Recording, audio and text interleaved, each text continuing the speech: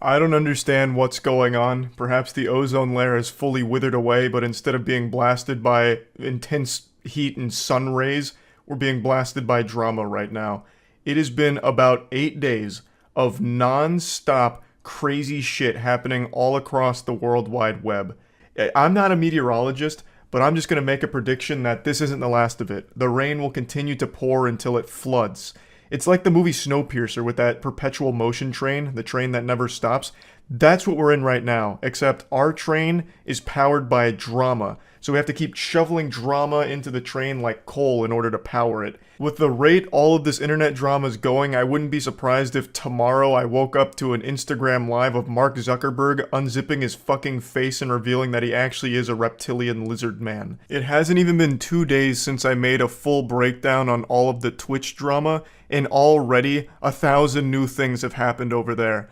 But that's not even what I want to focus on with this video here. I just want to talk about the last 8 days worth of stories that have come out outside of Twitch as well. Because it's not all localized to Twitch situations. However, I would argue that this was the patient zero here. This was the genesis of all internet drama over the last 8 days.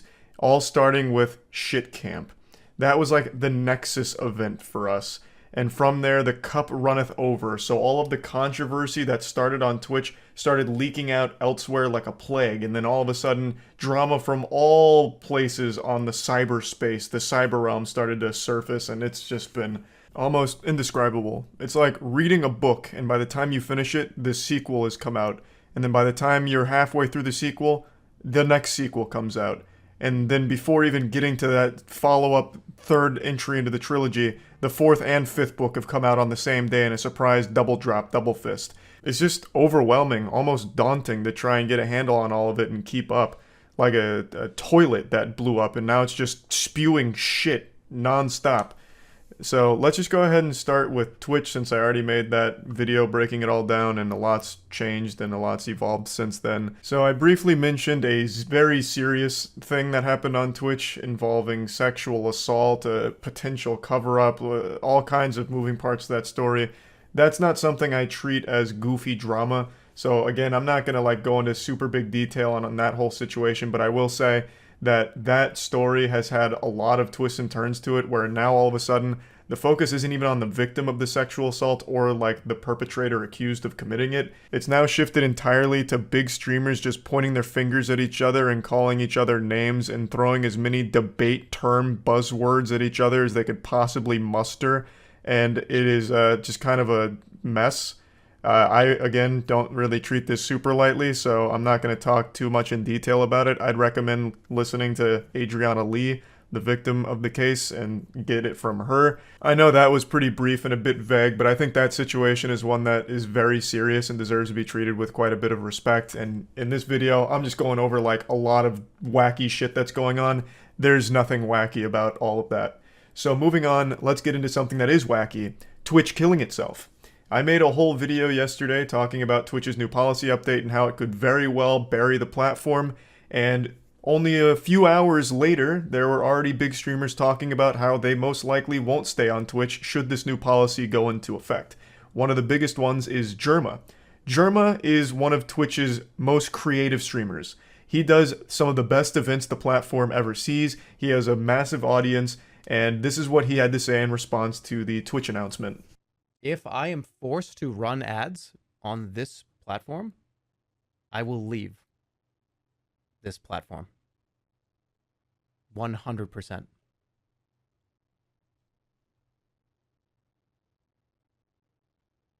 So, I'm not going to be forced to run ads.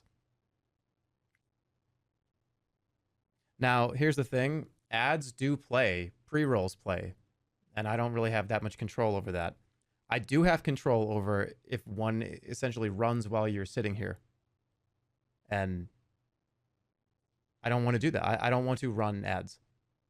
Jerma's not alone here. Most streamers feel this way. Being forced to run ads sucks ass. No one wants to do it because it's intrusive to the content, it breaks everything up, and it's a terrible experience for your viewers. No one likes to be running ads. The people that do it, myself included, are contractually obligated to. For me, it's 3 minutes per hour. For most streamers, it's around that same as well, maybe 4 for some of them. But yeah, everyone hates running ads. It's like Garfield hating Mondays. It fucking sucks. And now Twitch is putting a much heavier emphasis on it. And like I mentioned yesterday, I'll briefly recap. Twitch put out a statement saying that they're getting rid of the 70-30 revenue split with streamers. The 70-30 split was the streamer gets 70% of subs, whereas Twitch gets 30. That was a deal they were offering to their top level streamers. I would imagine most, if not all, of the top 200 streamers on Twitch were likely on this 70-30 deal, and all of them were used to this split. And they announced that that will no longer be the case going forward. It will be dropping back down to 50-50 in the future. And they also made it clear that they'll never do the 70-30 again, which means all of the streamers that never had the 70-30, who've always been 50-50, won't ever get to experience it, which is just another slap in the face to them. And I argued that by doing this and driving away their top level streamers, it'll motivate them to go to a platform that has that 70-30 deal they're used to, like YouTube. YouTube has a 70-30 split. It's standard for all of their streamers. And the Twitch streamers that are the top level ones, that's what they're used to. And when their contract ends, they might just take that because it's an overall better deal. And the ads on YouTube aren't nearly as intrusive, so it's a better viewing experience for their fans. So, why would this kill Twitch? Well, it's because Twitch is an extremely top-heavy platform. According to a 2020 statistic, the 0.1% of Twitch streamers control 74% of all the watch time on the entire site.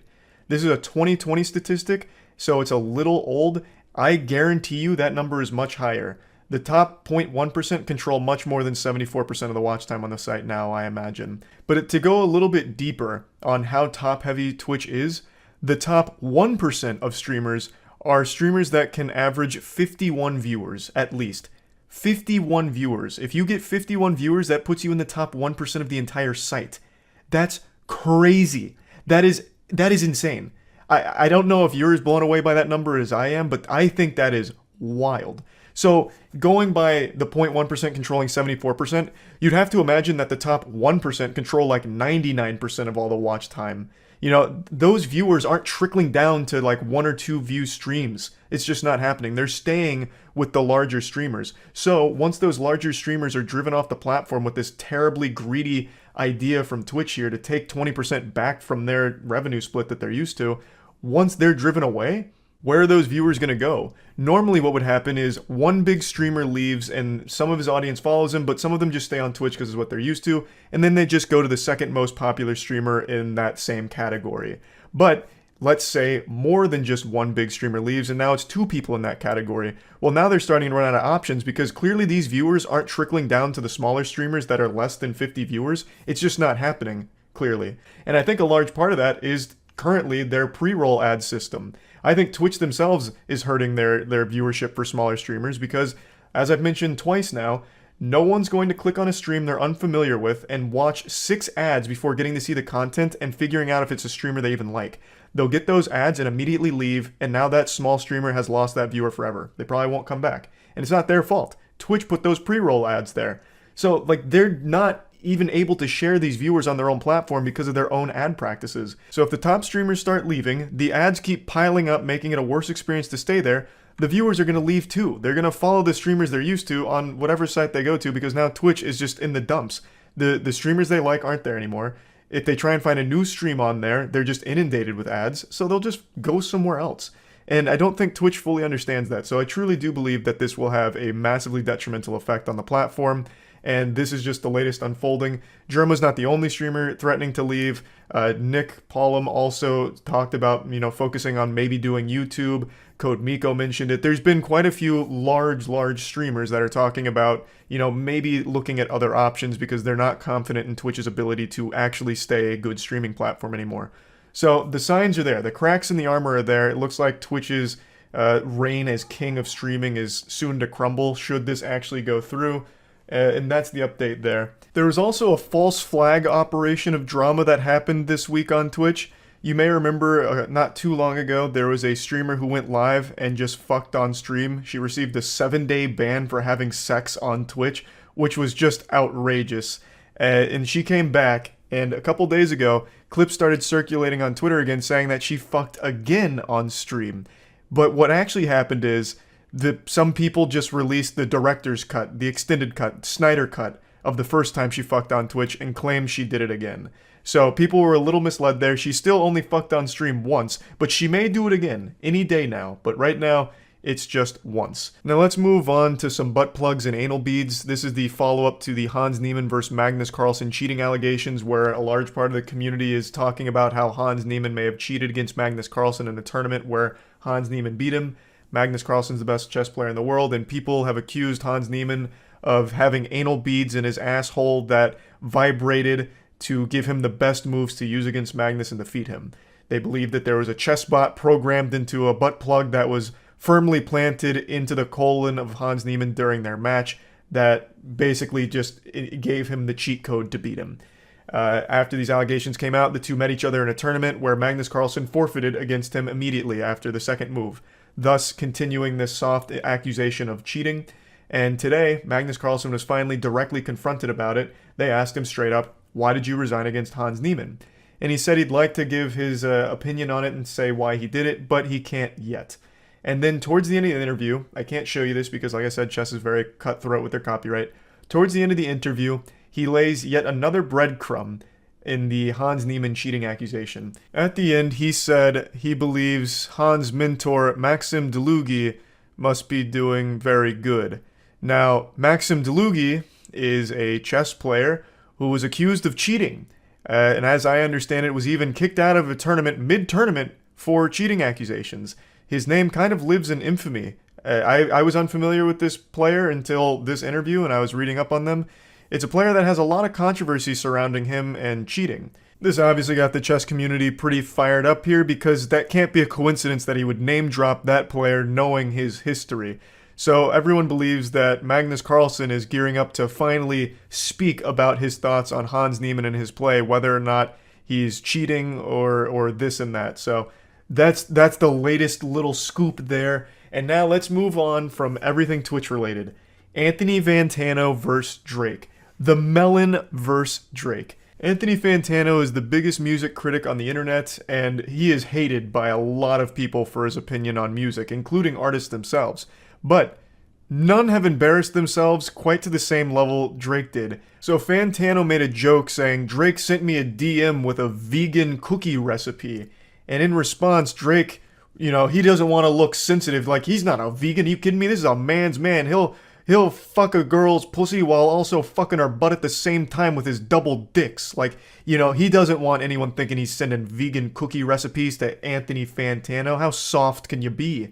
So, in response to that joke from Anthony Fantano, Drake himself leaked his DMs, and what he actually said to Anthony Fantano is this. This isn't Photoshop, this isn't smoke and mirrors, not make-believe, not clickbait. Drake himself posted this on his own Instagram story, thinking that it was like a slam dunk, but it just bleeds insecurity here. This is clearly a reference to Anthony Fantano himself, the light to decent one thing, so it shows that Drake actively watches him. And I really get the impression Drake just scrolls through Twitter and reads all kinds of opinions about him, because he always seems so hurt when someone doesn't like him. It's crazy how insecure Drake comes across from time to time, and shit like this is so embarrassing. What a fat fucking L. I can't believe Fantano has beef with Drake, and that Drake is playing ball with it somehow and doing such a poor job of it. So, I mean, this story's not super deep or anything, it's just really goofy and I wanted to bring it up. Another thing that came out only a couple days ago is Adam Levine of Maroon 5 having an affair with an Instagram model, even going as far as to ask the Instagram model's permission to name his upcoming baby after her. Now, apparently there's more than just one person that he's allegedly had an affair with or cheated on his wife with, but the only one that I've seen come forward with a lot of stuff is an Instagram model named Sumner, and the texts, the DMs, have gone viral as a meme format because this guy flirts like a fucking Redditor. Don't just take my word for it though, listen to this silver-tongued devil yourself. It's truly unreal how fucking hot you are, it blows my mind. You are 50 times hotter in person, and so am I. Ha ha ha. And then you also have this timeless classic. This one is what's become a big meme on Twitter. Holy fuck. Holy fucking fuck. That body of yours is absurd. Bro, that body it makes no sense. Bro, that body straight up goes wacko mode. Your body is a scientific anomaly for which I cannot calculate. It makes no fucking sense to me. I can't empirically prove why your body is so good. And then, of course, you finish strong. This is like mid-nut. I may need to see the booty. Fuck. Adam Levine really channeling his inner pirate there, about to plunder that booty. And that's where the story's kind of at right now. It's only been like 2 days here, so that's still developing. But anyway, these are like the main stories. There's been quite a bit more than this, but it's not like huge stuff nor goofy stuff. This has just been like the main things that I've been following and seeing, so I just wanted to at least... Secondhand embarrassment is a very real phenomenon. It occurs when you witness something that is so grossly turbo cringe that your body has a fight or flight response and fills you with shame from just having watched it, even though you weren't directly involved in the situation. I think the number one cause of secondhand embarrassment is bad stand-up comedy. So, like, what's the deal with airline food? Salt shakers, you fill them up, and then where does it all go? Like, when a stand-up set bombs, I feel like most people get embarrassed for the person up there. But today, I got so much secondhand embarrassment, I feel like I got a year's worth of shame in one afternoon, thanks to the Tik Tok congressional hearing that happened. This was an absolute mockery of the entire country. It was absolutely foul. It was painful to watch. So I'd like to show you just a few of the clips. The whole thing was about 5.5 hours long, and I can't imagine anyone can make it to the end without puking. It's brutal. It has everything you're probably imagining, tech illiteracy and horrible questions out the wazoo, all wrapped up into one 5-hour endurance test of the human patience. In a nutshell, there's been a lot of controversy about TikTok and TikTok bans, like banning on government phones, which I do agree with. I don't think there's any argument to be made that a fucking government or someone in power person should have TikTok on their phone just because of potential security risks associated with it. And this has expanded into a lot of other big debates around it. I am not a personal fan of the platform in general. I don't really use it that often. Plus, I think it's been extremely detrimental to the actual mental health and attention span of human beings. Because now, I don't know if you go on TikTok often, if you go on TikTok and it's someone just talking about something or a clip of something, there is always Subway Surfers, Rocket League, or GTA playing underneath it in order to keep your attention, because people need such constant stimulation and jingling keys. If there's not like 3 separate videos of like bars of soap getting cut for satisfying videos, or Rocket League freestyling while the core video itself is playing, they click off. That shit is just so pathetic. It's actual brain rot behavior. I am very curious to see in 10 years if that's going to be the commonplace for everything in the world. Like if movies now are going to be like playing a movie, but then also underneath it, another separate movie, making sure that your attention is captured. Like, it's so baffling just how far the attention span of humans is degrading, where they can't watch a fucking 30-second video without 3 other videos also playing to keep their attention. But with all of that being said, I still don't want to see it nationally banned or any shit like that. And the reason's very simple. Because I like a world where people have the freedom to choose what they do with their whole life, pretty much. So if you want to download TikTok, you should. Even in spite of potential security risks to your privacy or whatever, that should entirely be on the individual's choice. Does the entertainment the platform offer outweigh the potential security risks to your data being sold or whatever? That's up to the person to decide. That's my ideal scenario where people have the freedom to make their own fucking choices there when it comes to some shit like this. I've made it clear I'm no fan of TikTok. I am also very confident that there is a huge level of like spyware with TikTok associated with it, more than the CEO lets on. But holy shit, this congressional hearing or whatever has done nothing but make the CEO of TikTok look like a patient saint, like an actual Zen master to deal with the unhinged lunacy and out-of-touch questions those fucking fossils were throwing his way. It blew my mind. It blew my fucking mind. Her, oh my god, she's so dumb. She kept asking him questions, but instead of letting him answer, she'd just say, yes, yes, yes. And then she pulled up a random shitpost on TikTok like, you see this threat? Oh, fuck me. Yeah, so she pulled this up and she's like, look at this. Outrageous. It's not a viral post or anything, by the way. That video was posted 41 days ago. As you can see, it is captioned me as F. Dude who asked about TikTok using Wi-Fi? I don't remember, but I think they were trying to make a bigger point. And this is really giving a very charitable bone to the person who asked the question. I think what they were getting at with asking about Wi-Fi is he was trying to state that if one device is connected to a network, it can access everything on that network, which it can, but he couldn't ask the question because I don't think he really fully understood it. But again, I'm doing a very charitable service trying to even make some sense out of that awful question. This accomplished nothing except making their CEO look better. Full-heartedly believe there is a lot more fishy shit at play on the back end of TikTok, but they did not even get close to the bottom of it because they couldn't even wrap their head around what an app on your phone is. It's tragic. Mr. Zhang Fuping is the editor-in-chief. He's not. My colleague, Representative Just doesn't even let him say it or talk. minutes ago exposed that TikTok and ByteDance share legal teams. You confirmed this, correct? Our general counsel is Yes. an Yes or American lawyer, Yes. veteran of Microsoft. Also, my colleague, Representative Lada, confirmed that your parent Fucking company, worthless. ByteDance, currently can access user data. Yes? We have to be more Yes. specific. Yes. After You Project say- Texas, no. I'm not asking after Project Texas, I'm asking now. Yes. Some user data is public data, Congresswoman, which So means you everybody confirm that. can search What's for it on the interesting internet. to me is that you have used the word transparency over a half a dozen times. So, doesn't seem to understand that when you ask a question, you should wait for an answer instead of fill in your own blanks here. So, her asking about the data that they're accessing, he talks about the public data, which is something every app in the world accesses, even that computer she's on right there. I bet she's logged in on Twitter. That uses all of your fucking data too. I bet she has a Facebook account. That not only accesses all of your data, it sells it too. All of these apps do that. What they needed to get to the bottom of is more in line with like what is TikTok specifically doing with that data and how it relates to like the CCP and shit like that. But instead they're so hung up on like public data. You're accessing public profiles. That's creepy. That's something one of the guys said. It's so fucking crazy.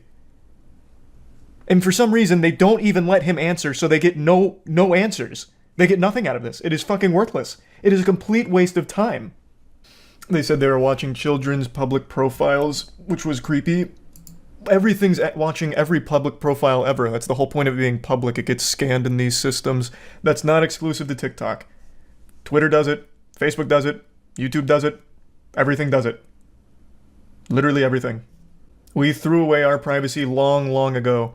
TikTok is just a little more nefarious, potentially, with what it uses that data for, at least based on, like, reports from a year or two ago. Not meant to be informational or useful, it's meant to grandstand for campaigns. It's actually tame compared to everything else, and, well, I guess maybe. It's still so stupid, though, because this doesn't do anything to further anyone's agenda here. Everyone that asked him questions today looks like a bumbling fucking buffoon. A genuine moron.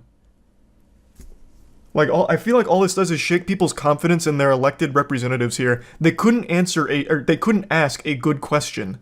Were they like this with Mark Zuckerberg? Yes! Yes, they were. It was just as bad with Mark Zuckerberg. Mark Zuckerberg sat in the same hot seat as this guy did, and he got bombarded with just as stupid questions.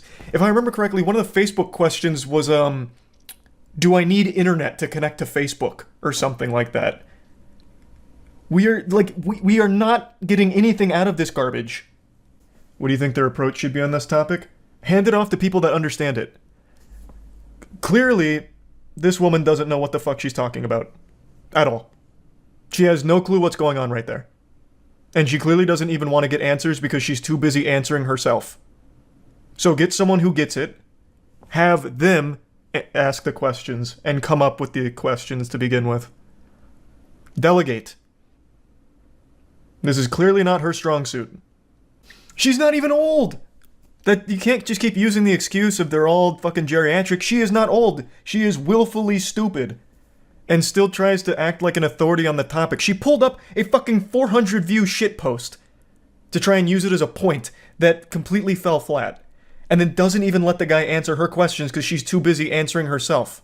Now, while she may have come to this hootenanny unprepared and made me ashamed to be a Floridian, she did mention something that I think is important to talk about briefly, which is Project Texas. Project Texas is something TikTok did to appease the US. In a quick nutshell, Project Texas is US user data being sent to Oracle, which is on American soil, as opposed to going anywhere else. So all of the US user data will now be on American soil, and Oracle kind of oversees the whole thing. On a device in one pocket, but downloaded on your device in the other doesn't make a whole lot of sense to me. I believe Congress and DoD should address the continued use of TikTok on military installations as well as any use that depicts U.S. military operations. Mr. Chu, does TikTok access the home Wi-Fi network? Only if the user turns on the Wi-Fi. I'm sorry, I may not understand the... So if I have a TikTok app... Again, this is being very charitable. I think the point he was trying to make is when it accesses the Wi-Fi, it has access to all of your devices that are within that network, which every device that accesses your Wi-Fi does. That is factual. That is true. Which is actually something that happened to Kaya. He downloaded a burglar broke in and downloaded a torrent, and it came with a virus, which infected multiple devices that were on his network. It is known that when you are on a Wi-Fi network, it connects to more than just the single thing that's connected to it. It's everything there. So I think his point was, can it access my other devices? Which is why he's talking about, like, downloading on a device next to me. Shit like that. But the way he asked that question is so bafflingly stupid that even the TikTok CEO is like, fucking obviously, it's gonna access your Wi-Fi if you turn it on, right? Like, it's just craziness. So have someone who understands what the fuck they're talking about be the one to ask these questions. I think you gave him too much credit. He probably thinks Wi-Fi is a radio. Again, it's a very charitable interpretation of what I think he could have been trying to say. I could be way off and giving way too much credit there. I don't know. For the sake of clarity, I actually think that guy's follow-up question kind of hints more at what I was saying. Even though it's still poorly asked and his follow-up question is still poorly phrased, I do think with a high level of confidence that the thing he was trying to get at is TikTok going to be accessing all kinds of things on my network outside of just the one device that I'm using right now to connect to it? I think is what he really wanted to get at, but he didn't know how to get to that topic effectively. So he ended up making a very silly question out of the whole thing, which really sums up the entire hearing. Just silly questions that didn't do anything at all. They didn't get any answers. They didn't get to the bottom of any real questions people have. It was just a genuine... Twitter is a place where fun and happiness goes to die.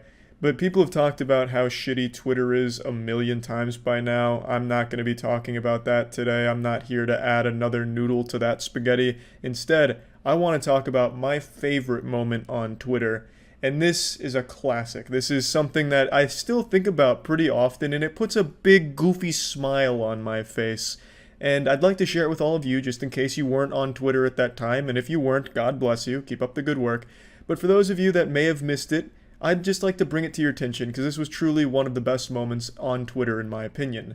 This happened in the crazy, wild, and wacky year of 2018. It was August 21st, and a young Charles White had only just recently celebrated his 23rd birthday. At the time, I hadn't even considered growing my hair out. How naive I was back then.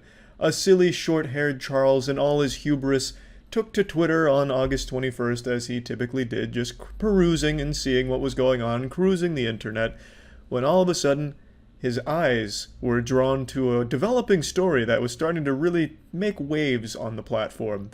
And the story involved NASA and a recently hired intern. Everyone shut the fuck up. I got accepted for a NASA internship. That's absolutely massive. That's huge. Like, that is a big accomplishment and something definitely worthy of celebration. Like, shit, I would be going wild too, ripping my shirt off and twirling it over my head if NASA even asked me to lick their toilet seats clean. So absolutely, I see the jubilation they were going through, but perhaps they celebrated a bit too aggressively. A while after the initial tweet, there was this response from a man named Homer Hickam. and he said something very simple: language. This is some shit like right out of a movie. One single word that changes everything, and it did. You see, on Twitter, most people assume that when there's just a picture of a person and they're an older person, that it's either a fake account or someone that they can just bully. I don't know why Twitter has that impression that old people just deserve to be bullied on the internet, but that's how it goes on Twitter, where everyone gets bullied. So Homer came in here and just dropped his cock on the celebration, just flopped his meat out on the fucking birthday cake here, and just said exactly what every teacher growing up would say when the class was getting rowdy: language. And the community didn't take too kindly to that, and especially not the original poster, who replied with this: "Suck my dick and balls, I'm working at NASA." This is one of those lines that would be on their tombstone, because this was a big mistake. Like Icarus, they had flown too close to the sun and were burning up now. Because they didn't just talk shit to a random person on Twitter, they said this to Homer Hickam, who holds the entire future of this person's career in the palm of his hand. It just like, his picture reminds me of Chris Hansen, and just like Chris Hansen, Homer Hickman has come out here and fucking shocked this person. Homer Hickman responds by saying, "And I am on the National Space Council that oversees NASA." You basically couldn't have chosen a worse person to say "suck my dick and balls" to. When it comes to their new job, they basically just told Jesus Christ to suck their dick and balls. It was a bold and foolish move, because our original poster here lost the internship. And it wasn't Homer Hickam who caused them to lose their internship. He didn't go to corporate, talk to the manager, and demand they lose it or anything like that. He didn't tattletale. They lost their internship naturally as a result of this conversation catching so much steam online. And Homer Hickam actually ran a blog where he talked about this, where he defended this person and elaborates a little bit further on the situation. So Homer Hickman seems like a fucking great guy. I'll go ahead and read his blog post to you now, which is unfortunately deleted, but it has been archived, so here it is. Social media. I love the way he starts this. It's like immediately professional, as if he's giving a full-blown fucking press release here to Twitter. Recently, it was called to my attention on Twitter that someone was being hired by NASA and that they were using the F word in a tweet about it. I'm a Vietnam vet and not at all offended by the F word. However, when I saw NASA and the word used together, it occurred to me that this young person might get in trouble if NASA saw it, so I tweeted to her one word: language, and intended to leave it at that. Soon, her friends took umbrage and said a lot of unkind things, but long after I was gone, as I immediately deleted my comments and blocked all concerned. Classic Twitter, bullying this guy until he just deactivates his shit, not surprising. Later, I learned she had lost her offer for an internship with NASA. This I had nothing to do with, nor could I, since I do not hire and fire at the agency or have any say on employment whatsoever. As it turned out, it was due to NASA hashtag her friends used that called the agency's attention to it long after my comments were gone. Again, classic Twitter. They thought they were helping, but they made it significantly fucking worse. It was all of her friends spamming NASA, which showed them the initial tweet of this person being extremely fucking hostile to a high-ranking NASA employee. So, excellent work, Twitter. We did it. She reached out to me with an unnecessary apology, which I heartily accepted and returned with my own. After talking to her, I am certain she deserves a position in the aerospace industry, and I'm doing all I can to secure her one that will be better than she lost. I have also talked to the folks that had to do with her internship and made absolutely certain that there will be no black mark on her record. Signed, Homer Hickam. It would have been such a power move and a huge mic drop if he didn't sign Homer Hickam and instead just ends it with "suck my dick and balls now." This guy seems like a real fucking class act. He gets absolutely fisted, his mud tunnel stretched on Twitter, unjustly, since he was literally just looking out for them in the first place by saying, hey, language, you shouldn't be saying NASA and fuck and suck dick and balls all in the same thing. NASA probably doesn't like that. Literally just looking out for this person, and got nothing but hostility in response and having to deactivate his shit, and he still goes out of his way to try and help the person. That right there is a great guy. Now, from everything I've read, they never got the internship back, though they are still pursuing that field, and they were qualified for the position and still are qualified, but they no longer are offered that internship at NASA, and that's pretty much where the story ends. I just thought this was a truly fucking wild ride since I watched it happen in real time for the most part, and it was just so fucking crazy to see it go from like, I'm so happy, suck my fucking cock and balls, loser, I'm on NASA. Oh, there goes my internship. Just like this, it was like a full 4-act play, and it played out beautifully. And it was just great. Right now, the current state of Twitch is like a bag of dog shit on fire. It is a complete disaster. It's like the most degenerate reality TV show program ever broadcast, and the entire internet can't look away, myself included. I wanted to break down every single plot line going on in the Twitch drama sphere, but that would consist of more chapters than a Harry Potter book to it. Every single day, a new bomb gets dropped. Every time you go to sleep, you'll wake up as if Santa Claus visited you, and instead of putting presents under the tree, he put coal and drama in your stocking. And for a lot of people that enjoy watching a shit show from the sideline, that's better than any Christmas present you could ever get, I suppose. So overall, I just thought it'd be helpful to be like an almanac here, a little guide to help you navigate through this wild web of wackiness that's been going on Twitch with this crazy soap opera. So I'm going to try and enter into a flow state here and explain it all as best and as quickly as I can. So I'm going to try and really tap into the avatar state here to drive home all of the important stuff happening there.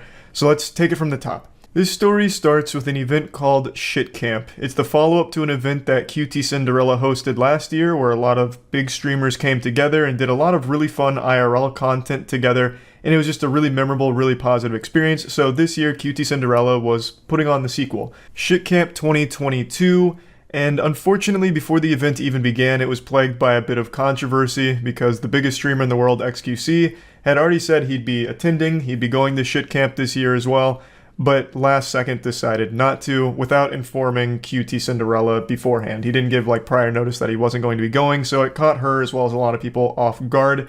And I'm going to go ahead and give my take on this because this is kind of where blood started boiling a bit.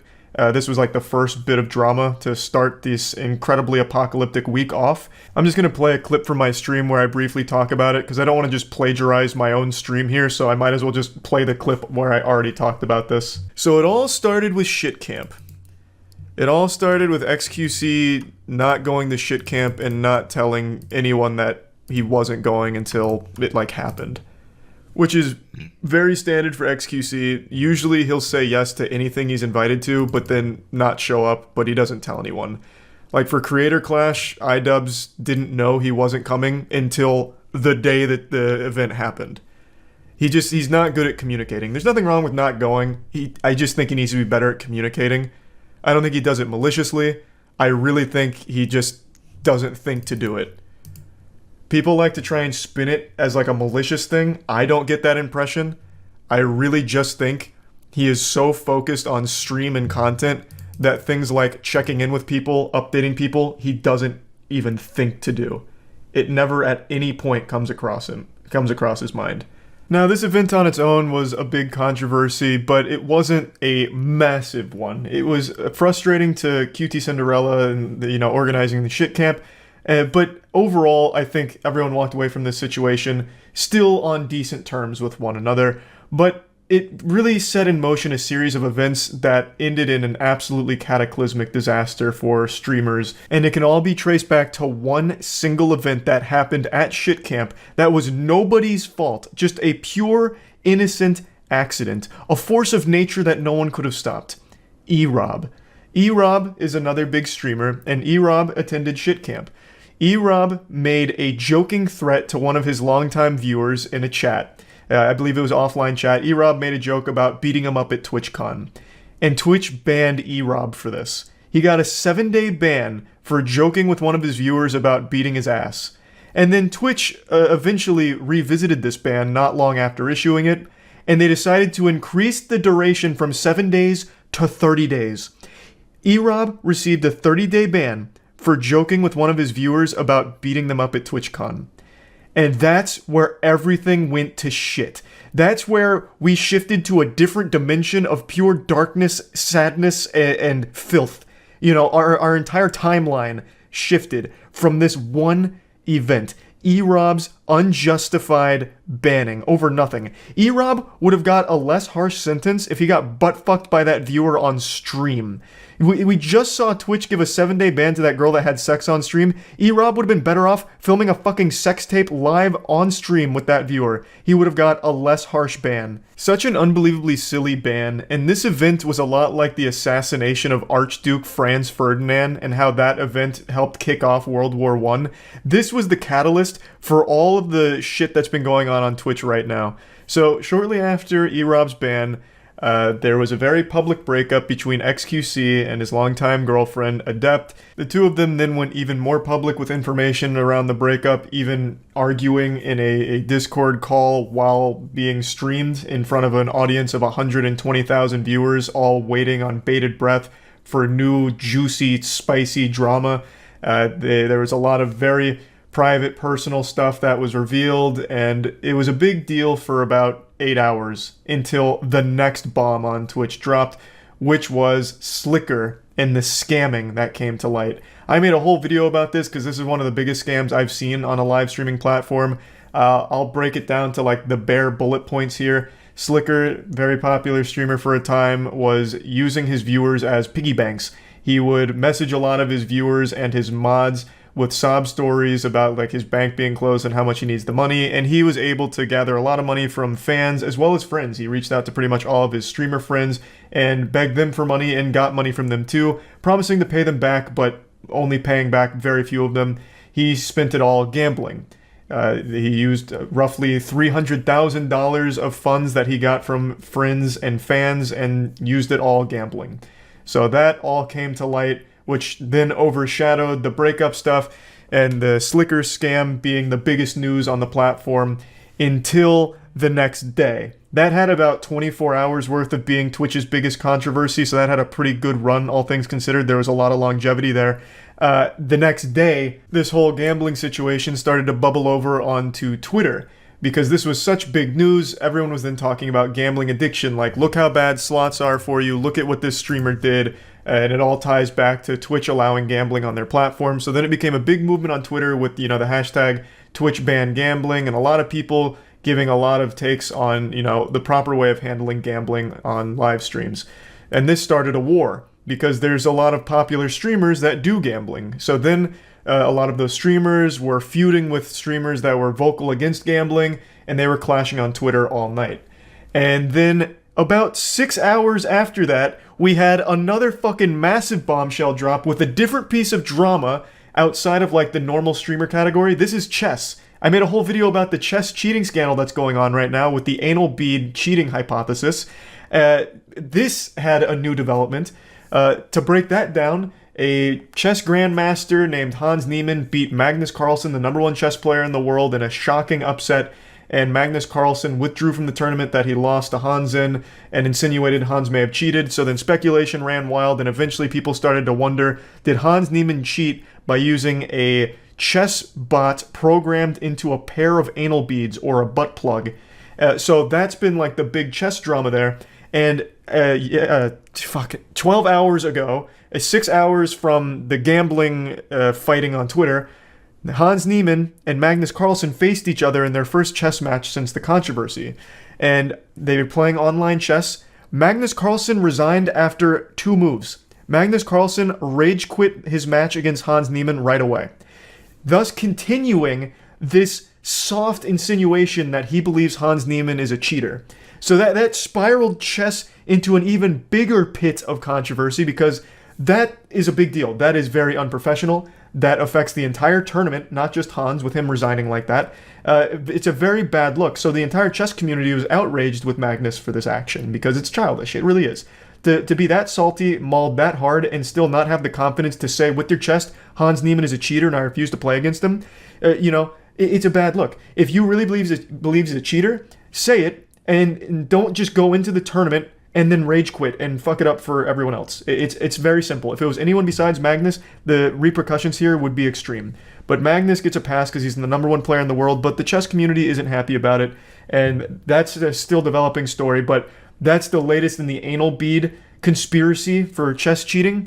And that was the hottest news on Twitch because it was broadcast on Twitch. But that was the hottest news in Twitch drama for only about 4 hours. Because 4 hours after that, the fighting on Twitter reached an absolutely crazy climax. After getting into a disagreement with fellow streamers on Twitter, Trainwrecks TV released this tweet here, which made hefty accusations about one of the largest streamers being complacent in a cover-up of a sexual assault. This, of course, is a massive deal. This is no longer just petty internet drama. Sexual assault is a crime, and it is something that should never be taken lightly. So this kind of accusation clearly had a massive effect on the entire platform. And throughout the course of the night, over like a 4-hour period, a lot of clips were surfacing. The victim of this story that Train was alluding to in the tweets also spoke out and went live to explain the story. If you'd like to understand more of it, I'd recommend going to her Twitter or watching her VOD. Her name is Adriana Lee. I'm not going to go into detail about this story in the video here because it's not just petty, goofy internet drama when it's dealing with something this serious. Obviously, this situation was a massive deal on the platform, and as of right now, it is still developing. And as I'm making this video, yet another massive bomb has dropped on Twitch that is creating drama. Twitch put out an official statement on their stance on gambling, and it seems like they have outright banned any kind of gambling involving slots and shit like that, which was their main category for gambling. In their statement, they said they're making an update to their policy effective October 18th that'll prohibit the streaming of gambling sites that include slots, roulette, or dice games that aren't licensed either in the US or other jurisdictions that provide sufficient consumer protection. These sites include Stake.com, Rollbit, Duelbit, Roobet. However, we may identify others as we move forward. We will continue to allow websites that focus on sports betting, fantasy sports, and poker. So, for those that don't know, gambling on Twitch has been an absolutely massive category for quite some time now, specifically slots. That's where most of all of the gambling streams take place, in the slots category. And the biggest sponsor of gambling streams on Twitch is Stake.com. The fact that Twitch put Stake.com in their statement by name is huge. They are paying millions upon millions of dollars for streamers to gamble on their site. They have so much sponsorship money that they've tossed around on Twitch, and the fact that they are now prohibited immediately cuts that entire thing off. I truly never thought Twitch would outright ban gambling like that. Now, of course, they did allow exceptions for like poker, sports betting, and fantasy sports, but I genuinely never thought that they would cut off slots, roulette, and everything there. That is a wild, big dick move there that is going to cause at least a month worth of controversy on the platform because there's a lot of gambling streamers that just lost massive amounts of money from their Stake.com sponsorship deal, as well as just content, because streaming slots for a lot of streamers was the main source of their content for a while now. So that's just going to be a huge change for a lot of people on there, not only streamers but viewers, because there's a ton of viewers that only watch gambling content. So that whole situation there, that's a game changer. So it has been a fucking crazy week on Twitch. It's fucking wild. Hopefully this caught all of you up to speed. I couldn't decide whether or not to make this video, so I did what I always do when I'm conflicted on a topic.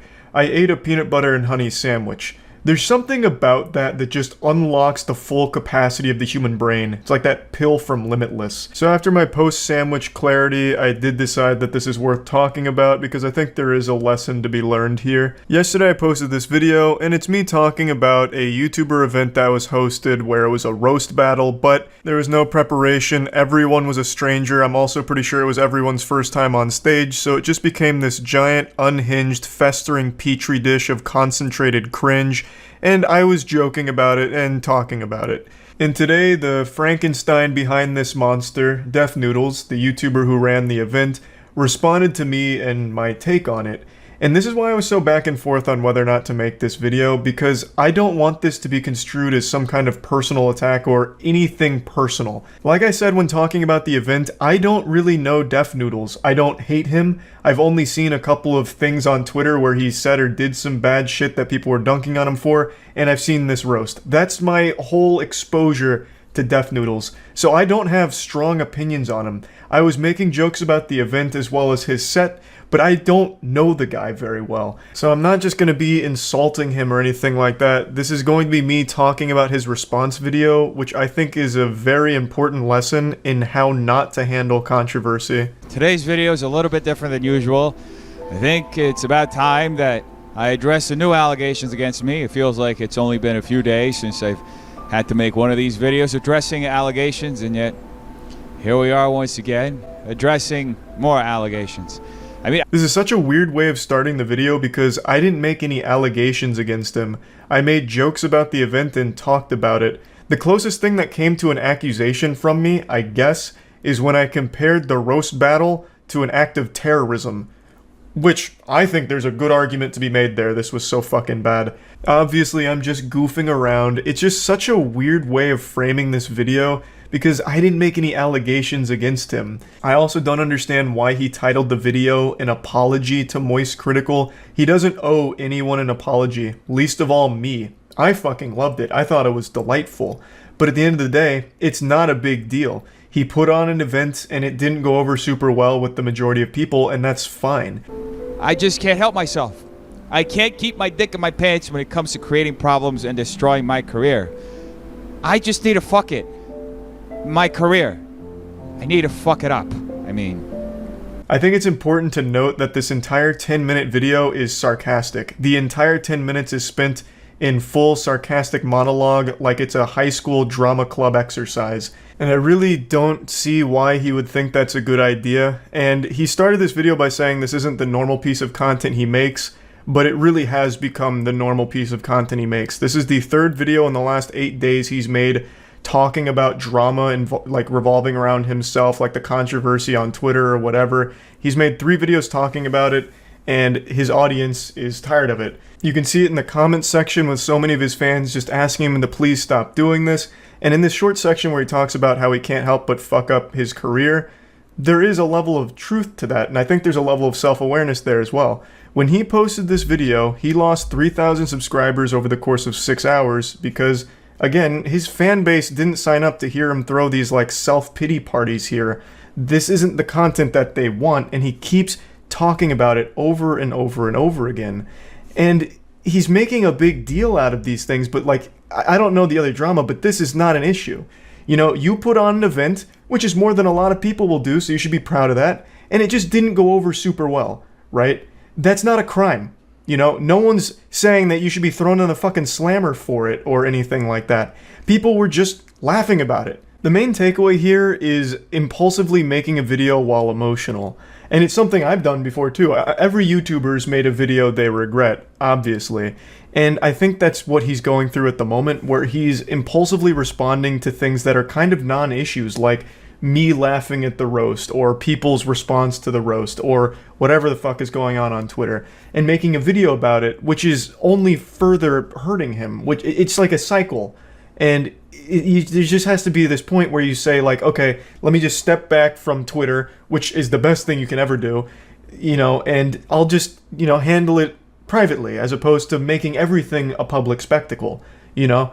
There was drama on Twitter, and I'm just going to sit on it myself. I don't need to make a video talking about it, because if I do, people aren't going to want to hear it, and they might not like it.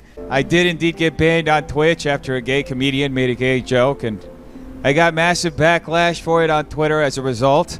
This part's a little disingenuous because he seems to believe he got banned because of people mass reporting him and having a big backlash about it. But that's not really the case. What happened is Def Noodles was roasting against another comedian, and she just randomly shouted a slur for no reason.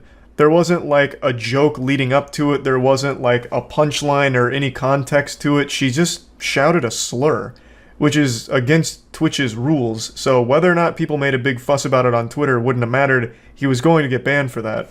Greatest crime that I committed was to have caused the great Moist Critical to cringe. I have unfortunately committed the most heinous sin a YouTuber can commit in their careers.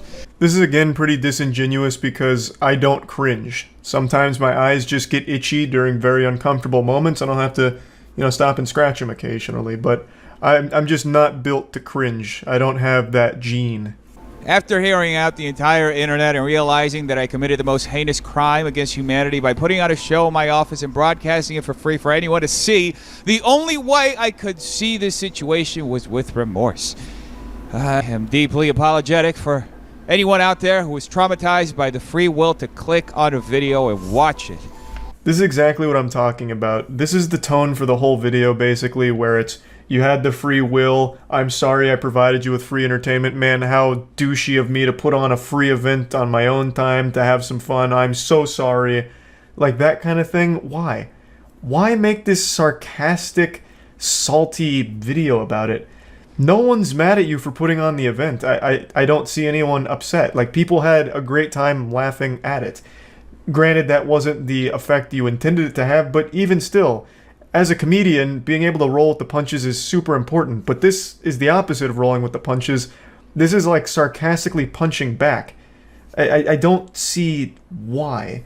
The only people that would have any right to be upset with the event are the people that paid for it, and I haven't seen any of them complain, and from what you said in this video, they had a great time, so overall, it was successful. So then why be mad? Why make yet another video rolling around in your own personal drama and posting it on your channel? That is self-destructive. That is a downward spiral. Your audience doesn't want to keep seeing you do this. I don't want to see you making videos like this because it's just not a good look.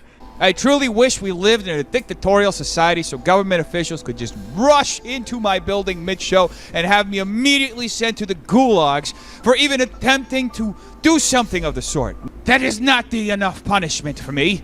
Honestly, I think the only appropriate response to the video that I chose to freely publish on the internet is death.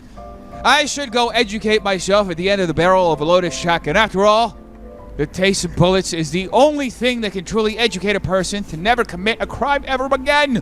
Hearing things like this is just deeply concerning, and I totally understand why his audience is really trying their best to get through to him that these kind of videos are alarming and very much driving them away from him and his content. It's just disturbing to hear these kind of extreme statements, and I truly hope that this is just part of his sarcastic persona that he's putting on for the video. Like, maybe it's some kind of parody, but I haven't seen anyone say anything even close to this. All people are saying is, man, that was pretty cringy.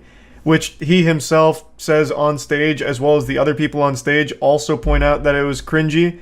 So I don't know why he's blowing it up like this with statements like that. I really do hope it's just part of this over-the-top sarcastic persona that he's portraying here.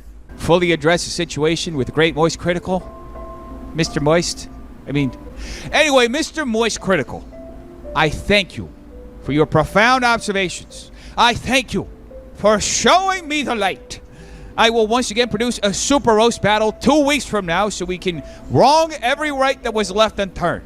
Yeah, he concludes the video by announcing a second roast is right around the corner, which I'm pretty hype about. I'm marking the calendar. But yeah, I think the announcement could have been better saved for a piece of content that was more, not this. This is just a very long, sarcastic drama video that his audience doesn't want to keep seeing, and a lot of people will be turned off by. I, again, am not super familiar with Def Noodles, but I really am wishing him the best here because this doesn't seem like a healthy way. Hello. I don't really feel like $1,000,000 today, that's for sure.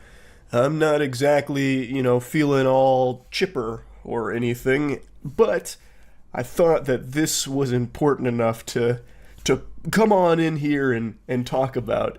Now, I know most of you know this by now, but I've kind of retired the jersey number when it comes to drama reporting. I don't really talk about drama in general, unless it's like really weird or wacky stuff like, the Secret Service shitter, where that Secret Service agent broke into someone's house to drop a floater.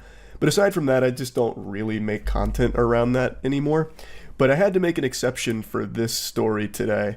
Yesterday, I mentioned that I was going down the 40k Warhammer lore rabbit hole, and then I got randomly fed like lemonade stand crimes that bled into the algorithm for some reason, and then I ended up going down that rabbit hole.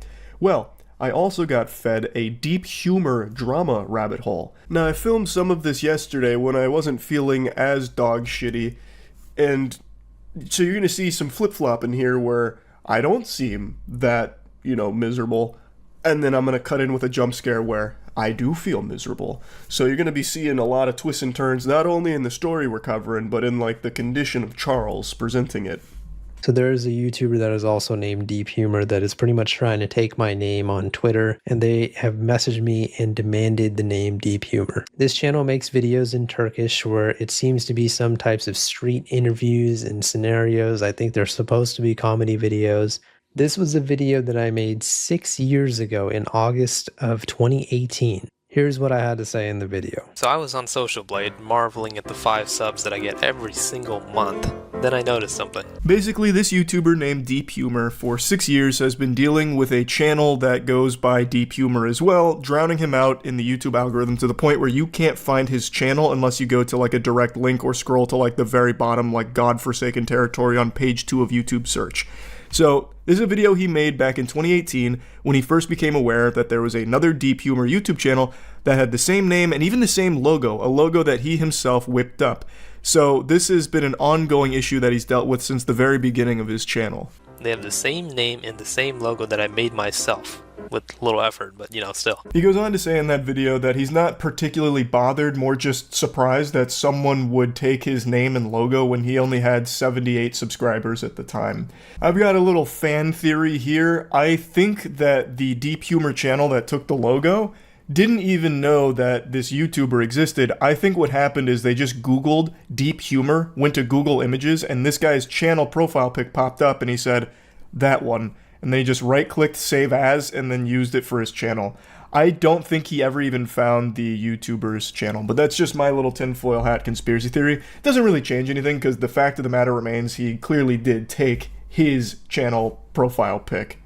And over the course of months, that Deep Humor impersonator channel started to gain steam, thousands of subs and hundreds of thousands of views, which changed his perspective on it because now his channel couldn't be found because it would only go to that channel, once again using his same name and logo. Even though the content was wildly different, Turkish street interviews versus English commentary videos, it is still obvious that they used his logo that he made. He also mentions that Deep Humor isn't the most unique name in the world. That's like the John Smith of YouTube handles. Millions of people could have thought of that.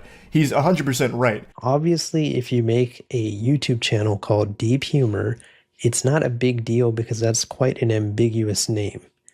It's not like it's something super unique. It is, a name that somebody else could have thought of. The issue wasn't really in the name itself. It was the combination of his channel logo being taken with that name. It made it so no one could ever find his channel because now there's two with the same name, same logo, and YouTube's always going to push the more popular one. I don't even know what the fuck this guy's uploading anymore. Let's go look at his stupid channel. And Interestingly enough, that channel did actually end up getting banned for copyright infringement. But just like a Hydra, you cut off one Deep Humor head, 2 more take its place. I don't know if you guys had caught in the Social Blade part of my video, that channel was actually made on June 21st, 2017. And remember that you can change your YouTube channel username, channel art at any time. The reason why I am mentioning that is because all of a sudden after this guy had gotten banned, maybe a month or 2 afterwards, there was another channel that popped up called Deep Humor. This channel was made in 2016, which is actually even before my channel was made. He states that a month after Deep Humor Judgment Day, there was a new one that popped up, which was the current one right here. Same content, Turkish street interviews, but now it's called Deep Humor. So he speculates that the name was changed. And I think he's probably right because when you were searching Deep Humor back in 2018, that channel would have absolutely popped up. Since it was made in 2016 and this channel has been popular for a while, it would have been in the search, but it wasn't. So what likely happened is after that channel got banned, the person behind it went to this channel and changed the name to Deep Humor, but this time didn't use the same logo that had just got their previous account banned. That's what I think happened and seems to be what the real Deep Humor seems to think as well. And so in another video where I had talked about this, people were getting on me saying, oh, but this person made their channel before you, so how did they copy you? Well, they copied me because they clearly just changed their YouTube username to deep humor, which, like I said, anyone can do at any time. I believe this is the same person that had gotten banned all those years ago, and that same person who had originally taken my YouTube channel icon. Why do I believe this? Because just like that channel so many years ago, this channel also makes Turkish street videos. This is still just the tip of the iceberg, by the way. This is going to turn into a full reverse flash situation for deep humor. Like, this is the reverse deep humor. So that kind of sums up the genesis of this deep humor war here. And now we get to where things get very spicy and it gets out of control quick. I don't want your Twitter page. I just want your username in exchange for money. How much can you give? I just said, hello, how much money are you offering? Obviously, if they offered me like $5,000 or $10,000 or whatever, I would probably give them the username because it's real life and I do need that type of money. And I don't really make any money off YouTube, unfortunately, mainly because of this guy. The battlefield shifts from YouTube to Twitter as Deep Humor receives an interesting DM from this gentleman saying that he wants to purchase the Deep Humor username for his Twitter page, and he's offering him $50. 50 clams, and he doesn't even have the courtesy to throw in an over-the-pants hand job. And he couldn't even wait more than 6 minutes before just going mask off, revealing that he's the villain. He goes, "What's your answer, buddy?" He's treating this like it's a scene out of fucking Pulp Fiction. What does Deep Humor look like? Does he look like a bitch? Like, it's like, man, you didn't even give him time to process that. He's acting like a virgin who's not getting immediate text back from his love interest, you know? Like, it's been 3 minutes. Do you hate me? Is that what's going on here? Like, holy shit, man. It's not like you just made him some kind of life-changing offer here. It's not like you just opened up a briefcase full of money for the Deep Humor channel. You offered him $50 out of nowhere for the Deep Humor Twitter page. And then only 9 minutes after the "what's your answer, buddy," he gets even more douchey and hostile, saying, "Come on, man. I don't want your page. I just want your username. Look, you don't have any interaction on Twitter, so losing this username won't cause you any loss." What an asshole. And also, what a terrible businessman. Yeah, I can't wait to sell you this Deep Humor username now that you've insulted me. I'd love to shake hands on that, you piece of shit. Like, what? I don't, like, I'll never understand people like this. It has not even been, like, half an hour since you've reached out and made an offer. How can you be this impatient and this much of an asshole? I really don't get it. I don't know how anyone can ever expect to have a positive outcome acting like this. So I just straight up send him a picture of those two channels and I say, "Is this your YouTube channel?" And then he says, "No, man, if only I had this big channel, then I could pay you much more. I only have one YouTube channel and I have 2 subscribers there." And he puts a sad face. He sends me some YouTube channel, and for some reason he even sends me the date the YouTube channel was created. Now, if you look at when they created the YouTube channel, it was created in 2016. This is a channel that he claims is his personal channel that he sent to me. This channel was created in 2016, and remember, he's also a Turkish gentleman. Let's go over to the YouTube channel Deep Humor that I claim is impersonating me, also a Turkish YouTuber, also channel created in 2016. Something's definitely fishy there. That smell is smelling a little smelly if you ask me. This Turkish guy reaches out about purchasing Deep Humor from him, and then links his YouTube channel, which has 2 subs. Why could he possibly want the Deep Humor username? His YouTube channel has less interaction than the guy he's insulting, and his Twitter page is more dead than Concord. What would be the reason behind him wanting to purchase Deep Humor so badly that he is literally furiously typing at his keyboard the second he doesn't get an immediate response? Doesn't really add up. And it is interesting that his personal YouTube page that he sends the date of its creation of for some reason is the same year as the Deep Humor Turkish Street Interview page. That is quite a coinky-dink. Why is he demanding the Twitter handle Deep Humor from me? Because he already has everything else. Instagram/Deep Humor, Facebook.com/Deep Humor, and TikTok @Deep Humor. This Twitter handle, Deep Humor, this is all I got over him. This is like that last fucking Infinity Stone in his Infinity Gauntlet that he's trying to get. And that's pretty much where Chapter 1 closes here on the Deep Humor saga. But it's also what leads to, by far, the biggest catastrophe in this war. This is a tragedy, and it's one that many YouTubers know all too well. The Deep Humor Turkish Street Interview page files a copyright strike on the Deep Humor commentary YouTuber.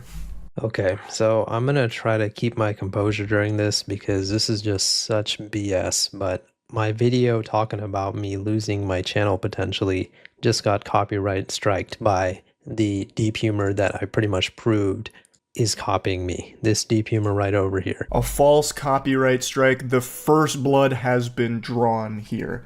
This is a huge sin online, to file a fraudulent strike on another channel. Deep Humor, the real one, never even used a single second of the other channel's videos, ever. There was nothing that they could even potentially make an argument for as a justification for taking down that video. The sole reason is because it made them look really bad. That is why they did it. So YouTube messages me and says, hello, we received a copyright takedown request for your video. However, the takedown request is missing some legally required information. The video actually got reinstated pretty quickly after the takedown because Goober forgot to put in some required information, which is still very alarming that he was even able to successfully take it down when he completely forgot half of the required shit. But that ended up sending Deep Humor the reason for the takedown. So, statement regarding the allegedly infringing work. And this guy said, my work of art. I think it's worth mentioning that this guy's channel is re-uploads of other people's work that he just edits together. He is a compilation channel. He credits some of the original artists, sure, but it's not like he has a work of art. He is taking shit that he sees on Instagram that he goes, haha, he downloads it and then puts it on YouTube. Like, to have the gall, the fucking chutzpah, to defend yourself like this, calling it a work of art, and trying to take down and silence someone who is making a very real case for why you have been a huge headache for them, is just, it's almost comical if it wasn't so sad and pathetic. Now, I know there's probably a lot of people watching this saying, well, why didn't one of them just change their name?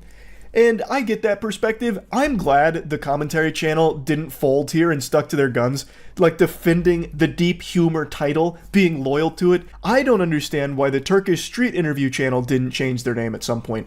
The previous one got fucking banned. And it's not like the name Deep Humor even really fits the content that he's posting. He is a compilation of Turkish street interviews.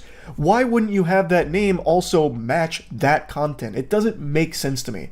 Instead of being Deep Humor 1 and Deep Humor 2, he could have just had a different name. And he also admits to changing his Instagram name, I think it was 7 times. So it's not like he's had Deep Humor since the beginning of the fucking Big Bang or anything. He is open to changing his shit around. Why wouldn't he do that for this? It makes no sense to me. Anyway, though, looking at this further, type of work, copyrighted logo. Where does the content appear? The content is located between 0 seconds and 34 minutes in the target video. Hey, Buster, the video is 15 minutes long. How the fuck could your logo appear in 34 minutes of that? Are you stuck in like the hyperbolic time chamber or something? What are you even watching? Jesus Christ. And now we get to the current day here, the most recent update where Deep Humor 1 left a response in the comment section. So he says that he watched the video after the comments, he's never seen the channel before in his life, he's been using the name on Instagram since the end of 2015, saying that old followers will remember that.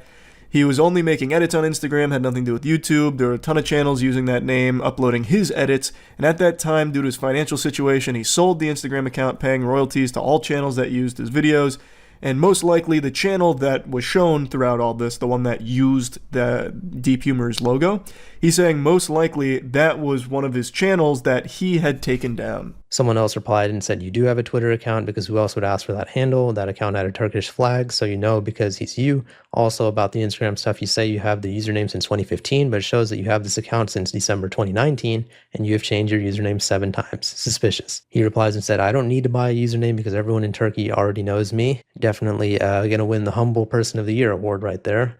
Your friend's concept is different from mine, and even our languages aren't the same. He claims that it wasn't him on Twitter that reached out about buying the Deep Humor name. He thinks it was someone that was reaching out to purchase it from the OG Deep Humor in order to sell it to Deep Humor 1. Fair enough, like, there's no way to prove it's the same person, but that is an interesting plan. To purchase the Deep Humor name for $50 to try and sell it to the Deep Humor Turkish Street Interview channel. I don't know how popular Deep Humor as a name is in Turkey that there'd be multiple people wanting it so badly. Okay, here we go. Someone says, if it's just a misunderstanding and you're correct in everything, then why did you try to copy strike his video down? You could have just talked about it. Because in the video, your friend is making false accusations and slandering me. Let me stop you right there. That's not why you copyright striked me, though. You did not copyright strike me for slander or harassment or whatever you're claiming. You copyright striked me because apparently I used your copyrighted logo. So you're giving one reason, and then you're copyright striking me for another reason. For me to do this on this channel, because my Turkish audience won't understand anything and it'll only make things more complicated, the copyright strike was just a warning. This sentence is more incriminating than anything that you have ever said. You just said that you gave me a false copyright strike to warn me. Not exactly the biggest pro-gamer move I've ever seen here, but maybe I just can't wrap my tiny brain around his galaxy brain plan. He openly admits that the strike was a warning. You're admitting to a fraudulent strike, you know that, right? You can't do that. You're not allowed to do that. You're not supposed to do that. And he's just openly stating it. It's not something to be proud of that you falsely struck someone as some kind of show of power or whatever. He then also makes a subtle threat of potential legal action that he might decide to take. So he's really being a big asshole and openly admitting to something that you're not allowed to do, which is file a fraudulent strike. And he had no ground to stand on, even if he tried to make an argument for it, because his logo being shown once or twice in that video is not an issue at all in the first place. This is him being a petty douchebag. Now, he has made a response, and in the response, he did prove two things. Yüksek ihtimal bu Türk adam aldı YouTube kullanıcı adını. Ben kapattırdım. Ben YouTube'da da yokum ya o zaman. Sadece Instagram'dayım. Ben kapattırır kapattırmaz bu arkadaş gitti kullanıcı adını aldı Deep Humor'ı. Yani şu anda bana dua etmesi lazım o arkadaşın. Günahını da almak istemiyorum. Ya da kullanacak mıydı? Çünkü bayağı bir popüler Türkiye'de. Ya bana satmaya çalışacaktı ya kendi kullanacaktı. Ya bir şey söyleyeyim mi? Gerçekten bunlar beyin fukarası bak yemin ederim.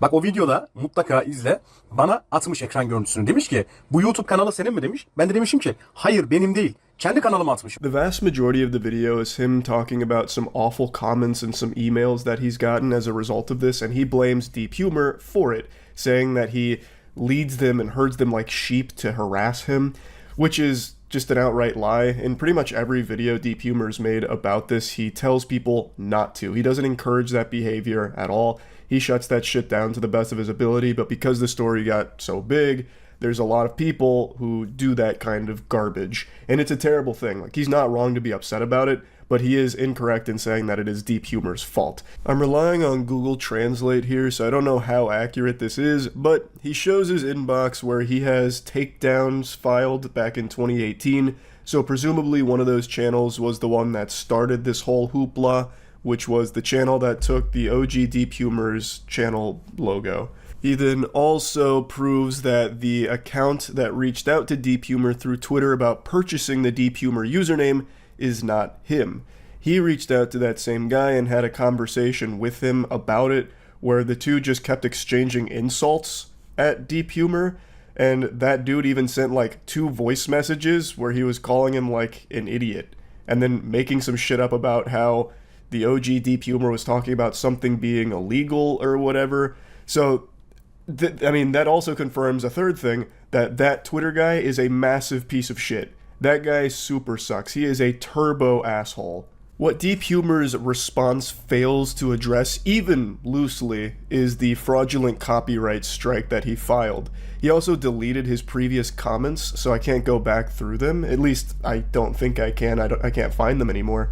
So he instead deleted the evidence where he openly admitted that it was fraudulent and a warning, and now, in his response, never brings that up for some very peculiar reason. That's so weird. So basically he goes on for a while here, but basically he's saying the guy that I showed that DM'd me on Twitter isn't him. But the reason why I thought it was him is because of all the random coincidences coming together all at once. Coincidence number 1, Turkish Street YouTube channel takes my username and icon on August 2018. Coincidence number 2, on October 2018, that channel impersonating me gets banned, and then all of a sudden you pop out of nowhere less than 3 months later with the name Deep Humor also making Turkish Street content. Coincidence number 3, a random Turkish dude that has taken a weird interest in the name Deep Humor messages me on Twitter demanding the username. Could I have been wrong about all 3 coincidences? Of course, but am I unreasonable for leaning towards that conclusion? I don't think so. I feel like that makes total sense. I agree, it's not an unreasonable conclusion to draw given all the circumstances, and it's something that could have been solved with the first video and none of the messiness with a fraudulent strike and all of that hoopla. Deep Humor 1 could have easily reached out and explained it to him, or just leave a comment on the video. Deep Humor 1 fucking loves the YouTube comment system. He leaves like 40 of those bitches all the time on all of his videos. He could have absolutely just left a comment on that first video, which he was clearly aware of since he struck it.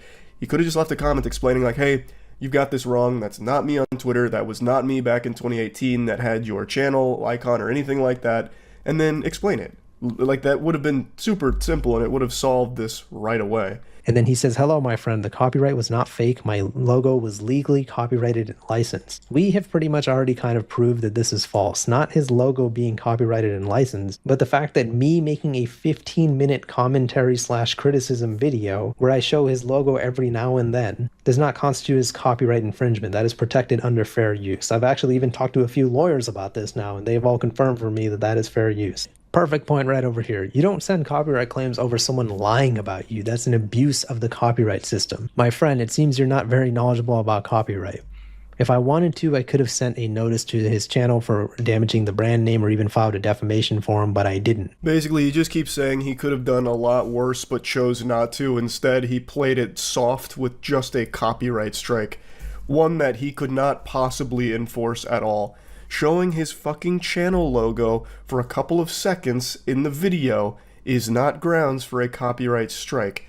If the whole thing was about him being wrong in his assumption that you were the one reaching about the username, that is something that you could have solved with a single fucking comment about it instead of a strike. You can't weaponize frivolous strikes like this. I don't know why he can't understand that. And I think he does, which is why he didn't mention it at all in his video to his audience. Instead, he goes to the comment section where a lot less people are going to see how big of an asshole he is. It is so interesting that he can't wrap his head around him being the cause for this being such a big deal. His decision to strike this channel has led to it being this massive drama as opposed to what it started as, which was just like this weird, wacky story. Anyway, I find it so fascinating how often people just film their own crimes or post on Twitter about illegal activities that they're doing, and then it eventually comes back to haunt them where they lose their job or get arrested. It's just wild that so often people have this complete lack of self-control and inability to stop themselves from saying or doing dumb, stupid things on Twitter. Like, posting cringe on Twitter has cost more jobs than the invention of machines. And today I want to go over a disturbing new case of gross shit. This was something that went viral a few days ago, but I've only just now caught up on it. It's really gross, and I actually think that this is a deeper onion than most people realize. I think that this was all a manufactured marketing campaign conducted by a shameless degenerate in order to get OnlyFans subscribers. So, let's take it from the top. I'm sure if you were on Twitter a few days ago, you saw this post floating around. This little bit of eyeball poison was getting dunked on by everyone around the globe. And if people weren't shitting on it, they were shitting themselves out of just pure repulsion. So the post is talking about how they're coming out as trans canine and talking about how they've been with 6 dogs. So they celebrate fucking dogs, and they double down on this, triple down on it, and have made it their entire brand identity now. Like, this is now their online presence, is being the dog fucker. And they're very open about it, talking about it, and trying to make it like some kind of powerful movement about why fucking dogs is a great thing. Obviously, I'm on the side of common sense here. Animals can't consent to having sex. Thus, you're not even having sex with the animals, you're raping them. You're a dog raper. It's called bestiality, and it's a crime. It's illegal. It's not something to be celebrated or encouraged. Now, I think the person behind this knows it and was making this as a giant post that would hopefully gather a lot of hoopla and put eyes on their content. Because even prior to this post, they were dropping nude photos, lewd photos, and just talking like about trying to monetize their sexual content. And then after this post got so much steam, they made a statement saying that this had cost them their job. They now no longer have a way of making money, so in desperation, they're saying fuck it and starting an OnlyFans. When I'm pretty sure that was the entire plan from the get-go, and by having so many eyes on them from all of this spotlight that was shined there, they immediately got a giant head start. Like, they're way over 150,000 followers at this point, and I'm pretty sure that this was their intention from the get-go. They chose something that they knew most people would have a problem with. No one likes to see animals being abused, and no one likes to hear about animals being used as like sexual objects or sexual props for people in their content. It's like, that is beyond weird. So they are probably aware that by making that post, it would have gathered a lot of steam, which it did, and then they immediately went around with this narrative that they were fired. There's no way of knowing 100% for sure if they were fired. I take all of that with a grain of salt. And even the way they talk about it, like in that post they're saying they're going to sue everyone that got them fired, that just seems like a troll. That legitimately just seems like a weak, low-effort troll statement at the end there. There is evidence to suggest they may have actually lost their job from this, but even still, I don't think it's 100% confirmed as of this moment. Like, it just, to me, feels like this was all part of the plan. And you can also even see them, like, lean into it. If you go back a couple days before this blew up, they made this post about how OnlyFans models are the devil. You know, this is terrible stuff. Look, what kind of example are you setting for children, you godless heathens? And then only days later, turning around and dropping one of their own. OnlyFans is disgusting and you're going to hell for it, as they're signing up for an account. I could be wrong. This all could be done genuinely and wasn't meant as a marketing play for OnlyFans subscribers, but to me, that's just really what it feels like.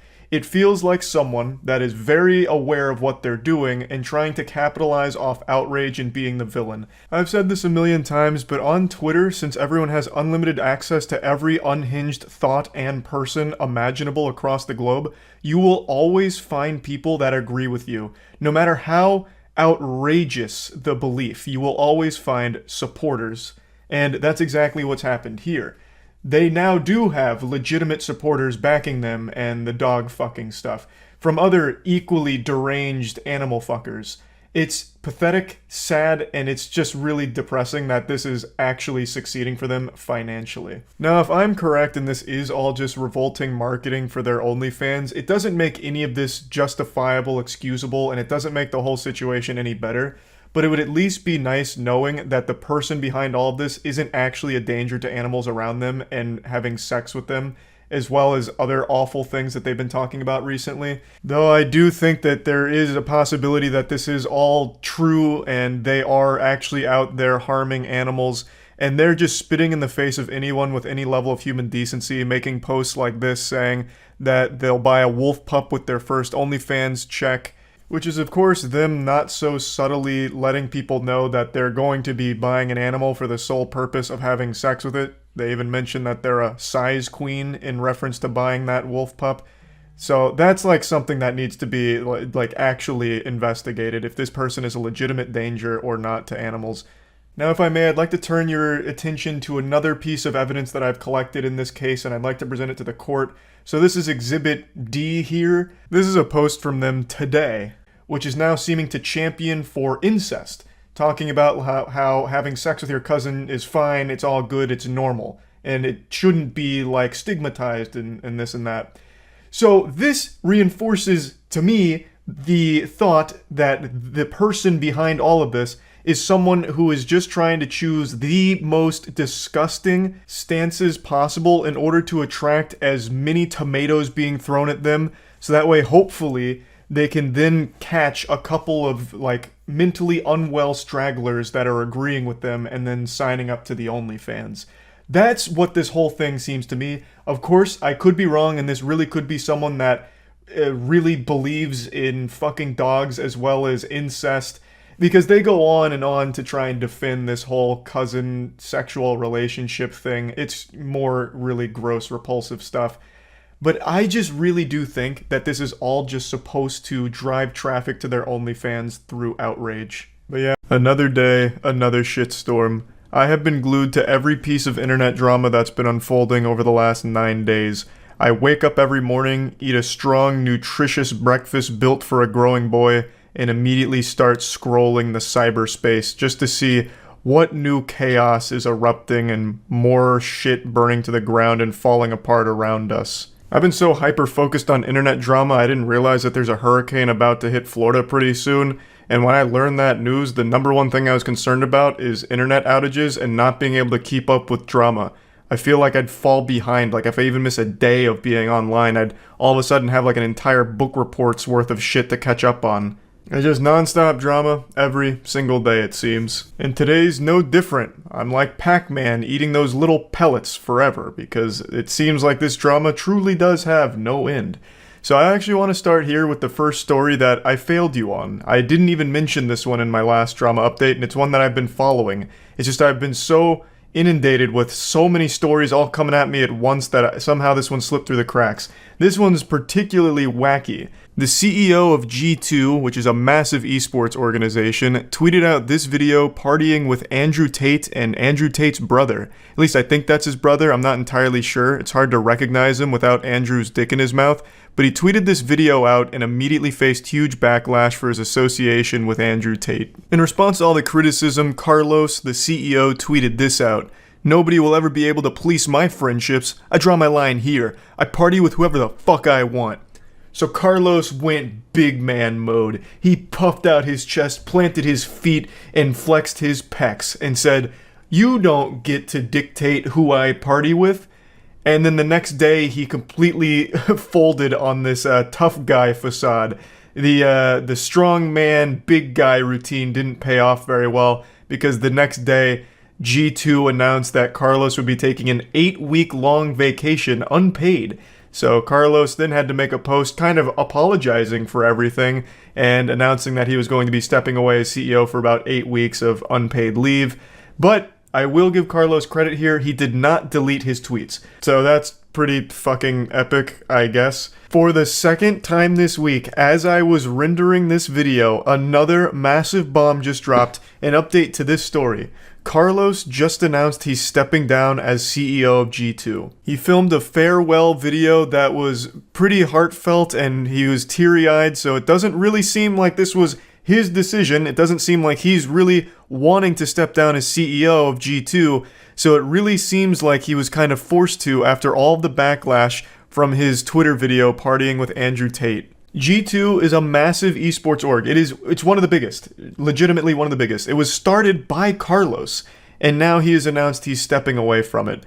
Now, the whole backlash on the partying video he posted, it wasn't just like Twitter people being upset or anything. This cost G2 greatly. They lost their position in the VCT, so they're no longer in the upper echelon of the Valorant esports scene. Valorant just recently franchised, which means it all went to dog shit immediately. It's terrible. It's absolutely garbage. They only allow a specific number of teams to come in there, and the way they decide that seems like just throwing darts at a board, and it's completely random. It wasn't just G2 that didn't make this cut. FaZe didn't make it, TSM didn't make it, Optic didn't make it despite being one of the best fucking teams in Valorant. Like, it's a real head scratcher how they fucked it up this bad with their franchising. It's a terrible thing, but the reason G2 didn't make it, at least the speculative reason why G2 didn't make it, is because of Carlos's Twitter video where he was partying with Andrew Tate. And that's a really big deal because Valorant's one of the biggest esports games in the world right now. It's estimated that a spot in the VCT costs anywhere from $10 to $15 million right now, based on what I've read. So it was a big blow to the org, and it looks like they may have strong-armed him into stepping away. They posted this tweet about the situation saying that they received and accepted Carlos's announcement to step down as CEO, and then the next paragraph highlighted that they don't support any form of misogyny or anything like that. So it really does seem like the driving factor for why Carlos is now no longer associated with G2 is for that partying video with Andrew Tate.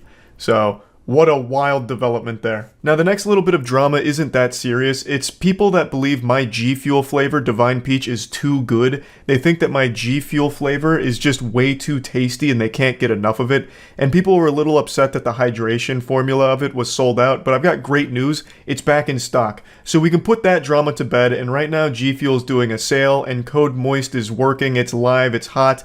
So make sure to use code MOIST at G Fuel in order to get money off your order. And the Divine Peach flavor for hydration formula is back in stock, so make sure to pick up some Divine Peach. The link's in the description below. Let's move on to the next story here. This one I just now learned about, and I find it pretty interesting. So, there's a YouTuber named Dan Allen who recently exposed himself as the insider that was leaking confidential gaming information on Twitter. Now, leaking information for upcoming games is usually a pretty serious thing because those are protected by NDAs that people sign. Non-disclosure agreements are legally binding. They are like actual big shit, and to break those is a pretty serious thing, and it seems like Dan Allen has now opened himself up to potential legal ramification from all of this. It looks like Ubisoft is going to be taking a strong stance against him, and I'll let him explain the situation a little bit before diving into it more, but in a nutshell, Dan Allen was trusted with information, a lot of it confidential information, and he made an alternate Twitter account called The Real Insider, where he just openly leaked all of it. And this is his response. If you're not familiar, what's happened is I created a alternate Twitter account called The Real Insider, and started leaking things. And a lot of you are reaching and saying, well, why the fuck did you do it? And to be honest, it's clout, it's the buzz, it's being addicted. Clout is more valuable than oxygen these days. Clout has driven men to do the most extreme things imaginable, and Dan Allen is yet another victim of his own hubris in that never-ending quest for more internet points. So, he did it for the fame, the glory, and now he is facing legitimate problems from this legally. So, it all began when Dan Allen made the grave mistake of not switching to his other account, The Real Insider. Instead of responding as The Real Insider, you can see he responded using his Dan Allen Gaming account.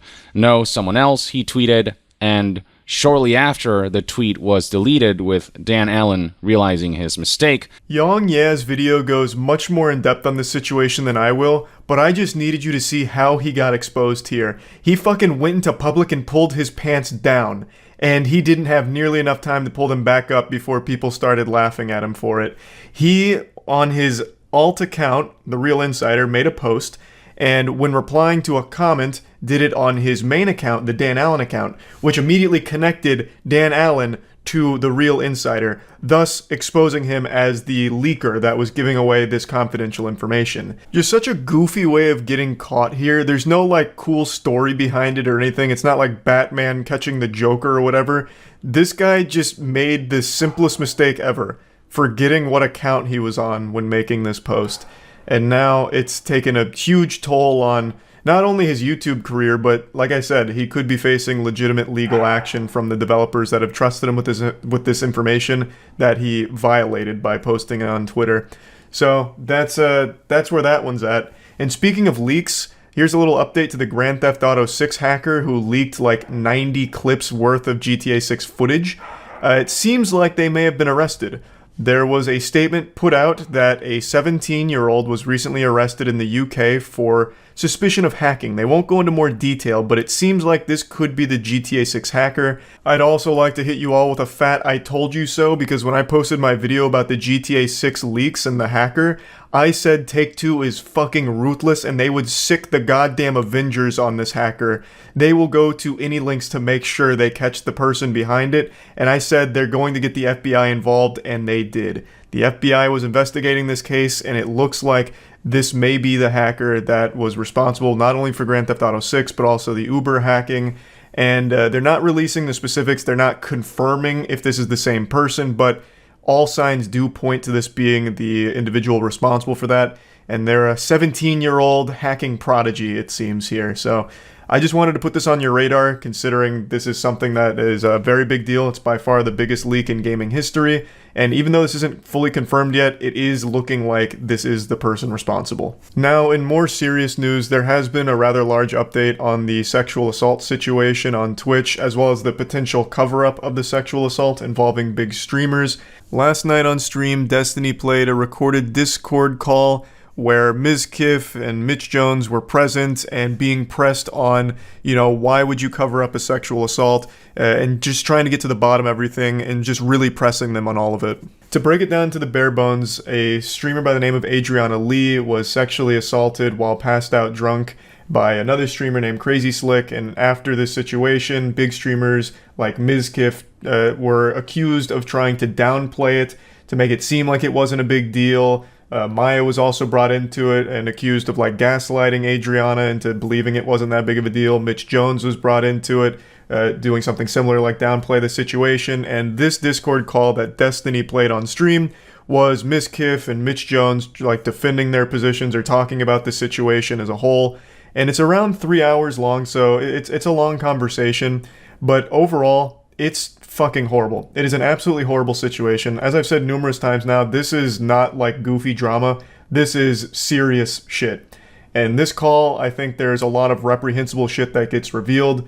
I'm not going to go too deep into specifics. I recommend you check out Destiny's video if you want to listen to the audio yourself. So yeah, a huge development there, and I think that about wraps up the drama report here. I think this is about another day, another blunder from Twitch. I'm getting more and more convinced that there's no human beings behind these awful decisions they've been rolling out recently. It's just AI-generated bad ideas that get automatically added to the site.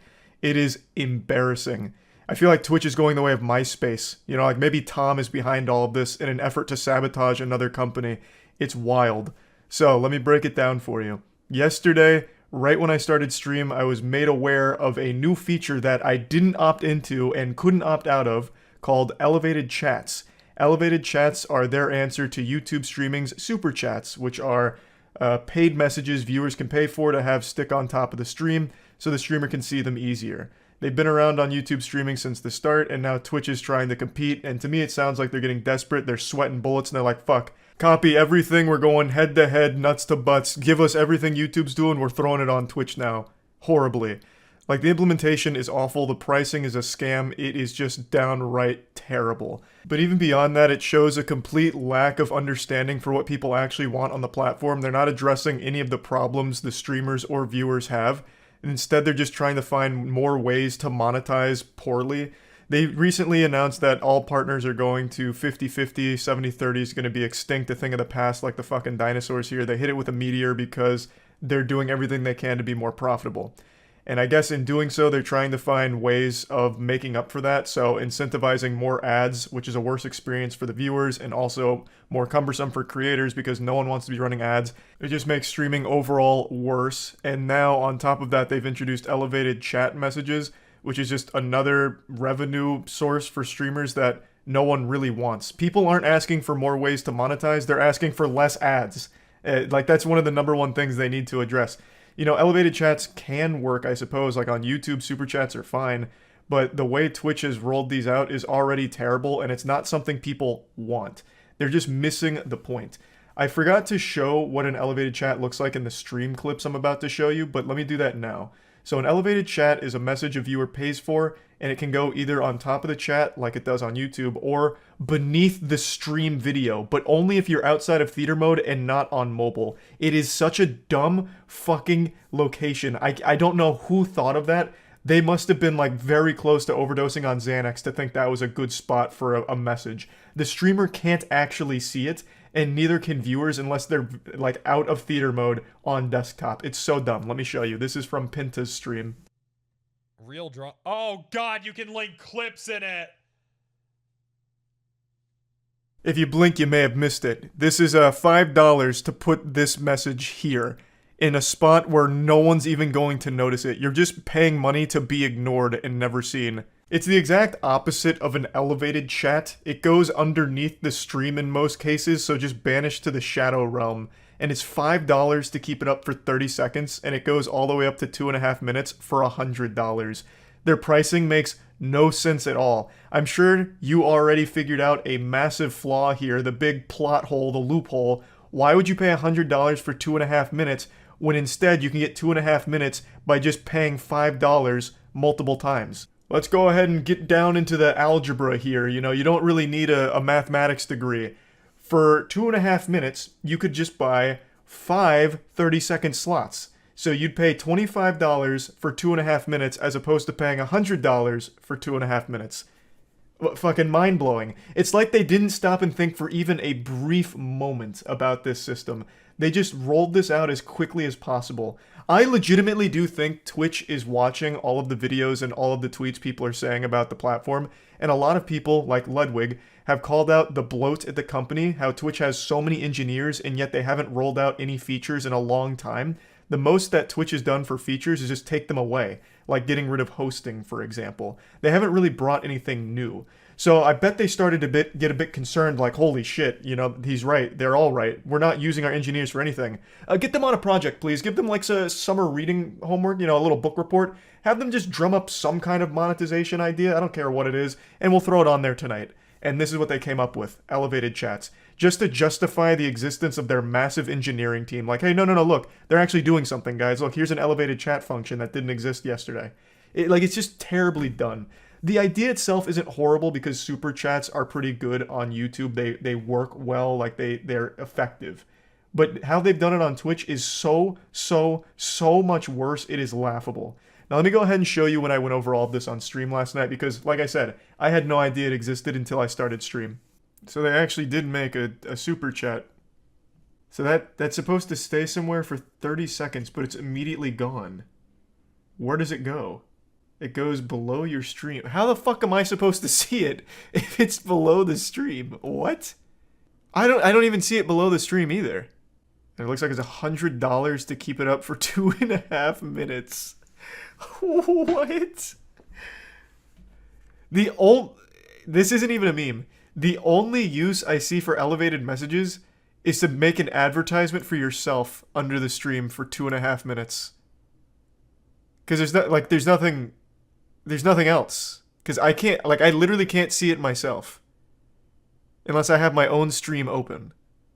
Why would anyone buy the 2.5 minutes for $100 when you can just buy the $5 30-second message multiple times and save yourself a ton of money? Did they think this through at all? Like, legitimately, was there a single ounce of thought behind this system? There is legitimately no reason at all why anyone should use the system, because as a streamer, I can't even see the elevated chats. They're only on the stream and underneath it. So I don't even see it.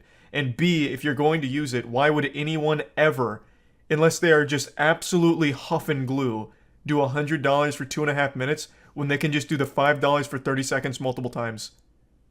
It doesn't even show unless you're out of theater mode. Yeah, no, this is an absolutely terrible system. Oh man. Isn't that what YouTube has minus the duration?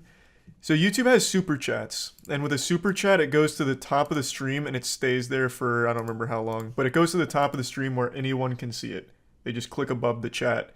This only the elevated message only shows up underneath the main stream and only when you're not in theater mode. So I don't see it in my chat. I can't see it anywhere in my chat. So it's literally the exact opposite of elevated. It goes under the stream. In the most inconvenient location. This says you can put it above the chat? Where? I guess I didn't go all the way down.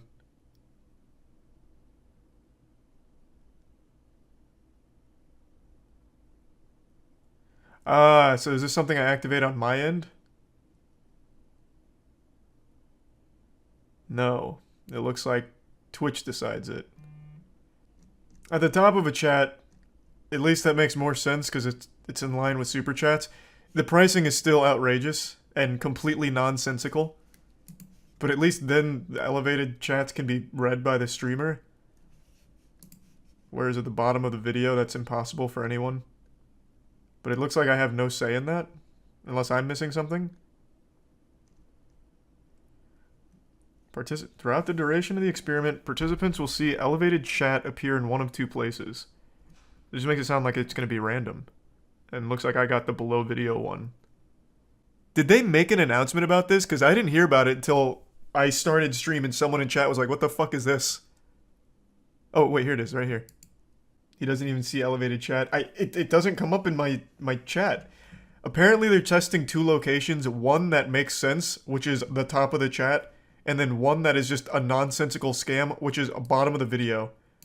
And I like how even for this, they don't show you the example because they know it's trash. And it looks like I have no say-so in which one I get. And this is the one I got. Oh no. I saw it come up in chat. Bro, you just did $100 elevate chat. I really hope that you found that $100 on the floor or something. Because if I didn't just catch that going by in the chat, I wouldn't have seen it at all. Don't do that. That just hurt my feelings. It's a good message too, man. Oh, no. No, don't fall for the Twitch scam. Can you disable it? Bro, I didn't even elect for it. No, I can't. I didn't even know it existed. No, the bits and everything, all those pop up and work as normal. It's just the elevated chat. Like, it's not even like an activity feed option for me. If a mod deletes your elevated chat, you don't get a refund. Oh wow. That's brutal. Another thing I think that's worth mentioning that I didn't bring up on stream is that this clutters the actual chat so much. So let's break down all of the new things that pop up in chat aside from just people talking. You have bits that pop up in chat. Those have been around for a while. Those are pretty normal, nothing too big there. You have highlighted messages, which you pay channel points for, so not real money. You pay channel points, it highlights your message and like bolds it and puts it in front of other messages. And now you have this, elevated messages, which appear in the chat for a really brief time before just finding their grave, like a fucking coffin, underneath your stream. So now you have 3 things all popping up in the chat that clutters the fuck out of it. It just makes the chatting experience worse for viewers. It's just not a good implementation here. It just seems like they are genuinely desperate to try and like get streamers excited about the platform, knowing that most people were very disappointed that the 70-30 deals are going away. So streamers that never had a 70-30 deal will never get one, so they feel insulted. And streamers that were on the 70-30 deals are insulted that it's going away. So it just, Twitch has put themselves in a lose-lose situation, and them trying to like make up for it is making the platform worse for it. Like, it's just so backwards. I don't understand how they are so mismanaged. No one is steering this ship appropriately. So yeah, I just wanted to bring this up. Way too expensive, way too half-baked. It's just not well done. Every single day there's been a new jump scare of crazy shit happening somewhere in the world, and every time I fire on the internet it feels like I'm trapped in a bad fan fiction written on DeviantArt. It's just so much, and I've been trying to keep my finger on the pulse of everything, and it's overwhelming. I feel like a cold turkey being dunked in a deep fat fryer. I'm about to explode right now. But I wanted to make this video going over all those topics because I keep getting asked about it. I've become somewhat of a cum dumpster for drama, so I of course have been keeping up with most things going on, so let's just go over all of it here, at least to some degree. So slap on your snorkel because we're diving into the deep end. I want to start with the Balenciaga situation. Balenciaga is a high fashion brand that I'm sure all of you have heard of at least in passing before, and they recently ran a really disturbing ad campaign where they had a photo shoot involving children holding their favorite toys, but those toys, in some cases, were a plush teddy bear in BDSM gear. There were some other awful ones as well, but that's the one that stood out to most people because it was actual BDSM gear, and also a little girl was surrounded by like wine glasses and a spiked dog bowl. It's fucking awful stuff. I don't know who in their right mind came up with this idea or how they okayed this. They must have brought Jeffrey Epstein back with necromancy and asked him for some input on their next ad campaign, because this is bafflingly awful.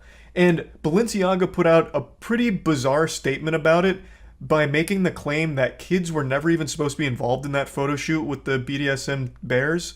But that seems provably false because the photographer who took the pictures has an entire career out of doing that in a very different way. So this photographer goes around the world, takes pictures of kids with their favorite toys out.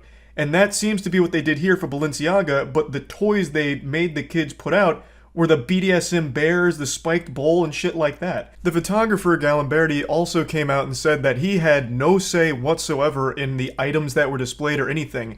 He was just instructed to go to set and take the pictures in his signature style. So it seems it was a Balenciaga decision, not a him decision. From what I can tell, the photographer takes these pictures of kids and their toys, and it's supposed to be like a wholesome thing, but with Balenciaga, they completely bastardized that and turned it into something very fucking different. So their claim that kids weren't supposed to be there doesn't make any sense considering all of these factors. But this was only the tip of the iceberg, because after this happened, people dug a bit deeper into their 2023 spring catalog and they found this picture. This is an advertisement for a Balenciaga purse, and why is it important? Well, all of those papers that look like a tornado just hit and they're thrown all over the place aren't visible except for one. And if you zoom in on that picture, you can see that it's a 2008 Supreme Court case involving child pornography.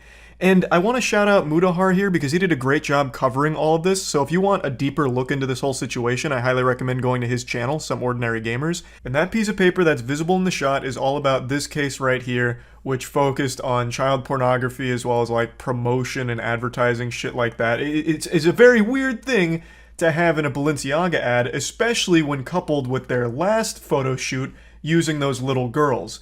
So obviously these two things together made people very upset and very concerned with Balenciaga, like why the fuck is this happening?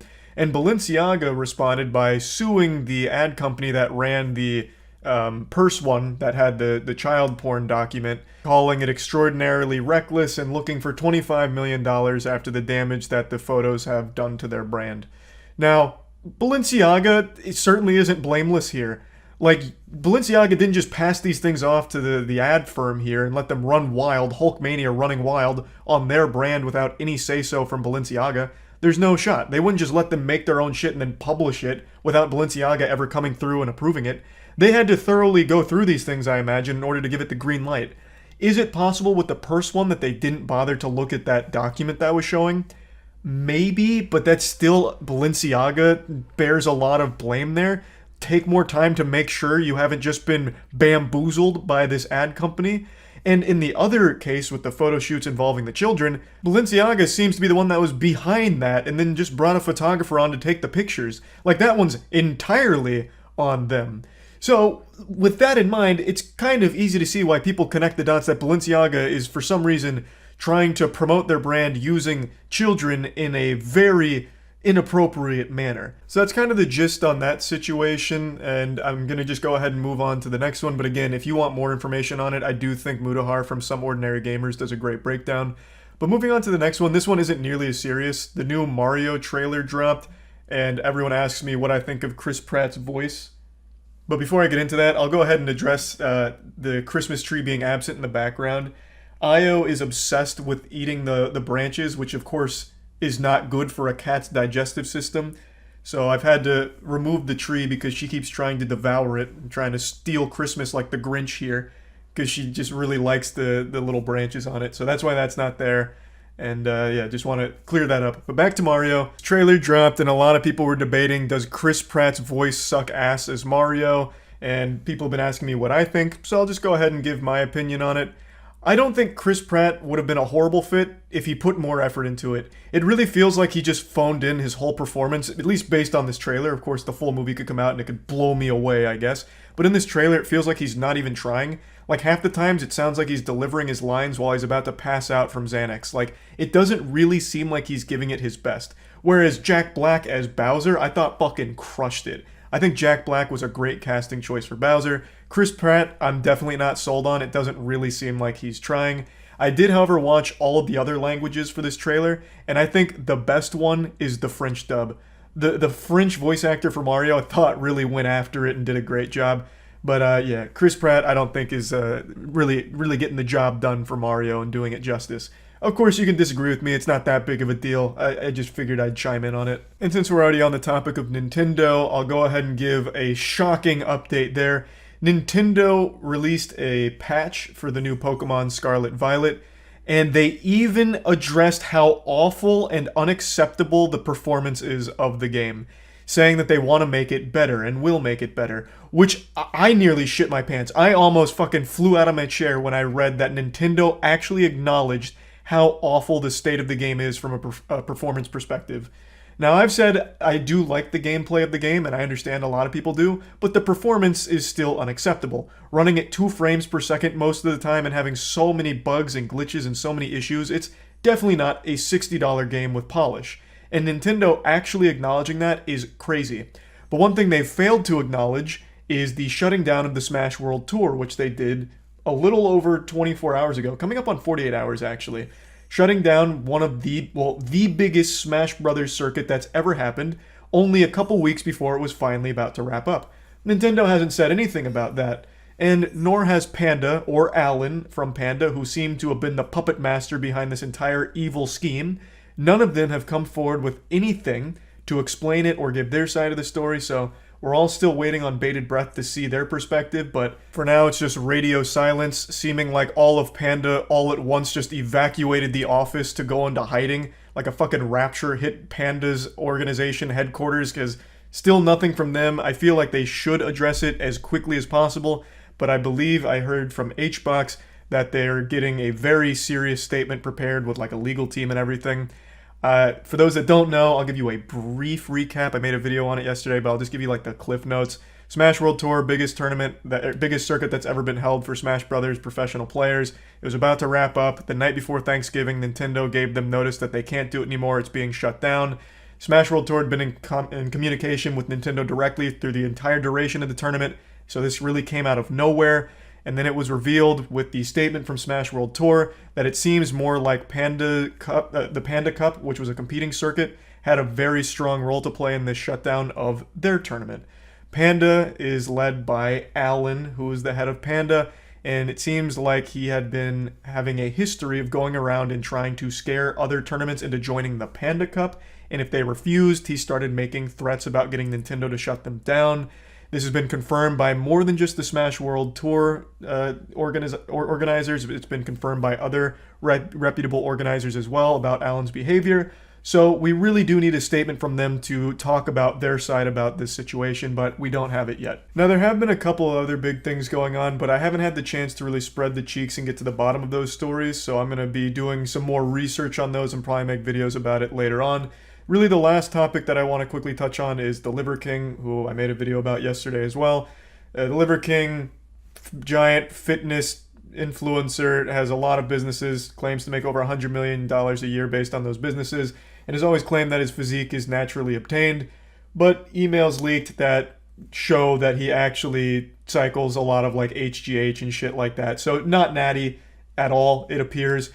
He still hasn't come forward. He is still actively posting and ignoring it. I believe he still only made that one statement I talked about yesterday where he says he'd like to talk about a complicated issue, referring to this, on podcasts. So he still hasn't been on any yet, but I am excited to see how he explains this, because he's already lost the chance to deny it.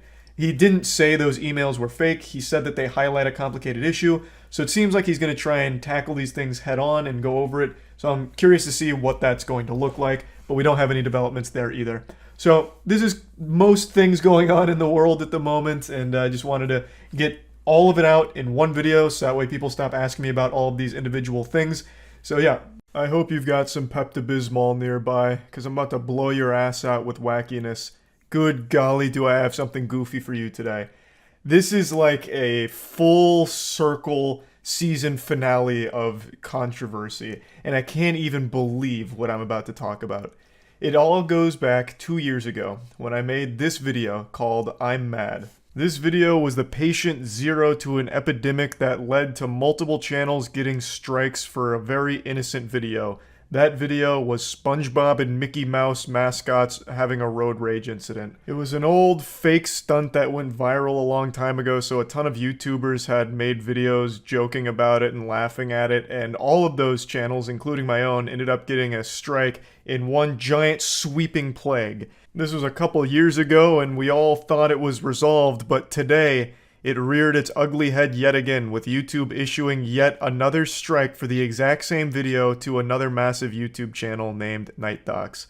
Before I get into like the current situation, I'm just going to give the full lore breakdown surrounding this video because it may very well be one of the most forbidden videos on the platform at this point.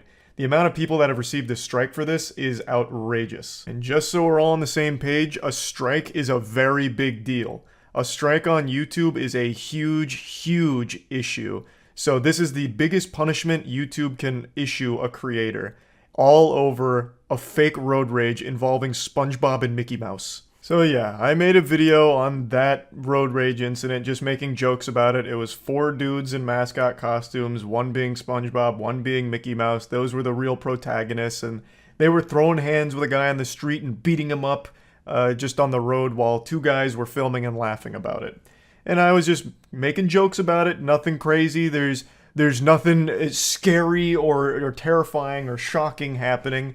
It's pretty clearly not real, I would think, but regardless, I received a full strike for it. And I was very upset. I was livid. And you could see it in the video. You could really feel the rage oozing out of every pore in my body. I was like Kratos. So I stomped my feet and I threw my temper tantrum with tears in my eyes and warm milk in my hands, and I made a big stink because there was nothing wrong with that video. It was taken down for being like disturbing content, but there's no violence in there, not real violence. There's no blood, there's no bruising because it's all fake. It's a silly, stupid stunt. You had SpongeBob and Mickey Mouse and the Dirty Boys in their mascot costume pretending to beat up a man on the street. It was just a goofy thing, not real.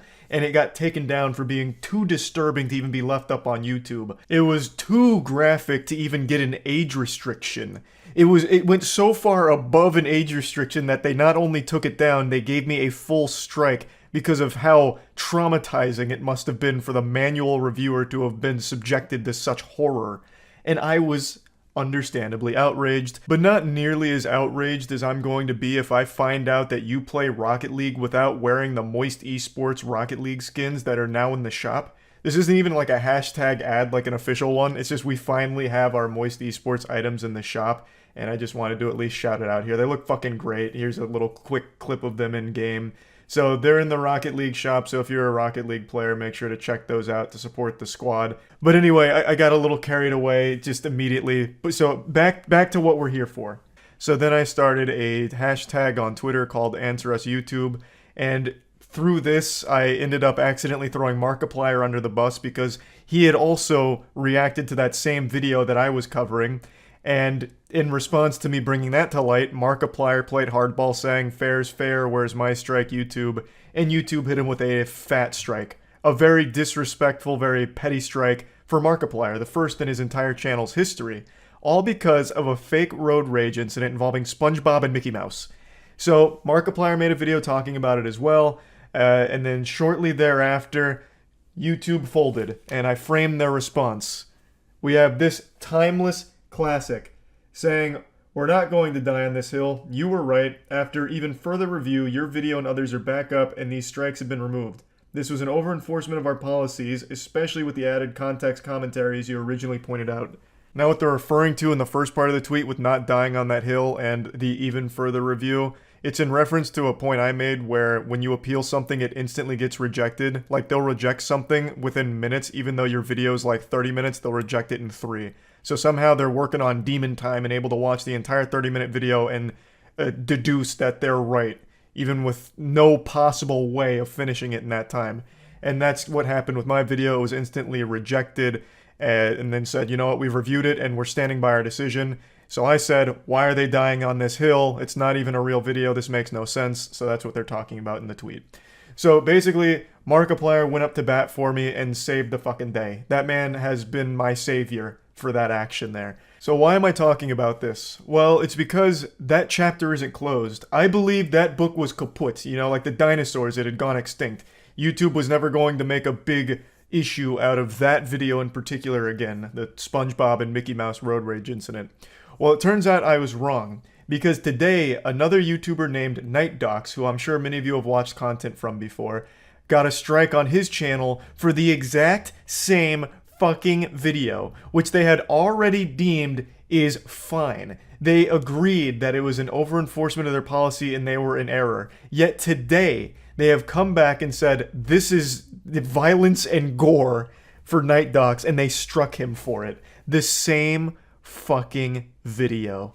I wouldn't dare show a single frame from this video anymore. It's goddamn radioactive. I don't know what it is about it that YouTube truly hates, but every single time this comes up, it seems like they react with the most heavy hand imaginable and strike down the gavel of injustice and issue a strike just for even showing the video.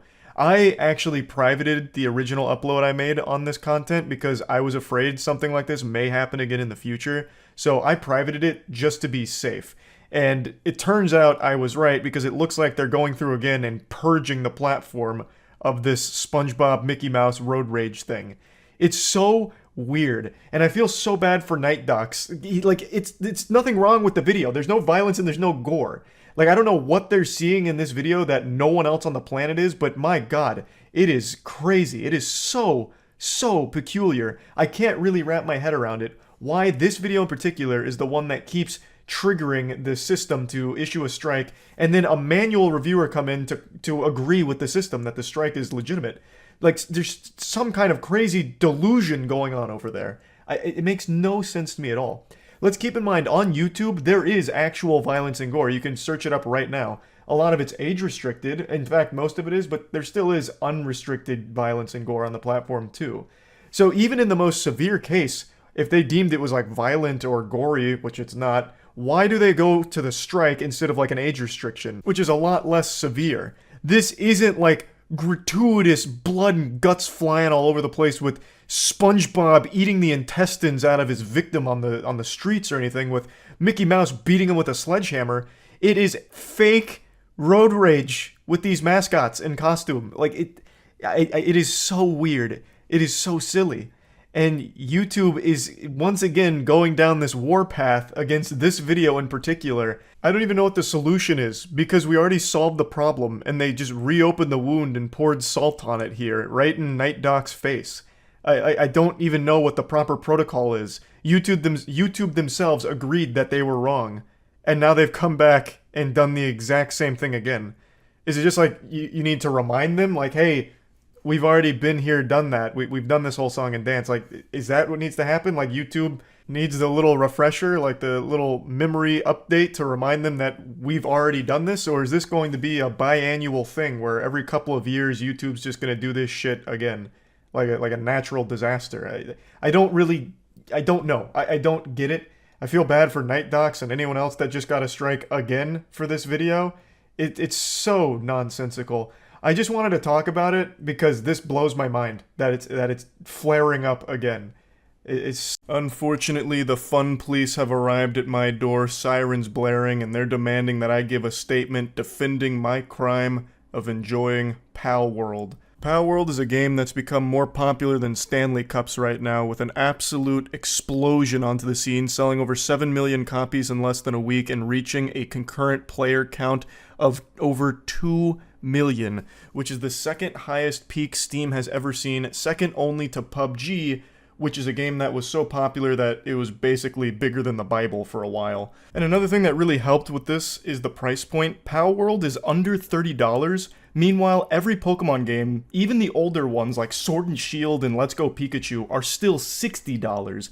And yet Palworld offers 20 times the amount of content and 20 times the fun of these modern Game Freak Pokemon games. It's a better deal. If you've been watching any of my streams over the last few days, or even just over the last few days, I've uploaded 3 videos on this bad boy.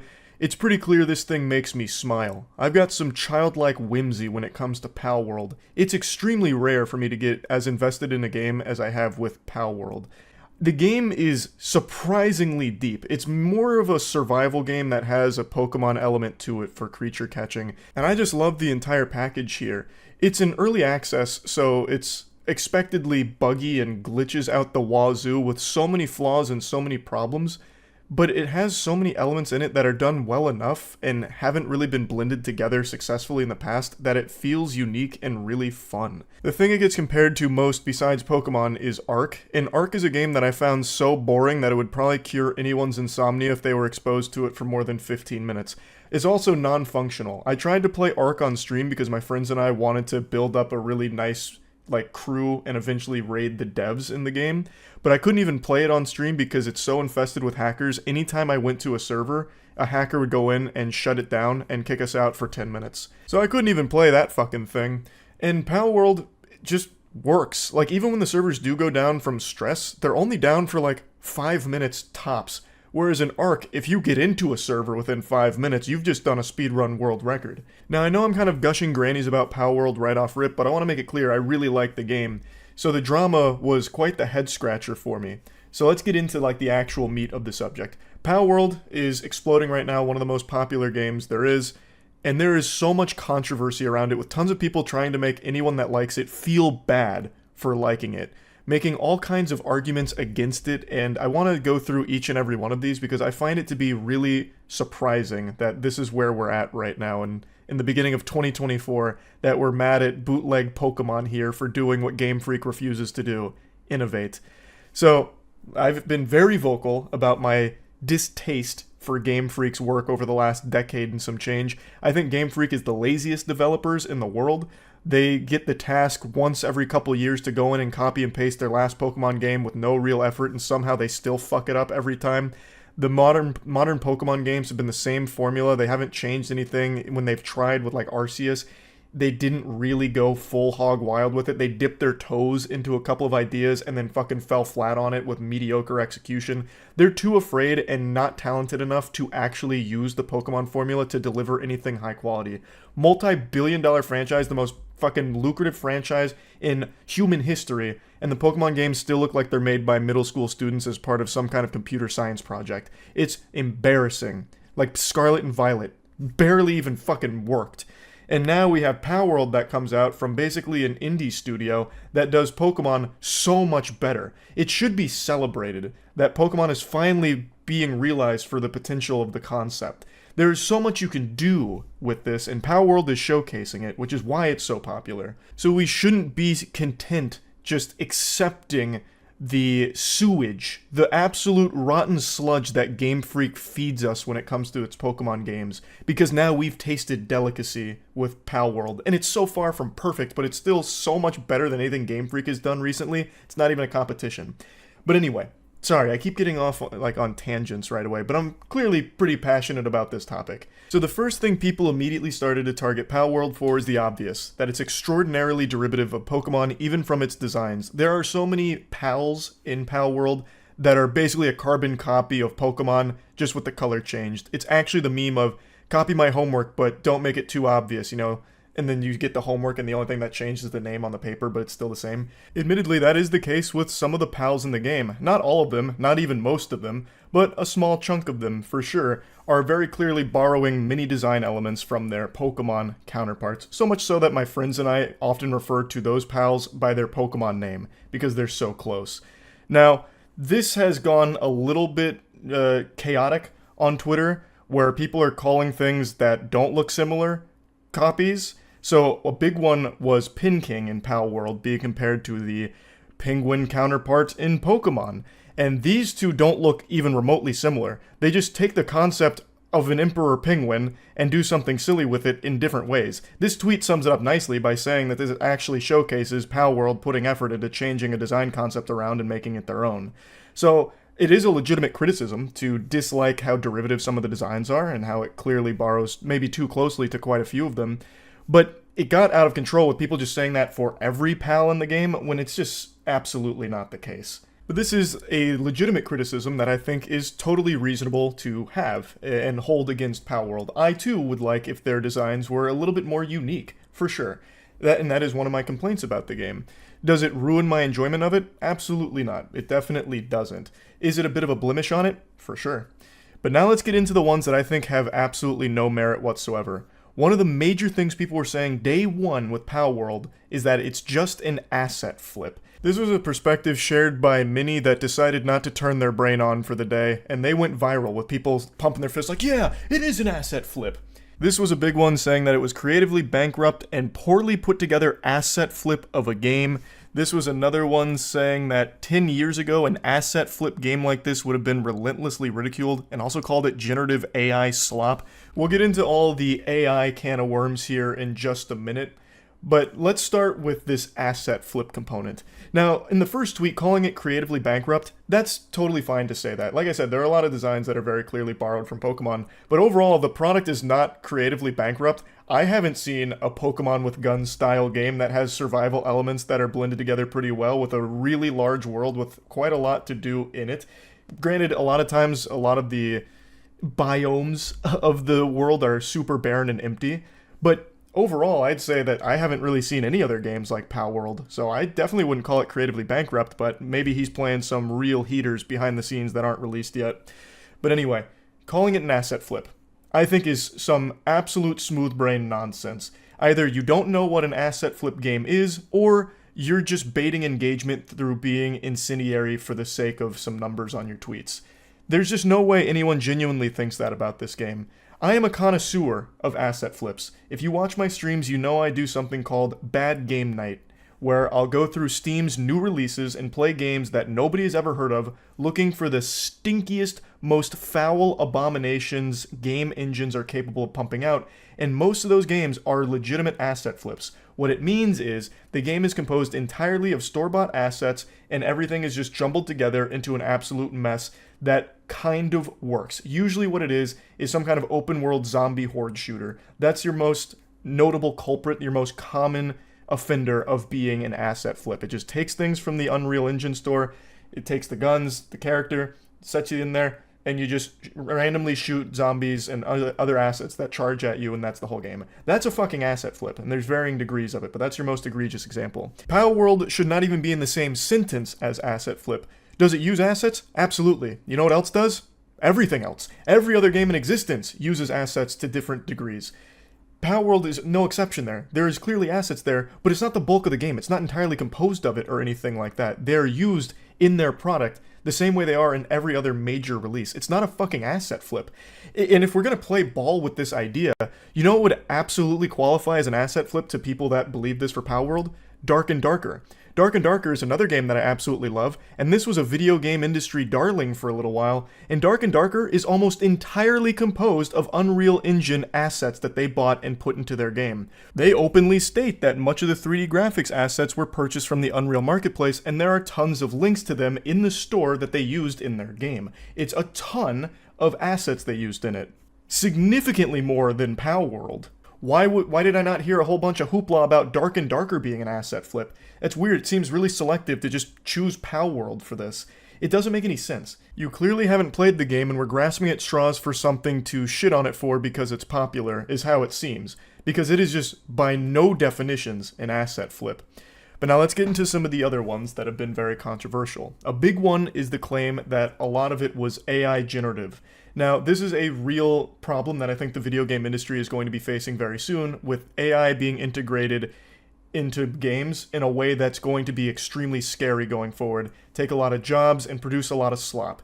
I think that is absolutely right around the corner. But right now, there is no proof at all that AI was used in any way in Palworld. Right now, all that evidence is based off the developer, as well as a couple of statements I believe the CEO made in a previous project. There's a PC Gamer article going over this as well that talks about how this AI claim is right now just based off of hunches. There's a ton of people playing Super Sleuth right now and investigating whether or not AI was used, and at the moment there's no substantiated evidence to back up any claims that AI was used in this project at all.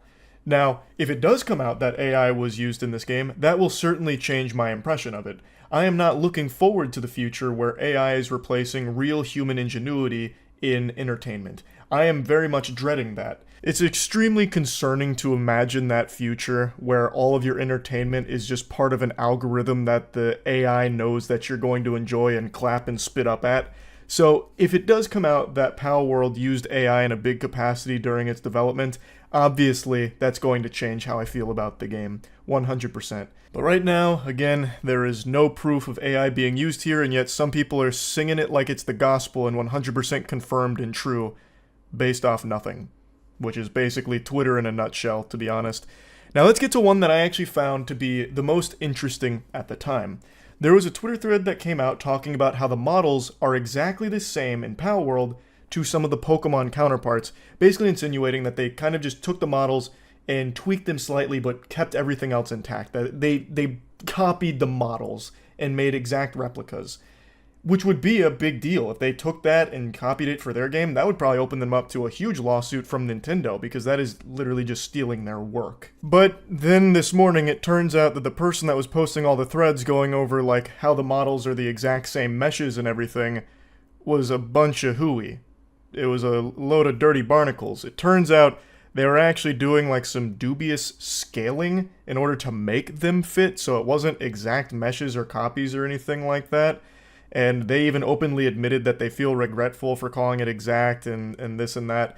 And then they posted a pin tweet saying this: "I am doing this because I think it's disgusting how much Palworld glorifies animal abuse." What in tarnation? What the hell is even that? That is a load of poop with some fart on it.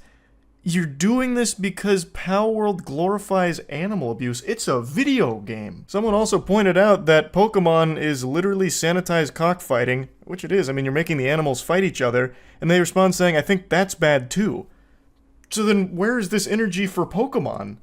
Like, it doesn't compute. I can't tell if they're just trolling or not, but they have so many threads about how Palworld copied the exact meshes and, insinuating that there's so much foul play there that it feels weird if it'd be satirical, because you went through so much effort to like take down Palworld with these claims or like attempt to. It's so odd. It's a video game. It's not real. There's no animal abuse, and it's not promoting it. No kid's gonna play Palworld and go out, find some kind of exotic animal and make it work in the mines. Like, that's not going to happen. It's what is happening? What's going on here? So anyway, the claims about the meshes being exact aren't true. However, I wanted to do more digging, because even if you just look at it with the old eyeball test, the meshes of the models in Palworld are super, super similar to the Pokemon ones. The shapes are the same. A lot of the placement of certain appendages and stuff is in the same location. So I did a little sleuthing of my own here, did a little digging around, and I found a YouTuber named GoGo, who is a technical animator, and gave their perspective on this and talked about why the similarities in the meshes matters. Now, there are differences between them, obviously, like the topology of it is very different from Palworld to Pokemon, but the general shape remains mostly the same, and some of the locations of certain appendages on other models is similar to the Pokemon one, or in the same location. And GoGo explains how this helps with animation. If you're looking to take an animation and bring it over to something else, because the shape stays the same, it makes it simpler and quicker. Now, I want to be clear, GoGo's not pointing the finger here, trying to accuse Palworld of doing anything wrong, and in fact even mentions that Nintendo could easily sue, and they'd already have all of the evidence. They probably would have already sued if this was the case. If Palworld developers were just taking their models and porting the animations over or something, Nintendo would have likely already taken action, because the evidence is just right there at your fingertips. It's pretty quick to access. So GoGo's just giving their perspective as an industry veteran here, that these shapes do matter, and since they're so similar, it does open the door to speculation on whether or not the Palworld developers copy and pasted things like the animation or something of that effect. It just leads to speculation on whether or not they're being truthful about creating from scratch. Again, GoGo isn't making any accusations against them, just stating that the shapes are important, even if it's not like exact one-to-one meshes. Just having the shapes be in like the exact same order and same placement is still a big deal in the profession, according to GoGo. Of course, I'm not in the industry, so I don't know, but still pretty interesting nonetheless. And another thing GoGo mentions that I want to mention is that a lot of people have brought up the fact that a lot of Pokemon are based on real-world animals, and thus a lot of the pals in Palworld are based on animals. There's only so many ways of conveying a snake, or a lamb, or a stingray. Like, the shapes there are going to be pretty closely resembling each other, I imagine, because at its core, it's still this real-life animal that we know. So, like, a snake is going to look cylindrical and long across, right? So that could be an explanation for it, but since it is still so close, it does just have that level of speculation to it. Though I do think that argument could also work for shooters as well. So, like, there's only so many ways of conveying a certain gun, right? So I bet if you broke down the mesh and model of a lot of guns, comparing Call of Duty guns to Battlefield guns to any other FPS guns, you'd probably find the meshes look pretty similar there too, and I don't think that indicates that they're just copy and pasting the same shit.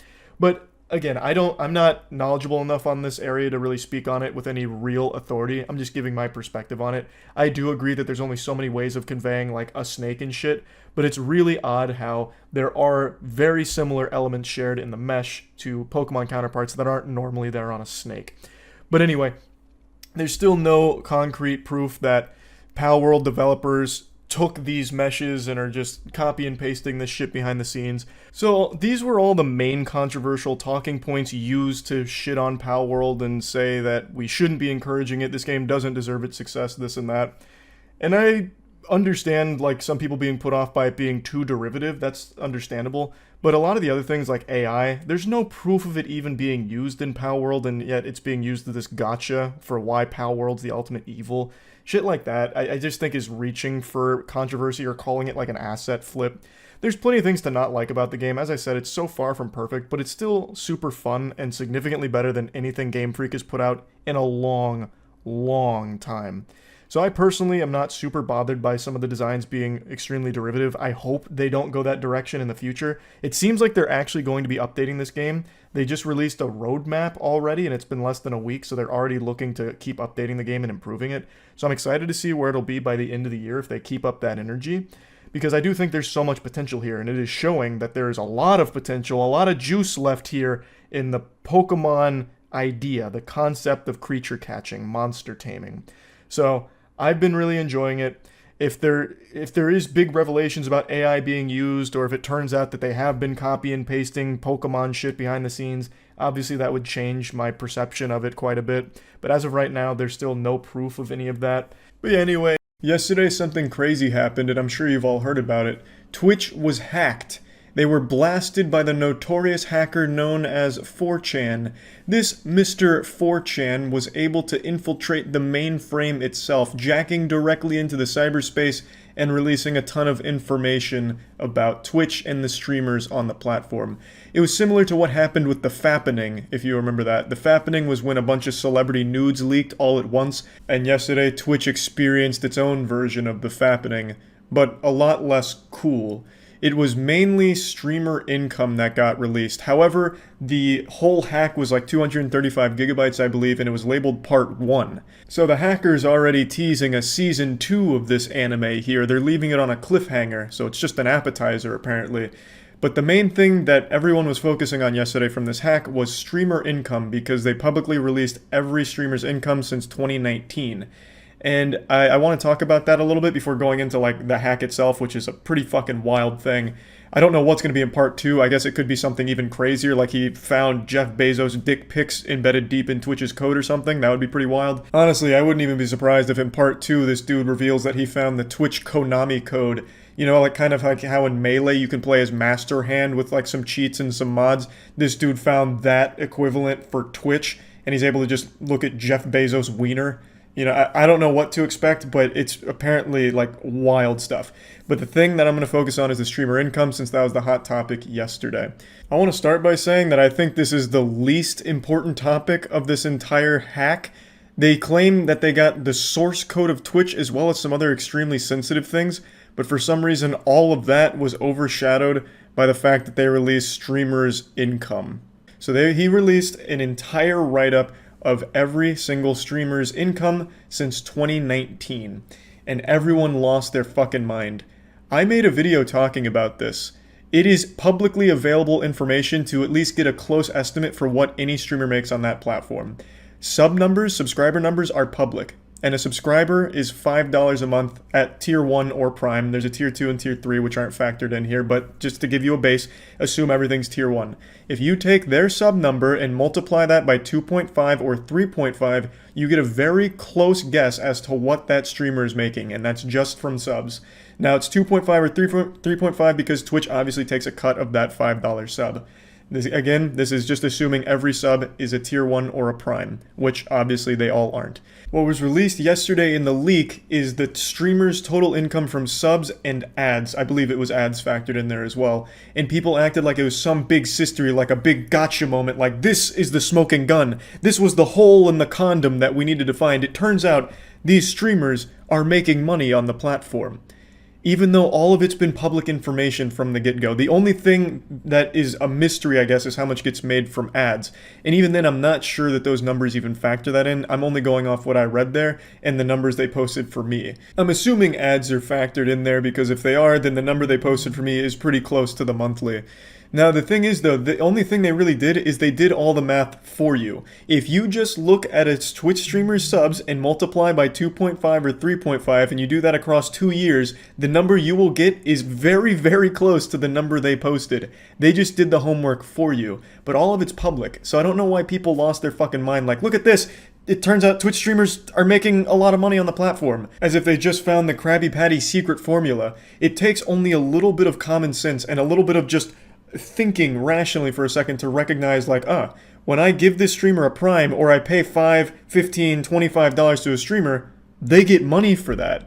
It's, it's not a hard concept to wrap your head around. And exactly how much they get also isn't a mystery when the numbers, the sub numbers, are literally public in your face. Some streamers have their sub count on the screen in front of them at all times. They are begging you to do the math to see how much money they make. And yes, it's a lot. That's no surprise. I've been saying for fucking years, streamers make a ton of money, significantly more than people seem to think they do. Even when the numbers are right in front of them, they still like to believe that the streamers they enjoy aren't well off for some reason, and when they find out that they do have money, a lot of people feel betrayed, as we saw yesterday, which is weird. People were getting mad at me, like, oh, so Charlie, it turns out you make money on Twitch. You're ranked 22 in the world on Twitch in terms of earning. How fucking disgusting. How could you mislead us, Charlie? And I just don't get it, because I'm not misleading anyone. Just because I'm not some douchebag who flexes their wealth all the time doesn't mean that I don't have money. I know I dress like a cartoon character and all that, but it doesn't mean that I am not well off. I'm extremely lucky and fortunate to be in the position that I'm in, and I make that very clear all the time.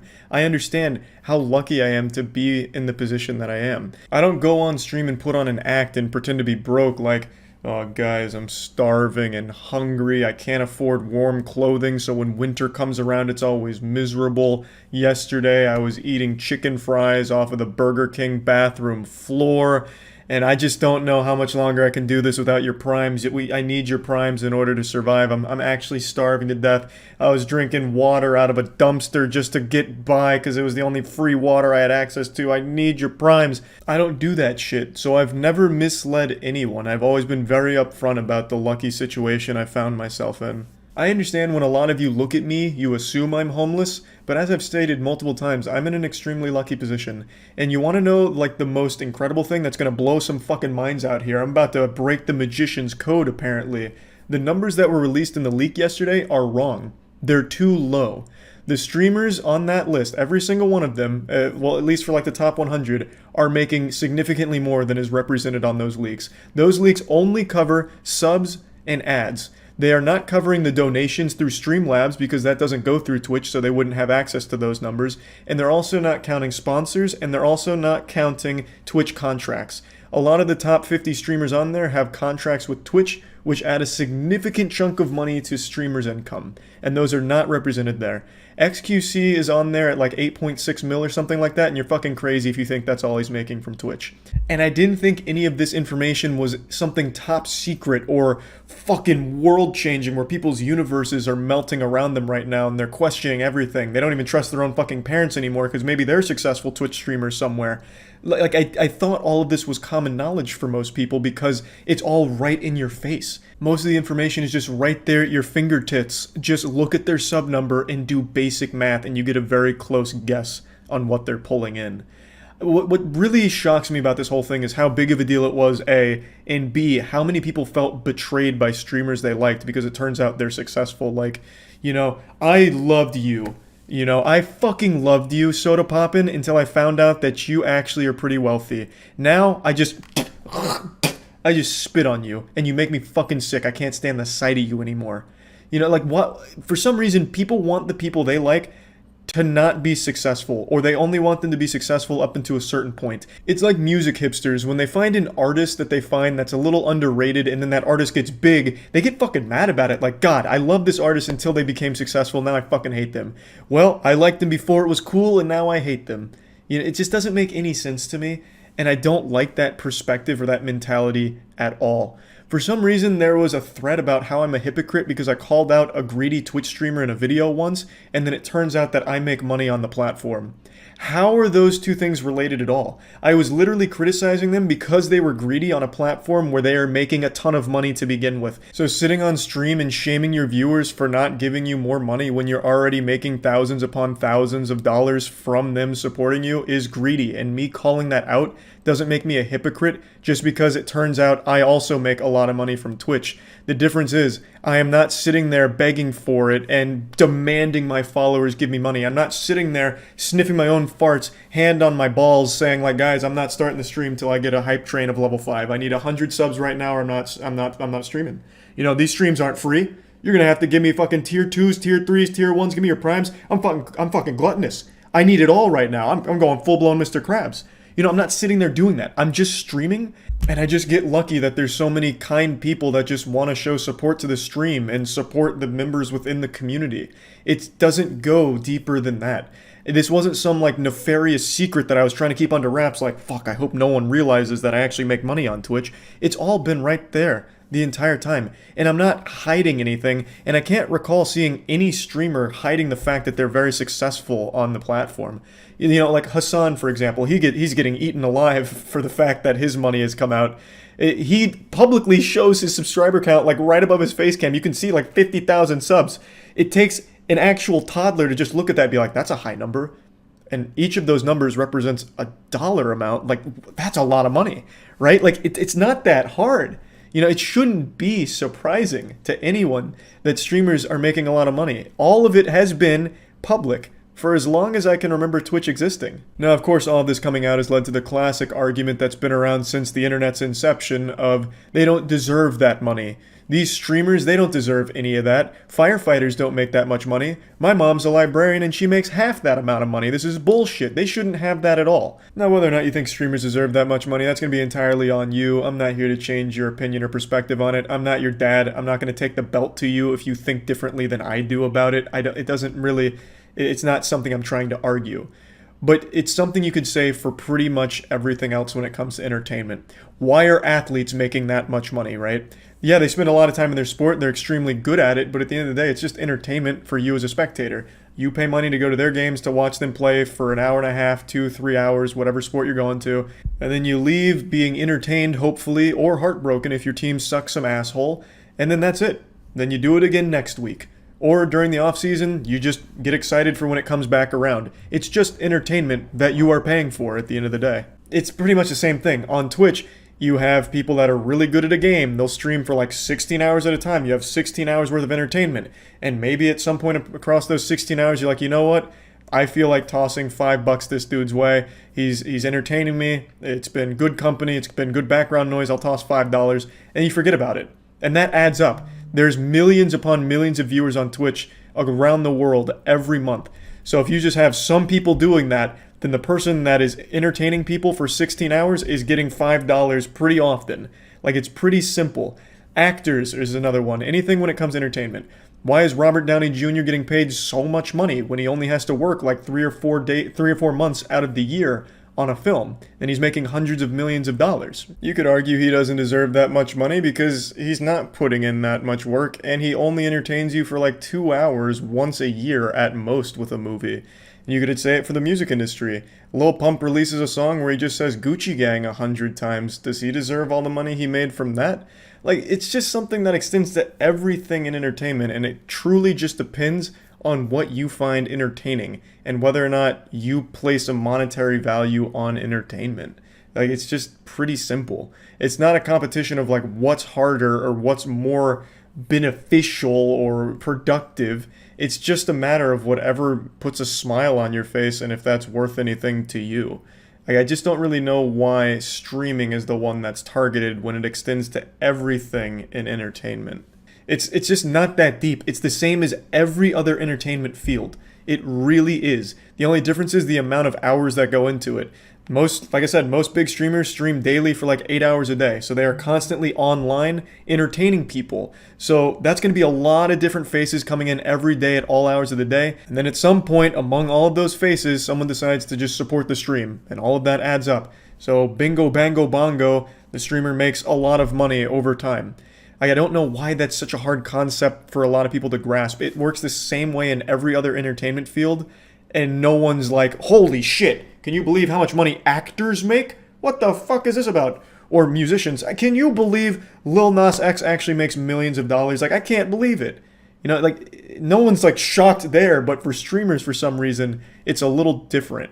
I'm not a psychologist, but I'm going to pretend to be one. I think the reason why people got so mad is because when it comes to streaming, a lot of viewers form some kind of relationship with the person they're watching, whether or not they want to admit it or whether or not they're even aware of it themselves. I feel like subconsciously, some viewers that regularly tune into a streamer want that streamer to be in the same position they are for the most part. So if a viewer's not financially well off and they see the streamer they like is, that probably builds a little bit of resentment and a little bit of betrayal because they have this, even if it's a small connection to this streamer, where they feel like they're closer than they are or should be.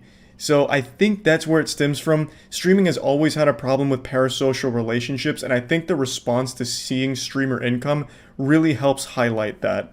Like, it's not a mystery where it all comes from, and whether or not you think they deserve it, that's not something I'm here to argue with you about at all. But yeah, anyway, I think that covers like most of the things here. I think what people should be focused on with this leak is what could happen. Having Twitch's source code completely out, as well as a couple of other things that are mentioned in the leak, is a huge deal that I think not enough people are focused on. The whole Twitch streamer income has completely overshadowed the most wild part about the entire thing. And yeah, so I just wanted to talk about this because this is what everyone's been wanting. No need for dilly-dally, you already know what we're here to talk about. Twitter is the gift that just keeps on giving, like a birthday party clown that never runs out of ribbon to pull out of his thumb, and it makes me continue to burp and clap while smiling.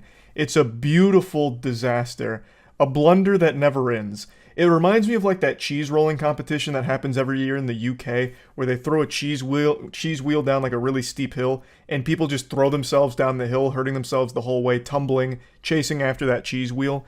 That's Twitter, constantly hurting itself in pursuit of that cheese. And in this case, it's the big cheese, the biggest cheese, money. Twitter is a platform that just burns money forever. And with Elon Musk at the helm now, it is desperate to start turning some kind of profit, or at least mitigate the losses as best as possible. Because obviously you don't want to own a business that just keeps taking spaghetti out of your bank account here forever and burning it. So they've been coming up with all kinds of different plans in order to try and make Twitter generate some level of money. And I've followed it pretty closely. I've made quite a few videos going over a lot of the silly stuff that's happened recently, but I haven't talked about it very much, even though they have made some decisions that I still think are comically bad. For example, you can now no longer even access any Twitter content unless you log in. So if you try and read a tweet, watch a Twitter video, or anything like that, and you're not logged in on desktop, you just get taken right to the sign-in page, which I think is a luxury afforded only to Twitter. That is the only platform that can get away with that. Imagine if you went on YouTube and it wouldn't allow you to watch any videos until you signed in. It'd kill the platform. But Twitter is more addicting than heroin, and the people that are hooked on the product perpetually need their fix. It reminds me of Bane from Batman, how he constantly has those tubes that are filtering that juice, that venom, into his body in order for him to live. That's a lot of people's relationship with Twitter. They fucking need that poison in their life, so if they're forced to log in to even view anything on the platform, they'll do it without a second thought, really, with a smile on their face. But it's really the only platform that can get away with it. They're the only platform afforded that luxury. Other platforms like YouTube, again, for example, would absolutely see a drastic decrease in the amount of traffic that they get. Platforms like Reddit, too, I imagine if you have to log in to read anything on the platform, would also see a significant drop-off. But we're not here to talk about that change. Instead, I want to focus on the big change from today. And that is Elon Musk finally targeting data scrapers, which is a legitimate problem. I want to make this very clear up front. Data scraping is actually a problem. I didn't realize how big of a problem it was for so many companies until I watched Mudahar's video on it today.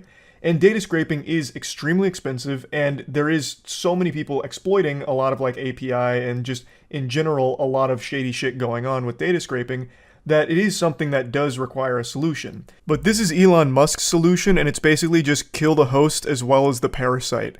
So he's imposing a limitation on all accounts. So he says, to address extreme levels of data scraping and system manipulation, we've applied the following temporary limits. Verified accounts are limited to reading 6,000 posts a day, unverified accounts up to 600 posts per day, and new unverified accounts to 300 posts per day. Now, to be clear, this just means if you see this many posts. It's not about how many times you post. If you post something, it counts as 1 on your daily Twitter allowance. But if you scroll past a post, that still counts. So anything you scroll by, anything at all on Twitter counts as posts. So if you scroll through like 10 comments, that's 10 of your 300 posts for the day if you're a new unverified account. So people have been speedrunning to see how long it takes to reach this limit. And right now I believe this is the world record, 2 minutes and 33 seconds. But keep in mind, this any percent route here is about 2 minutes worth of time loss to setting up the account itself. So the speedrun goes from actual nothing, you don't have an account, to then going through the captchas, going through the codes, the emails, and all of that. And it's about 2 minutes to set up your account, and then the other 33 seconds is spent scrolling. And then this is what you get at the very end of your journey here. Rate limit exceeded. And most people get this within the first couple of minutes if it's a new unverified account. Now for older unverified accounts, it goes up to 600 per day, so double that. You basically get like about 10 minutes. At being very generous, you'd get about 10 minutes worth of scrolling for your unverified account before you get the rate limit exceeded. Now, if you have like the Twitter Blue Boy Scout badge, 6,000 posts per day is probably what a normal person will be fine with. I don't think many people, aside from like actual hard addicts and power users of Twitter, are going to scroll past 6,000 posts per day. So that one probably isn't going to give any Twitter Blue enthusiasts a big problem. But the other two basically restrict everyone's access to the site to only a handful of minutes. He does say that this is just like a temporary thing, so a band-aid for the data scraping problem. Not sure exactly how long they're going to engage in this social experiment of self-destruction, but he is saying up front that it is temporary, so I guess this is just going to be a matter of waiting to see how long it continues for. Now, this is good and bad, because I've been very vocal about how awful I think Twitter is as a platform for the mental health of everyone that uses it. So anything that gets people off the platform for an extended period of time I think is a good thing. It gets them doing other things that aren't just brain rot on Twitter. But, of course, as a platform, it does provide real value to a lot of people as well. So for a lot of like businesses or artists or anything like that that rely on Twitter in order for marketing or in order to get their content out, it's very rough because so many people are going to hit their rate and not see what you're posting, or you won't see what they're posting if it's something that you actively check in on. And of course, Twitter is invaluable when it comes to like real world important events. Like a lot of times that news breaks on Twitter and people follow it there.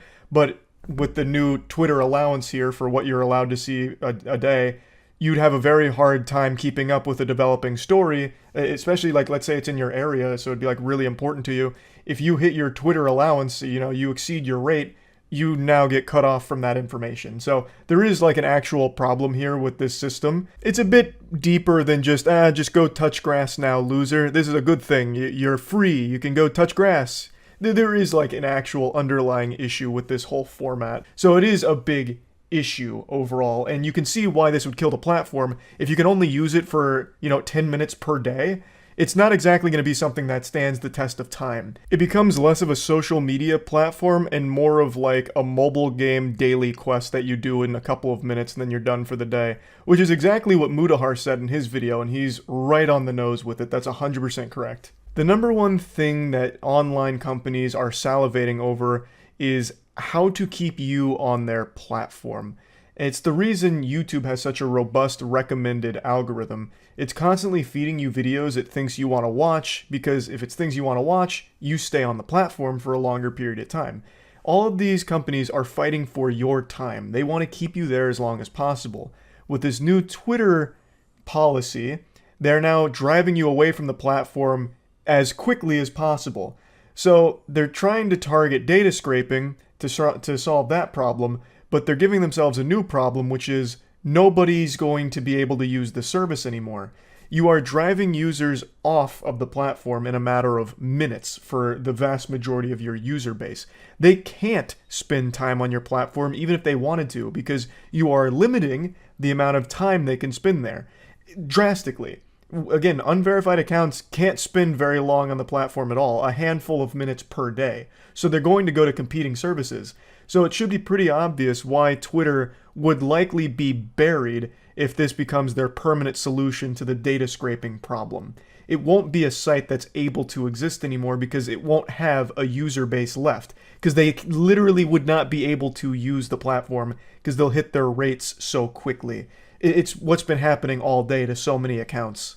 And Elon Musk recognized that as well. He must have seen that so many people were instantly exceeding their rate and being cut off from the service, so he increased it to 8K, 800, and 400. That 400 makes pretty much no difference. That is negligible. That'll give you an extra 5 seconds worth of scrolling, so that's who gives a shit. The 800 gives you maybe another couple of minutes of scrolling, and then the 8,000 doesn't really matter because that wasn't the biggest issue with the change. Or maybe I'm dreadfully underestimating just how addicted people are to Twitter. Like maybe people are scrolling past more than 6,000 or 8,000 posts per day.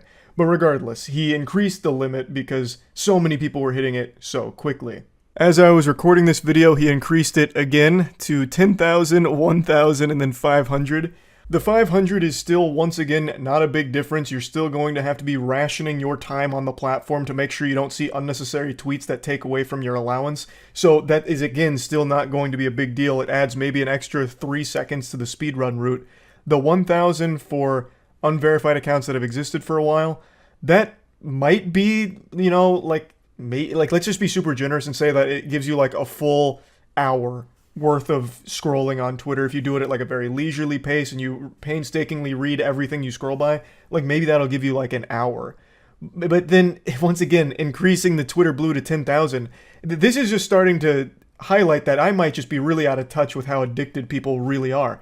Because again, I thought 6 or 8K was probably not really the big issue with this because I didn't think most Twitter Blue subscribers would be that deep into fucking doom scrolling forever. But I mean, he's increasing the Twitter Blue one again to 10K. So I mean, there must be an issue on that front as well.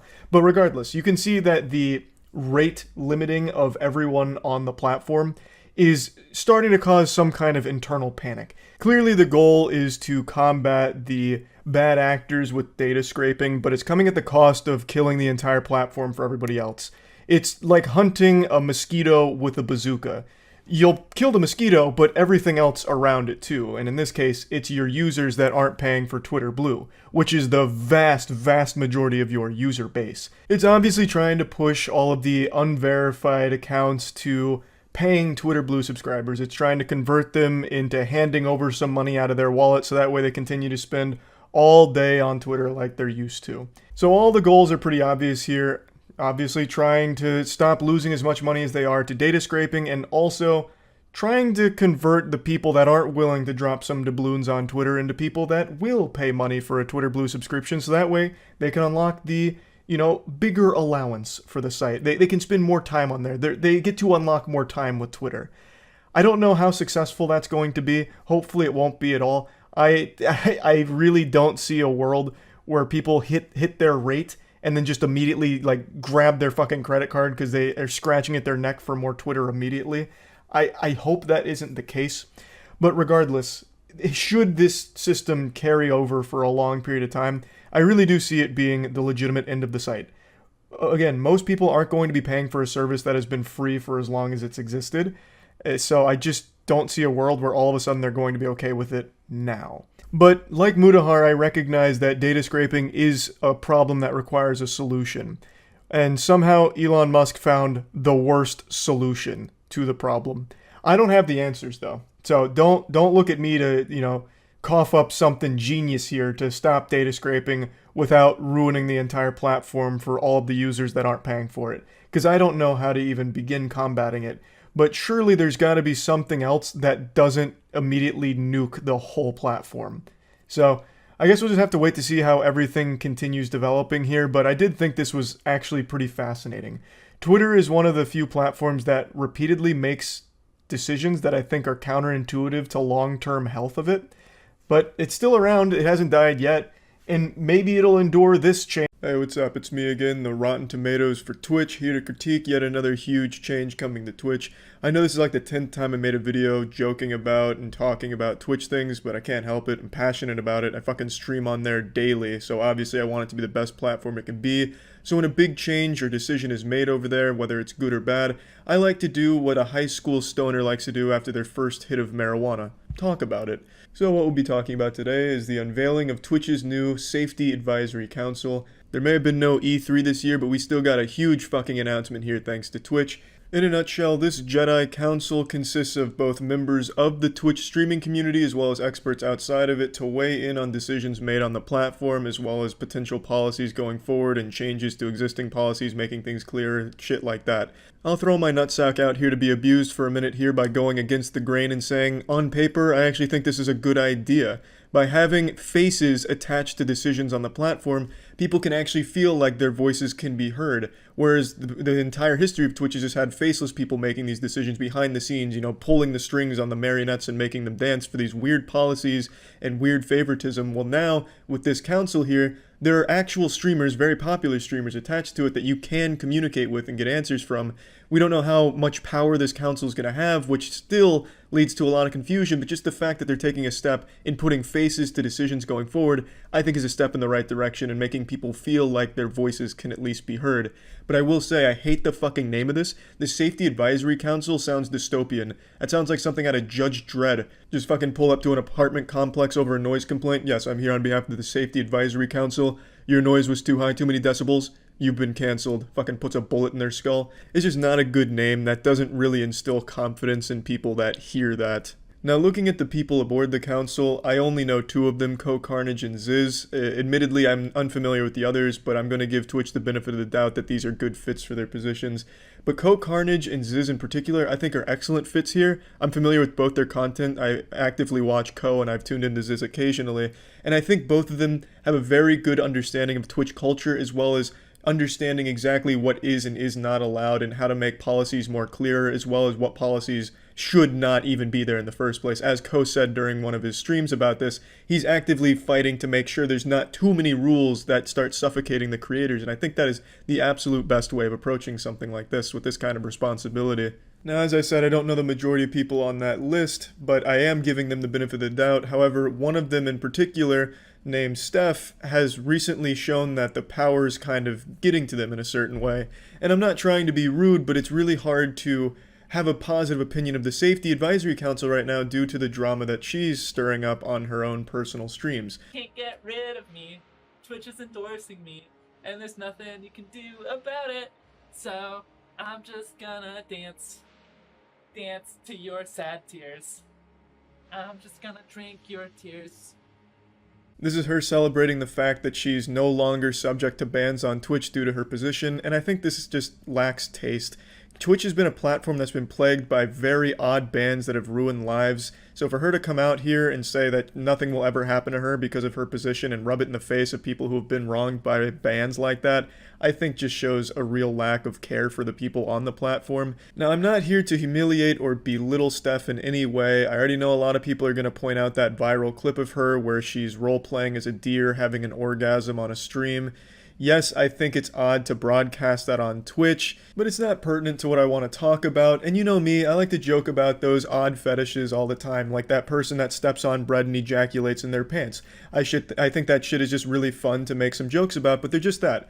They're harmless jokes. I never like to maliciously target someone or try and ruin someone's life over a kink or anything like that. Whereas in this case, I feel like people are going beyond just goofing around. They're genuinely trying to ruin her life over that deer clip, and I just wouldn't want to play a part in that. On a side note, before continuing though, that person that was stepping on the bread and ejaculating, they actually reached out to me like a year ago, offering to teach me how to do it properly. So they were super nice. They enjoyed the video. Just thought I'd throw that out there. So if you see me stepping on bread and coming in my pants, you know I was taught by the master. Immediately after Twitch announced that she's a member of this council, she went live and started antagonizing the broad Twitch community, in particular livestream fails. I also fucking hate livestream fails. I think that place is a cesspool. It's basically just an XQC cum dumpster. Anytime XQC moves in his chair or makes even the slightest micro expression on his face, it's like a 30-second clip that's spammed for an hour. That subreddit is literally a time capsule into old Tumblr. It's like maintain the essence, that old fucking odor of Tumblr. It has this two camps. It's like a perpetual civil war. One camp that loves fake manufactured drama and getting invested in these reality TV shows on Twitch, and this camp that pretends to hate it, but what they love is loud, screeching, jingling key clips, but they also still do love that fake drama, so then they'll come together and start upvoting all these drama things, and then they start attacking each other. It's a weird community, and no one hates livestream fails more than livestream fails community hates themselves. It's really weird. It's not a good subreddit. So I totally understand why the majority of streamers don't even like it in the first place. But what Steph has done is she's taken livestream fails and put that as the face of Twitch itself. So instead of just attacking some of the bad actors on livestream fails, she's attacking everybody on Twitch for a ton of different things. Well, I'm just not cool with white supremacy, y'all. It's really not that. I think a lot of you gamers are actually white supremacists. Sorry. Just a fact of how I feel, which isn't a big. That's such a fucked up thing to say, especially on a platform like Twitch, which is primarily composed of gamers. Not to go like 90s back of the cereal box slogan, but Twitch is literally like extreme gamer zone territory. So to outright vilify gamers by calling a lot of them white supremacists is so beyond disrespectful, and especially given your position as a member of the Safety Advisory Council. How does that make anyone feel confident about the decisions you'll make in that council going forward when you clearly already have a clear disdain for gamers on that platform, a platform that you now represent in a very high level capacity, at least judging by the announcement? So it's just very odd because you're coming across as openly hateful and proudly prejudiced. I said a lot of people with cis white male sounding voices are here telling me that voice chat isn't a problem, and that is a fact. Y'all have voices that aren't marginalized coming in and saying, just mute, it's not an issue, everyone faces harassment. I've heard it all. You're just repeating my like a year ago. The only way to have a level playing field at the highest level of play is to have is to not have voice chat, to not have people give up their linguistic profiles. I mean, and maybe you. It was this opinion that really sparked the majority of outrage initially, because she firmly believes that voice chat really shouldn't exist in the first place. Now, I want to make it clear she's in no way going to developers lobbying to have it removed or anything. She's simply sharing her opinion that she doesn't believe that it should be an integral part of games, and the majority of gamers understandably disagree, because without a voice chat, what the fuck are you supposed to do with your teammates in like a game of Valorant? Use the in-game voice commands and just spam no? Or in Rocket League, nice save? Like, if you don't have voice chat, you have no way of really communicating with your team to win games. But for Steph, she believes that it's an unfair advantage or disadvantage depending on the sound of the person's voice who's using the voice chat. She argues that those with a marginalized voice have to resort to blocking and muting toxic players in their lobbies, which inhibits their ability to communicate and win the games. And that's a fair point. That shit absolutely does happen. Anytime a girl talks in like a fucking Overwatch lobby or Valorant, dudes will fucking dogpile on that like they're recovering a fumble in the Super Bowl. They're either getting flirted with or just outright insulted and harassed. That absolutely is very commonplace, and you're lying to yourself if you think it's not. It is, regrettably. And not to downplay the issue, but everyone gets harassed in voice chat when it comes to like higher level play or just toxic assholes in general. It's not a problem that's exclusive to women or voices that are marginalized. In video games like that, there are just toxic assholes, and it's not just voice chat, it's everywhere. If you take away voice chat, text chat becomes extremely toxic. League of Legends has notoriously one of the most toxic communities around, and there's no voice chat there, it's only text. When I was addicted to League of Legends, I never felt so fucking bad about myself because of that voice chat, or text chat. So it's not an issue with just voice chat in general, it's just there's assholes in the world. Unfortunately, that's just what it is. But luckily, thanks to the incredible advancements in technology, we found the solution. We have the answer. It's called just muting the assholes, blocking them. You don't have to hear these things. You can always block people that are just outright rude and nasty. So I understand her opinion, and I do agree that the harassment in voice chat, especially for women, is pretty fucking nuts these days, but you can just not hear it by muting them. And yeah, it does suck having to mute your teammates, but if the alternative is just taking away voice chat entirely, it's better than the alternative. Now again, I think there's nothing wrong with having this opinion from her, and I don't think it's means to just outright harass and berate her. The problem is the way that she approaches getting these ideas across and her beliefs. She's very standoffish, and anyone who disagrees with her, she immediately labels as either a white supremacist or an overly privileged cis white male. She seems to enjoy attacking the community she's supposed to be representing and looking out for, like with the first clip I showed, dancing about her immunity from Twitch because they now formally endorse her into this council, and she's saying how she's just going to drink the tears of the people who are upset about the things she says. So, and she bans everyone in her chat that happens to disagree. Now don't get me wrong, she does ban actual douchebags that deserve it, but she also just bans people that are asking simple questions or just happen to disagree, but not just banning them, labeling them some very nasty titles, which I just think is wrong.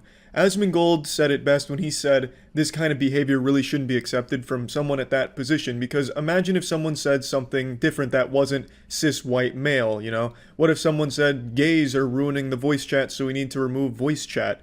Instead of saying cis white males are ruining voice chat, what if it was replaced by gays? Whoever said that would be immediately removed from that platform and permaban, because that wouldn't be accepted. And rightfully so. Nobody should be judged by their skin color or sexual orientation, attacked for their skin color or sexual orientation, put into these groups and vilified because of their skin color or sexual orientation.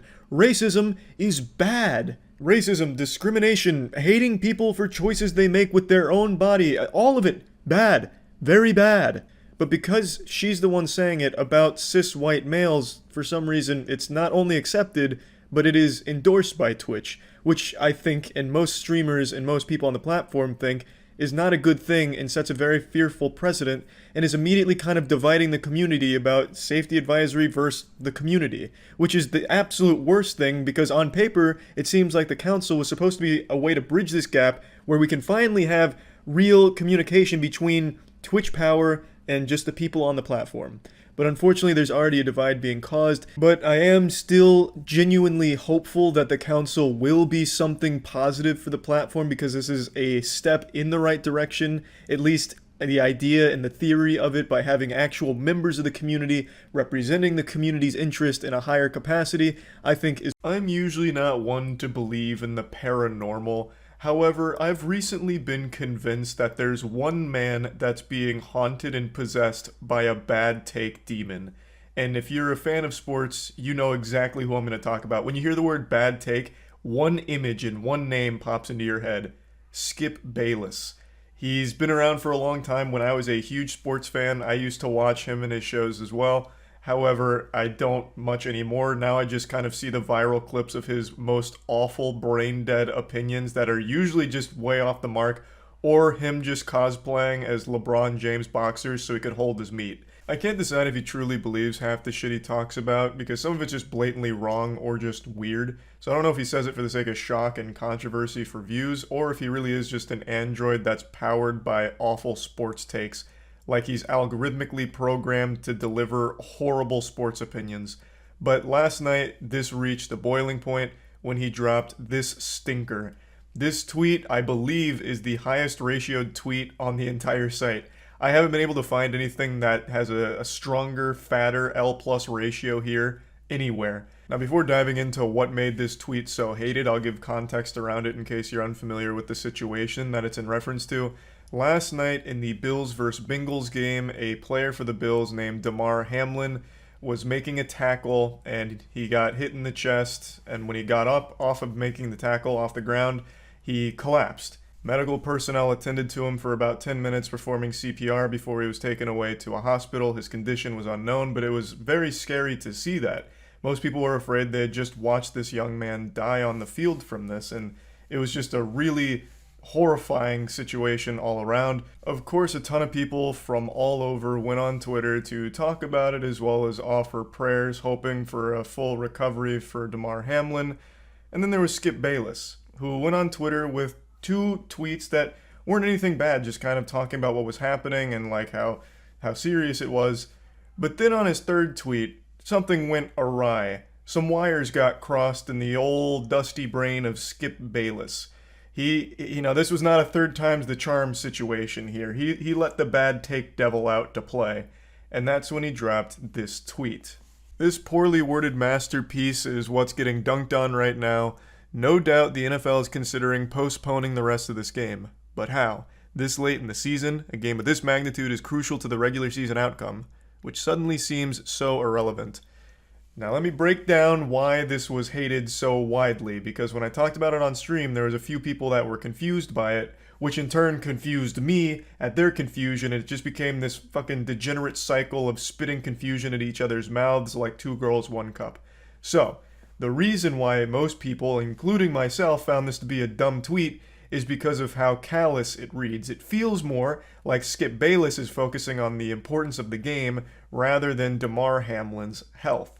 Instead of being concerned for Damar Hamlin here, he's more concerned about the game. And since it's an important one, they're considering postponing it, but how? That's a tough thing to do. Which he's not wrong about. Postponing and suspending a game is not an easy decision to make, and it is an important game, but that really isn't what's most important here. And when you read this tweet, it feels like he's saying that the game is what's most important. And that last line where he says, which suddenly seems so irrelevant, well, that little zinger had more interpretations than a Rorschach painting. So some people are saying this is Skip Bayless saying that, the game's important, but now it's not because of Hamlin. So he is putting focus on Hamlin. But the majority of people read that as Skip Bayless being disappointed that the focus is no longer the game. Oh, this game is so important, the magnitude, it's crucial to the regular season, and postponing it, how? It's such an important, crucial game to be played, but now it just suddenly seems irrelevant. Like, it sounds like he's disappointed that the Hamlin injury has taken the focus off of the game. So his tweet is to put it back on the game. It's a poorly worded, jumbled thought here that reads badly and reads very callous. And it doesn't even, do anything. He's just talking about the difficulty of rescheduling or postponing a game. And he's not wrong. It is hard. But what the fuck is the point here? Why even mention this? Everyone knows it's not an easy decision to make on whether or not to suspend a game in a situation like this. That offered nothing, and it just seemed like you cared more about the game than Hamlin. He did then drop this apology tweet. Nothing is more important than that young man's health. That was the point of my last tweet. I'm sorry if it was misunderstood, but his health is all that matters. Again, everything else is irrelevant. I prayed for him and will continue to do so. This one rubbed me the wrong way. This one grinded my ass. This is a little petty, but he's saying sorry if it was misunderstood. Just take responsibility. You poorly worded it. Don't say, I'm sorry you guys didn't understand my wise words, my sage wisdom. I'm sorry it went over your head with what I was really saying. Just be like, yeah, I didn't word my thought properly. Because it is just poorly worded. It is just not worded correctly.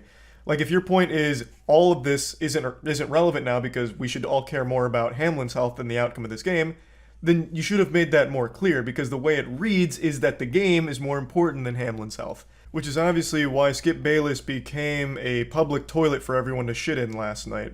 Now, to give an update on Damar Hamlin's condition, as of right now, the most recent update, his vitals are back to normal, but he remains sedated. So things are trending in the right direction. The official statement for what happened here is he suffered cardiac arrest following that hit, and that's what was going on. So it's just a very scary situation overall. He remains in critical condition as of right now, but with his vitals being normal, things seem to be stepping in the right direction, so hopefully everything continues to improve for Hamlin's condition. Now, I do want to mention something wholesome that's happened in the face of all of this awfulness. Damar Hamlin had a charity that was doing a toy drive, and after this hit, they've raised over $3 million for that charity. So I just really thought this was something very positive from the community to come together to show support for Hamlin. So I definitely wanted to mention that. Overall, Skip Bayless does what he does best, make a fucking fool of himself. The tweet was horribly worded. I don't not believe him that he cares about Hamlin's health more than the game. I feel like you'd have to be a real evil son of a bitch to actually think the game is somehow more important than Hamlin's life. So it's not like I think that he's lying about what his intentions with the tweet were, but it's just so poorly worded, as are most of his thoughts throughout his entire career. So that's why he got dunked on. It is just still a shit tweet overall. and that's now become part of Twitter history as, I believe, the most ratioed tweet to ever exist. At the very least, the hardest ratio of 2023, and we're already kicking. I see people debate a lot what's better to stream on YouTube or Twitch, and it's a question I get asked a lot because I'm like Constantine, the man who walks between worlds here, because I stream on both YouTube and Twitch at the same time. I multi-stream. I am the future. I'm the chimera. There's pros and cons to each platform, but if you do both of them at the same time, you create the perfect stew. It's the chemical X to streaming. I have said since switching to multi-streaming, every single person should be multi-streaming. Contracts don't exist anymore except for on Kick, and even that I think is gone. There are no Twitch contracts. There are no YouTube contracts. They've gone extinct, like the saber-toothed tiger. You know, like they have wiped their ass with contracts to creators. So I think you are making a big mistake if you just marry yourself to one of those platforms instead of just doing both, because you can. When people talk about this subject, they only give like the basic rundown, like the nutsack summary of pros and cons. I haven't seen anyone really go over numbers. I'm gonna go over numbers. And I really think that the numbers here tell a very complete story of why multi-streaming should be the norm for streamers. It's in their best interest, and for viewers too, because then viewers have a choice on, do they want to watch it on Twitch where they're going to have a much more interactive chat experience, or do they want to watch it on YouTube where they don't care about the chat experience because it's a lot more dog shitty there. It's basically non-existent chat culture on YouTube streaming, but the playback is a lot smoother, a lot higher quality, and you can rewind it, which is a nice quality of life change. Also, it's a lot better on mobile. Twitch on mobile has been a fucking disaster for me for as long as I've tried to watch Twitch on my phone. Also, the ads on Twitch, they're getting outrageous. YouTube streaming doesn't have nearly as many ads, which is a nice breath of fresh air. Like, there are real pros and cons to both, but these are just the basics. And these talking points have been worn out more than my bussy after eating anything with spice in it. So I'm not just going to be Baby Bird vomiting the same talking points you've heard a million times. Instead, I want to show you the numbers. I want to bring up my biggest, most profitable stream I ever did on Twitch and then break it down a little bit. It was in 2022 when Moist Esports won the Rocket League Major, the Spring Major, still one of the best moments I've ever had streaming. I peaked at 75,000 live viewers. It was a very long stream that I did, and it took home 11.7K for that whole stream. Roughly 2,000 subs, but most of it came through ads, and most of those subs were primes. Subbing on Twitch is far more common than members joining on YouTube. Membership on YouTube is the equivalent of a Twitch sub, where someone on YouTube pays $1. So like a tier 1 sub on YouTube for my channel is $1. On Twitch the minimum's $5, but it's the same concept. You pay money and it's a subscription basically. And that is so much more common on Twitch. So 2,000 subs on that Twitch stream is more than I've ever got through a YouTube live stream by a large margin. And 11.7K is the most profitable stream I ever had in my entire 7 years on Twitch. I actually streamed on Justin TV before it became Twitch. I used to do like World at War Zombies on there and shit, but then I took like a long hiatus and then came back in like 2016.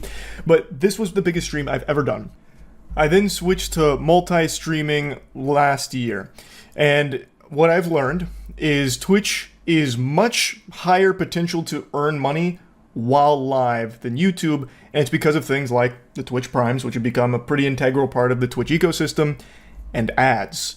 Twitch actually has more ads than YouTube, and thus, since more ads are playing, that's more money being generated from those ads to the streamers.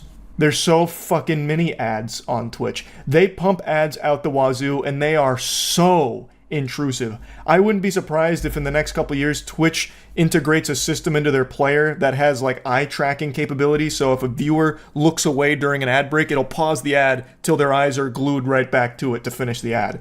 It's brutal, but it does have higher earning potential while live for those streamers that have all of these ad breaks that are going on. So Twitch has a higher earning potential through live content. And the VODs on Twitch don't make any money. Like, they just don't. I don't even know if they're fucking monetized. And if they are, I don't know if streamers even see a penny of that. Like, not a single one of those fucking clams makes it to a streamer's pockets through the VODs. But on YouTube, it's a totally different story.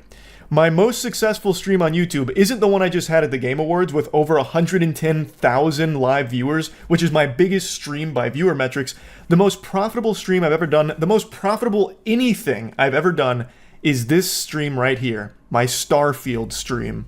During the stream, I had 31,000 average viewers with a peak of 38K, which is a big stream. That is a big stream for me. It's actually more average viewers than the Rocket League one, but the Rocket League stream not only was a longer stream, but had a higher peak, and thus you would expect make more money because of the ads and the subs that came through. Well, what if I told you that's not the fucking case when it comes to YouTube streaming? Because this Starfield video actually made $84,000. 84,000 doubloons for a 4-hour stream just playing mid-poop-ass Starfield. The actual... like, this was like an insomnia, try not to fall asleep challenge, basically. $84,000. And it's not because the 31,000 viewers all of a sudden just started, buying memberships or donating tons and tons of money. This wasn't like the biggest documented case of credit card fraud and money laundering that the internet's ever seen. In fact, the live stream itself made 1.6K on ads, and the other $78,000 came from the VOD and the ads that played during a VOD. Now, the membership number there, the 2.4K, a lot of those memberships were just from people watching the VOD and then buying a membership, not them doing it while it was live. Also, the supers and gifts, I'm pretty sure that is live. So you can add the 1.6K plus the 1.6K on the supers, so the 1.6K from the live ads plus the super chats.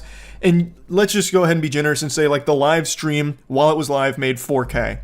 The other $80,000 came from the VOD. This isn't some, like, rare mutation here, like a fucking X-Men of analytics. This isn't some fringe outlier isolated case. This is the way that YouTube streaming is optimized. YouTube streaming is kind of just an afterthought for the platform. YouTube has always been about VODs, the videos itself. So when you finish a stream, it becomes a VOD, and that enters into the YouTube algorithm. And YouTube is extremely efficient at monetizing VODs. So finishing a 4-hour Starfield stream, it immediately saved as a VOD and made tons and tons of money through the VOD. Whereas on Twitch, I don't even think VODs are monetized. And if they are, it's not the creators making the money from the VODs, I don't think. YouTube is a totally different story. You don't make as much money while you are live from people buying memberships or donating money or anything like that. And their ads aren't that frequent on YouTube live streams, thank heavens. But what you miss in live revenue, you make up for with VOD revenue 10 times over. What I showed you with the Rocket League stream was my biggest, most profitable Twitch stream I ever did. So even when I was a daily streamer for like 6 to 8 hours a day for years, averaging between 10 to 20,000 viewers, fluctuating, I would usually be making between 4 to 6K a day. And that was like the norm, with the occasional peak going up to like 8 or 9, and then that being the biggest at over 11. But right now, my viewership combined on YouTube and Twitch is higher than it ever was on just Twitch. On YouTube, I average between 10 to 12K a stream, and on Twitch, it's between like 5 and 6K. It really just kind of depends on what I'm doing at the time. But on Twitch, you'll make more money while live and make nothing once the stream ends. On YouTube, you'll make less money while live and then could make 5 times as much from just the VOD. On Twitch, when the stream ends, it's basically forgotten. That's lost media at that point because no one's fucking watching Twitch VODs, it seems. On YouTube, when the stream ends, well, now the journey's just begun.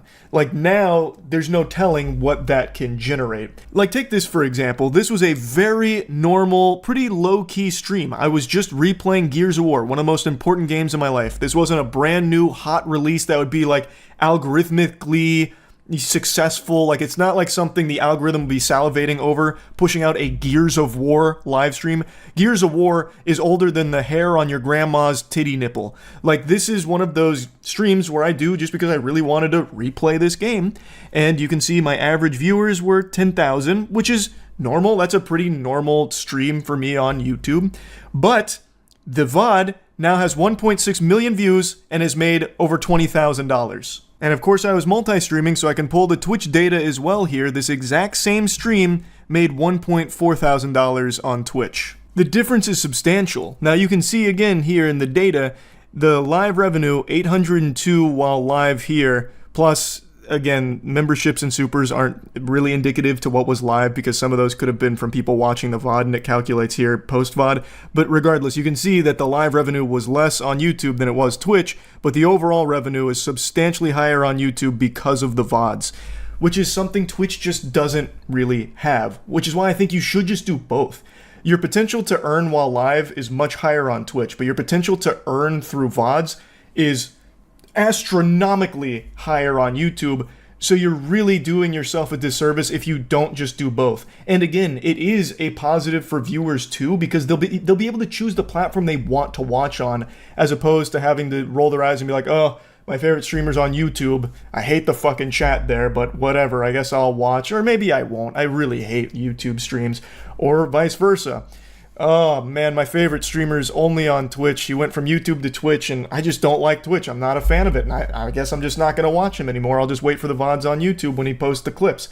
Like, now they have the option of just being on what platform they want to watch the stream. And there's a lot of streamers that are making the switch to multi-streaming.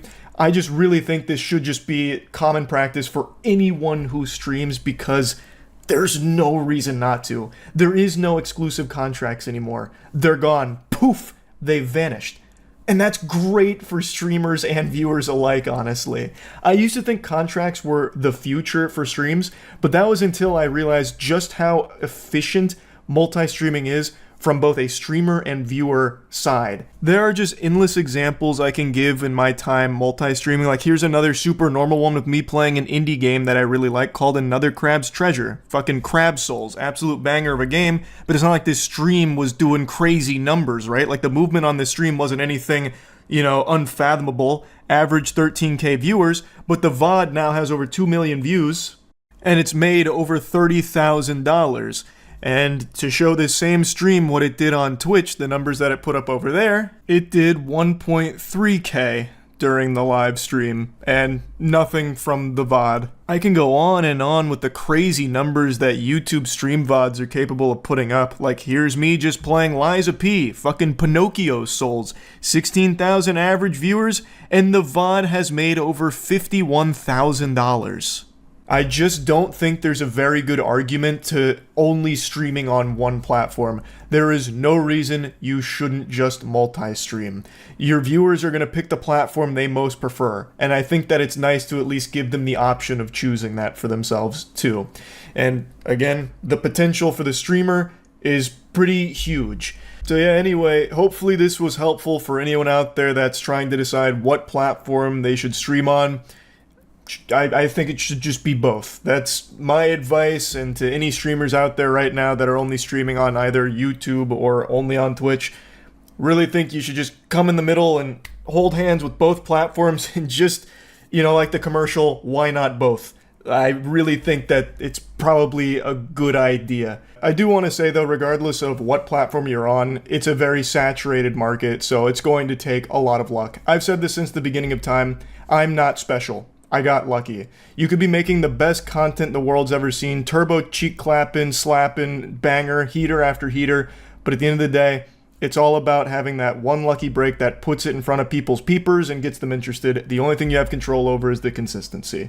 So that way you'll have like a catalog of videos that people can go back and watch after they might. Pardon my sweaty grease, I just got back after playing pickup basketball. I was an unstoppable force of nature on the court, a three-point machine, and also my drives were second to none. I was a wheeling and dealing, squirting and squealing animal out there. But anyway, that's not what I'm here to talk about. I just wanted to explain why it looks like I just took a bath in a vat of cooking oil. What I want to talk about today is E3, and even more than that, gaming conferences in general.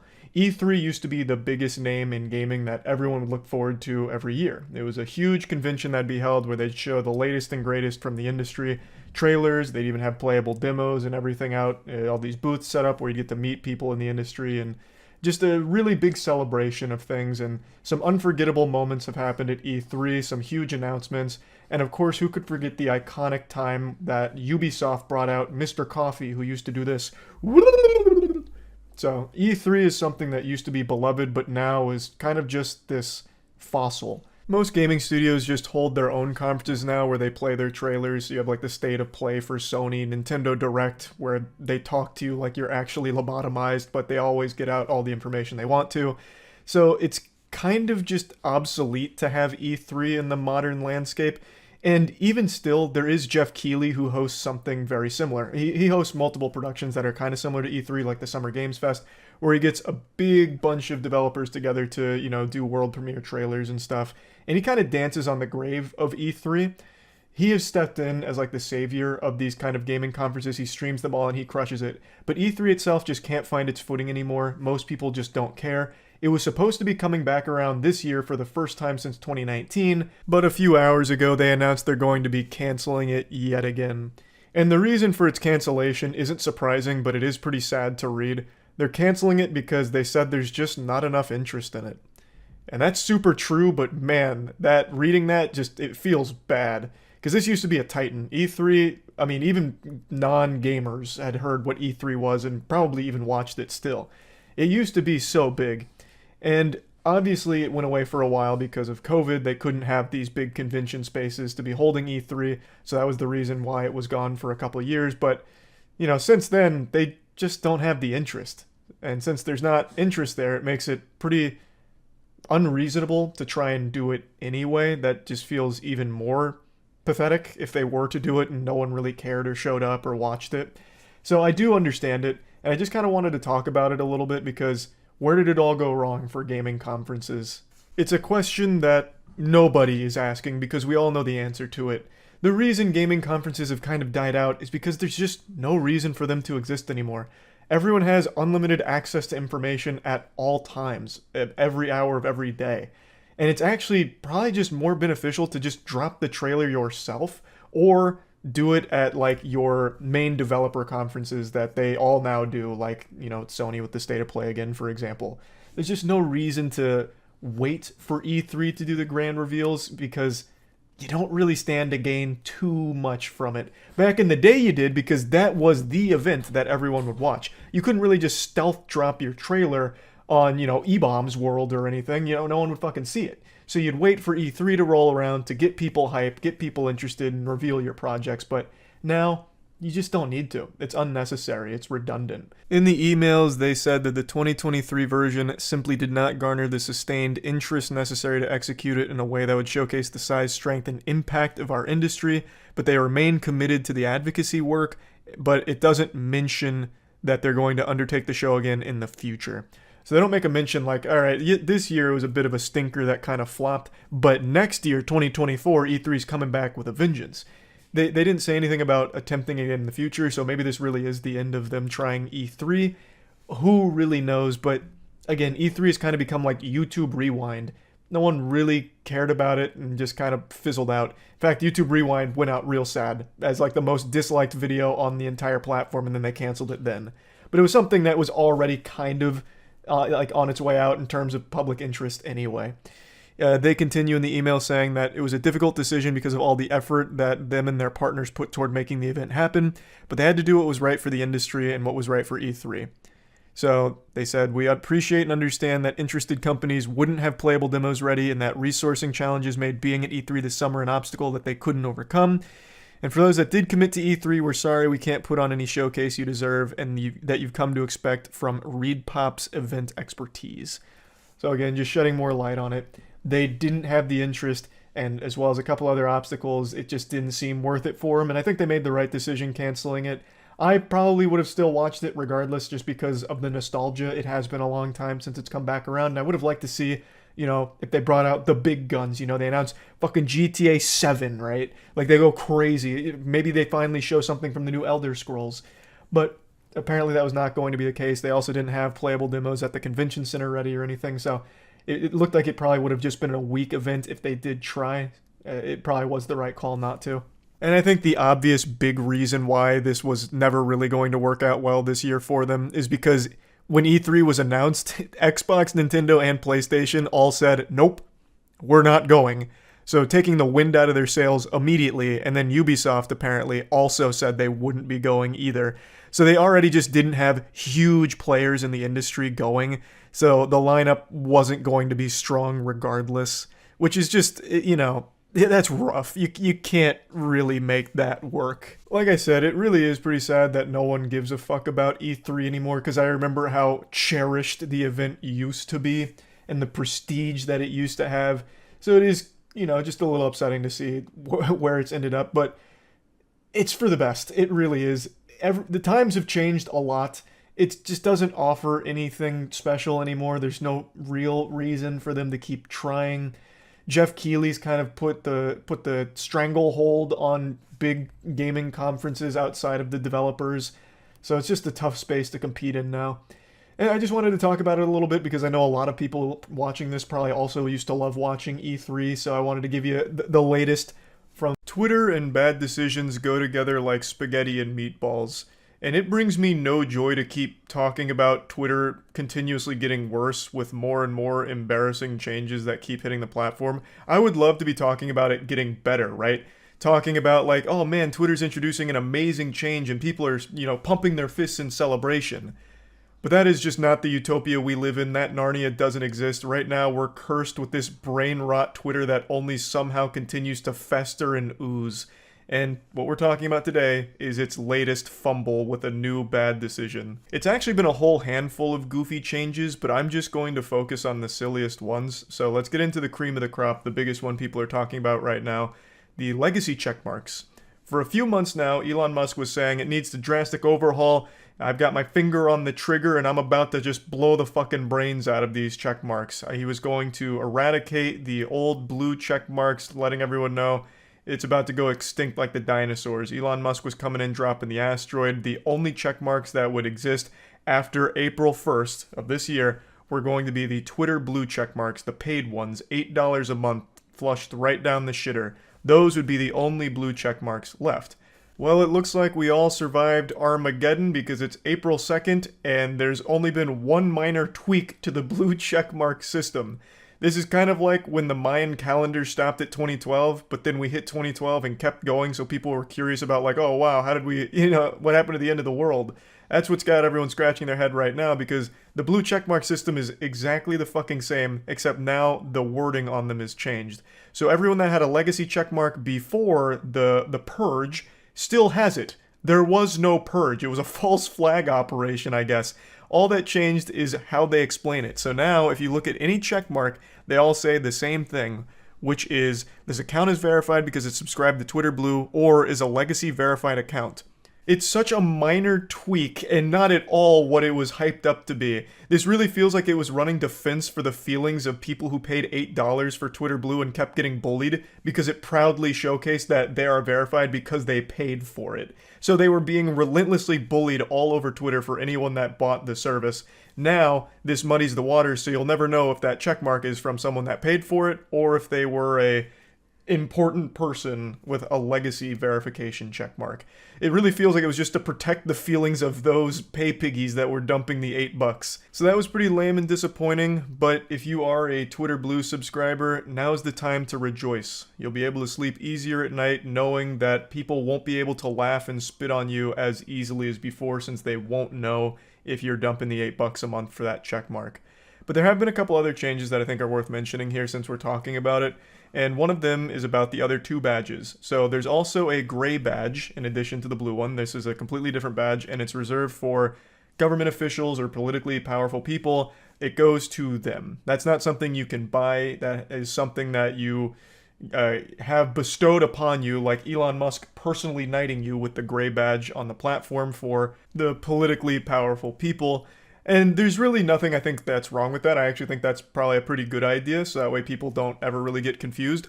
But one thing that I don't really like about it is that it's gray, and sometimes when I'm just scrolling, since I'm on dark mode, I don't even notice if there's a check mark there, so sometimes I just think that it's a troll account or something. They should make it more obvious. They should have made that one fucking glisten. Like, have it be red with flames coming off of it, maybe like sound effects, fucking fireworks blasting off like you just hit 99 in a skill in RuneScape. Like, that one they should have went hog wild on. But regardless, there's another badge as well, and this one's for corporations. That's the gold badge, the little Mario coin.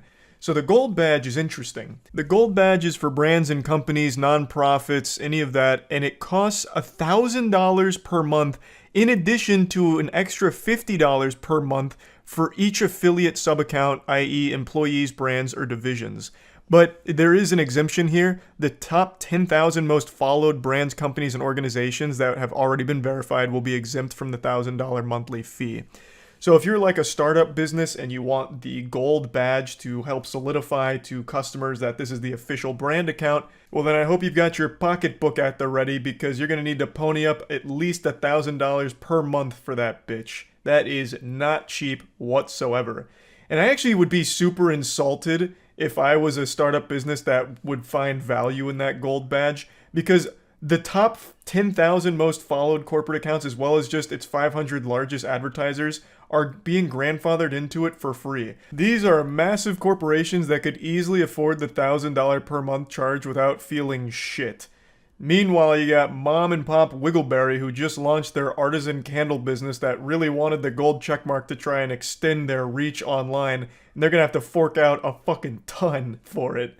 So that would be pretty insulting as a small business owner who might want the gold checkmark. I don't think it's necessary whatsoever. I don't think the gold checkmark's going to necessarily be hitting home runs for your bottom line and getting you more customers. But I have heard from a few small businesses and nonprofits that aren't going to be, with the waived fee here, that were very upset about it. And I do understand why they would be, because again, that is expensive for smaller businesses. Meanwhile, the businesses that are already huge that could easily afford it don't have to. They don't have to eat the cost at all. Instead, it's coming from smaller businesses, which is weird. That seems kind of backwards to me, but whatever. I thought that was at least worth mentioning, because $1,000 per month for a fucking badge on Twitter is in and of itself a wonderful joke. Now, the last change that I'd like to discuss is one that kind of branches off of a bigger topic. What is the value of even being verified on Twitter? Well, I think the answer is nothing. I think there is absolutely no fucking value in being verified on Twitter. One of the things Elon Musk has been hyping up for a while is monetization options, but as of right now, they're non-existent. There's really no such thing as like Twitter monetization. You're not going to make a living off of just fucking shit posting tweets with a verified account. At least not yet. Though I do wonder if he is like genuinely exploring that to see if there is a way to have content on Twitter generate ad revenue for its Twitter Blue subscribers to incentivize them to keep posting. I think that's the plan. It's just not fully realized yet. So as of right now, it is completely worthless to have the check mark. It doesn't give you any kind of big priority in comments, at least not that I've seen. It doesn't offer you any useful tools outside of the ability to like review a tweet before sending it or make like an edit to it, which who really gives a fuck? It's Twitter. You could just delete the tweet if you want to. It's very simple and very quick already. It just seems like a complete waste of money.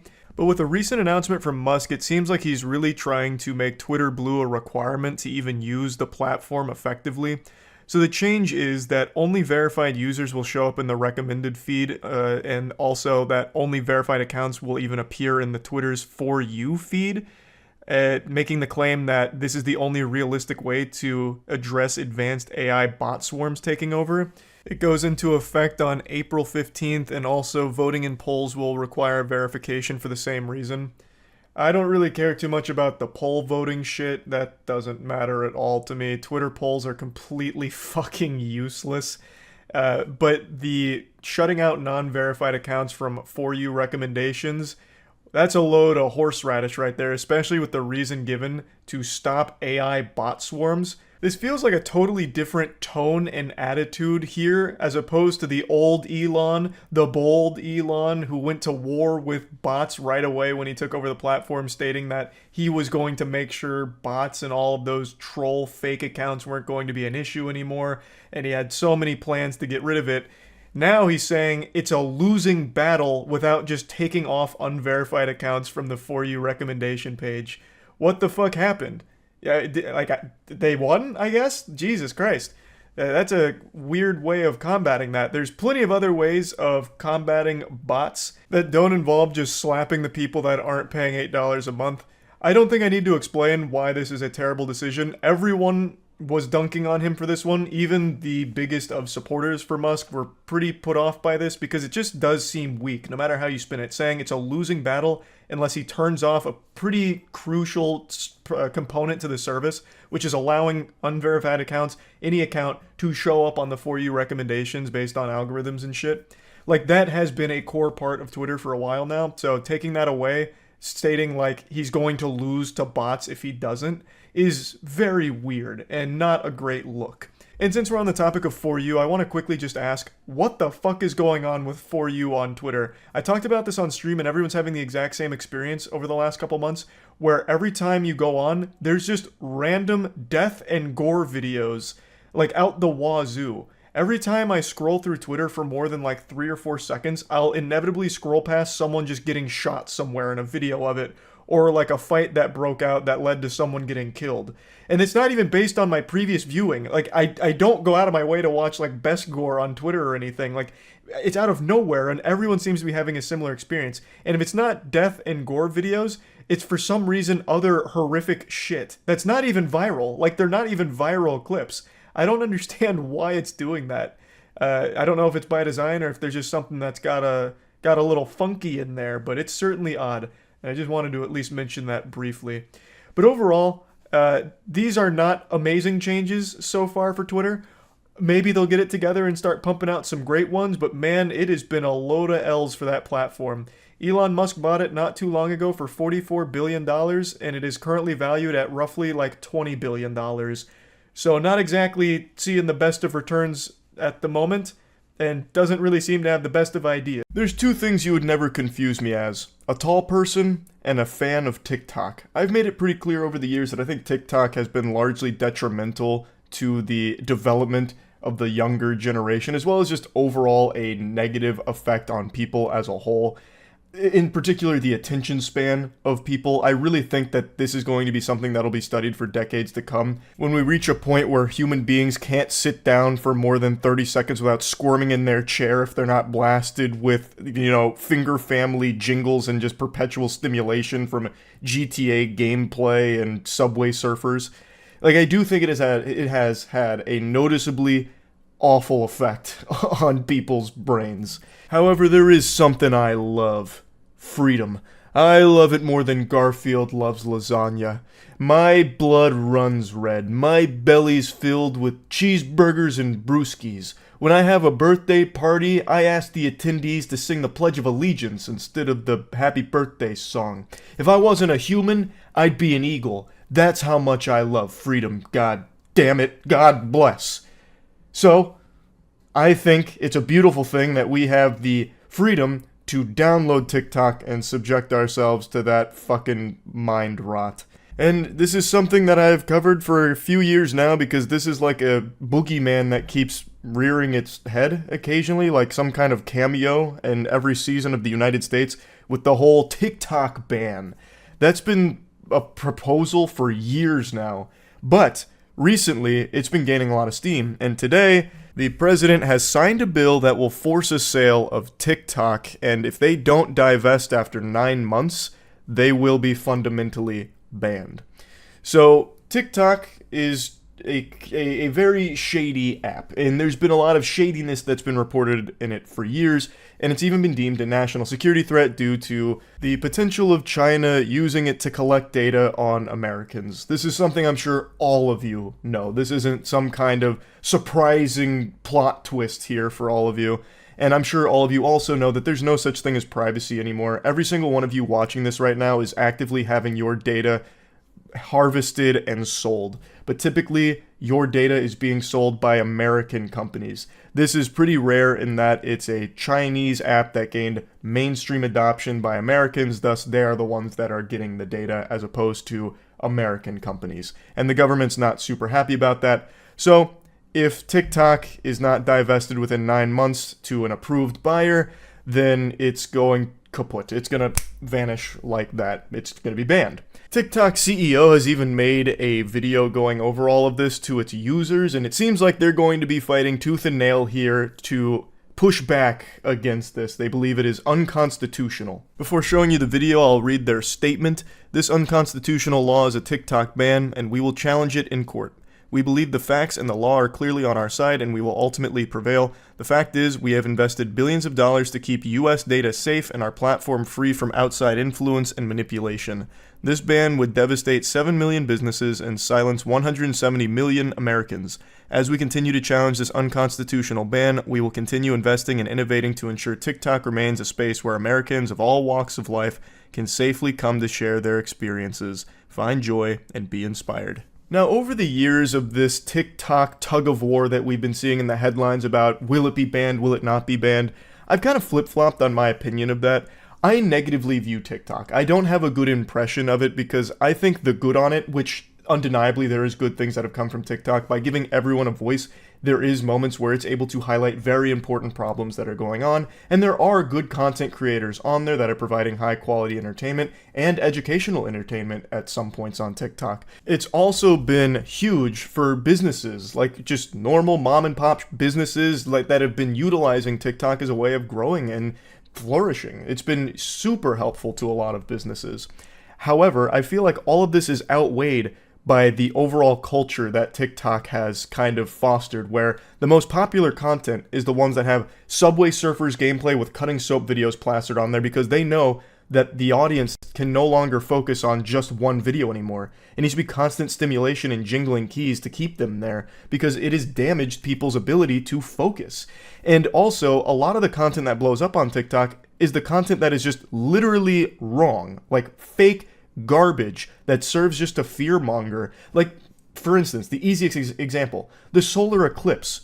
There were thousands of videos about the solar eclipse about to open up a demon portal because CERN's working behind the scenes during the solar eclipse, or like the red heifer's been sacrificed so the Antichrist is being summoning during the solar eclipse. All kinds of mumbo jumbo that serves just to keep the audience on TikTok scared and stupid, so that way they're constantly spending money to stop being scared and feeling stupid. So it's all very, like, there's some evil shit on there. It's also very dangerous, because there's a lot of things that blow up on there that actually just get people killed, like the Blackout Challenge, or like the Kia Challenge, where you're stealing cars. I could go on and on shaking my fist like the angry old man on the lawn, but I don't need to, because all of you, I think, know that. But even with all that being said, I still overall feel that it's important that people have the ability to make choices for themselves, and if they choose to download TikTok, they should have the ability to do so.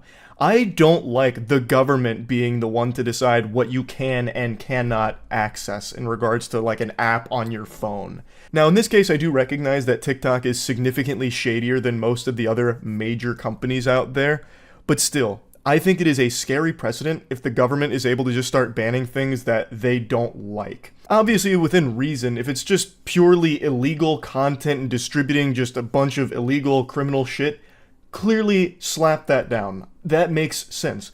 But come on, it's a social media app. Like, who's to say there won't be another major platform or service that pops off in the United States that isn't owned by the United States? And who's to say they won't be like, okay, fuck them.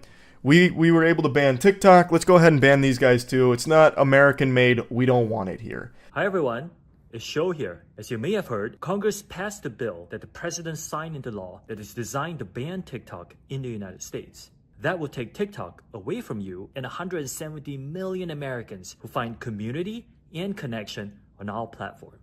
Make no mistake, this is a ban on TikTok and a ban on you and your voice. I don't think there's anyone on the planet that's making the mistake in thinking that it's not a ban. There's no smoke and mirrors here, no diversion. They're not mixing any words here to try and confuse you. It is just straight up a ban. Like, they're not hiding that fact. They either sell TikTok to an approved buyer, or they can no longer have TikTok in the United States. It's actually ironic because the freedom of expression on TikTok reflects the same American values that make the United States a beacon of freedom.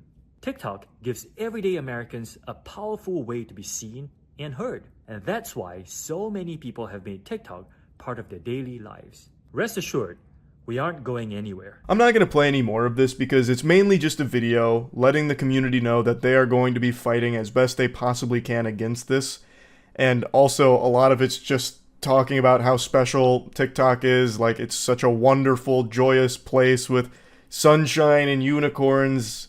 Like, you know, it's delightful on TikTok and we want to preserve that, so that's what we're fighting for. That's not what you're fighting for. You're fighting for TikTok so hard because it's such a massive moneymaker that has a huge adoption in the United States. You don't give a fuck about like the actual culture on TikTok. If you did, there'd be significantly less degeneracy on it, I imagine. Like there is, like I said, even aside from like the data stuff and the spying potential, there have been some legitimately shady things going on with TikTok. The reason why they want this so badly to avoid divesting and avoid being banned is because it makes so much money. And they have so many users in the United States that they do not want to lose and they do not want to give over to a different company, obviously. So yeah, anyway, I guess we'll see if TikTok is banned within the year, and if it is, that's going to be pure fucking pandemonium as people flock to... Do you think YouTube gaming is becoming a serious competitor to Twitch? Yes. I think it's always been a serious competitor to Twitch. The main thing it's missing is discoverability. But even still, it's a very viable competitor to Twitch. But you need to have a pre-established audience to make it on there. You can't really start as a streamer on YouTube. It just won't go well. I'm pretty sure Ludwig just made a Mogul Mail about it, didn't he? Let me see his take on it. How's it going, boys? Welcome back to Mogul Mail. Before we jump into this, we have to figure out what we're going to name today's video. Oh, smart. What weird dystopian title will the wheel decide for us today? Let's go. I know the answer, unfortunately. YouTube is killing Twitch. Spoilers are in the title. That just happened you might not know about. Starting with one that I feel like is not really on people's radar if you're in my sphere of creators. FaZe Swag. Yep, I knew it. Which is a real name that Swag I'm like picked. fucking omniscient By the way, here. Not Swag like... Anyway, FaZe Swag had an announcement. Alright. My next chapter, the whole thing. Okay. Actually, maybe the most successful jump in the first week I've really ever seen. Again, a lot of that can be attributed to like the hype. When Ninja first went to Mixer, his first week or 2 weeks of streams had almost identical viewership to Twitch, if not higher. And then as those people start to like try the platform out other places, they leave. I'm not saying it will happen to FaZe Swag. In fact, there's a good chance it doesn't. It's just hype train, you know. It's new, it's fresh. There's a new toy in the toy box. Everyone's coming to check it out. So they're on YouTube streaming for the first time ever, watching their favorite streamer. He goes offline, they leave, and then maybe they don't come back next time he goes online, you know. It's just, again, you never know the longevity of it when you make that switch. But it works for Doc. I think Doc actually held the same viewership as he did on Twitch. I think he still holds it. And Ludwig is also still in the exact same viewership almost as Twitch. I'm pretty sure it's the same. Yeah, it's mainly for creators who already use the platform. Like I said, you're never going to do well starting as a streamer on YouTube. I didn't... You just have to have the I audience just want to already. be clear that... There's also one thing Ludwig mentions here that I didn't really expand on too much when I was talking about it on stream, but I want to just briefly mention it here. The chats. Twitch chat is just an objectively better experience than YouTube chat. Full stop. I don't think there's anyone that would argue the opposite. YouTube chat just doesn't function nearly as well. I'm not even talking about like chat culture, like Twitch chat culture versus YouTube or whatever. I'm talking about purely from a functional standpoint. YouTube chat is just an unreadable mess most of the time, and it just becomes such a fucking chore to try and keep up with what's happening in any given YouTube chat. It's terrible. Now I know Ludwig has his own program to solve this and make the chat better, but just from like a base standpoint on streaming platforms, YouTube's chat is a lot worse than the chat that Twitch has. Is coming over, which I think adds to YouTube's gaming strategy of getting people who are in the same ecosystem, right? So they want like, you know, Saikuno, Lily, Leslie, and then they want on the other sphere like Tim, FaZe Swag, Dr. Disrespect, so that people are super moving smart over, communities are moving over, rather than what seems to happen when large creators leave is they all just go to the next biggest creator in the group. Yeah, buying the whole community is the best thing you can do, which is what Mixer failed to realize. So after Ninja's crew, like when Ninja goes offline, there's no crew for them to go to anymore. So all those viewers are now homeless, left out in the rain with the dick in their hand. So they just go back to Twitch. Whereas YouTube's strategy is buying everyone who's already like adjacent. So that way, okay, Leslie's gone offline, but Lily's gone online, so now they stay on the platform. They figured it out. Like that was the optimal strategy. And it's working pretty well. Spamming Ripticos every single... I've had enough, man. No, I'm not even fucking kidding, dude. I've had enough. I can't even. I'm not even. I'm leaving. No way. I'm done. I'm done. In fact, I'm honestly, dude. I'm not even gonna. I gotta take a break from streaming, dude. I'm gonna lose my fucking mind, bro. And then he Yikes. changed his Twitter account name to Oh, user not found in so that's the clip everyone's talking about. People said he melted down at the end of the stream and called it quits abruptly and left and hasn't come back. He's going to YouTube. Spoilers, like 100%. There's a 0% chance that this isn't just more fucking awful marketing here. He's just going to YouTube. His contract just ended. Hey, this is Charles from the future here. So I was half right with this prediction. You know, I wasn't fully Nostradamus or anything, but I was kind of right. Ninja announced that he's going to every platform for streaming. He's going to be simultaneously streaming on all of the platforms, and that does include YouTube, so kind of right. It's like half a W.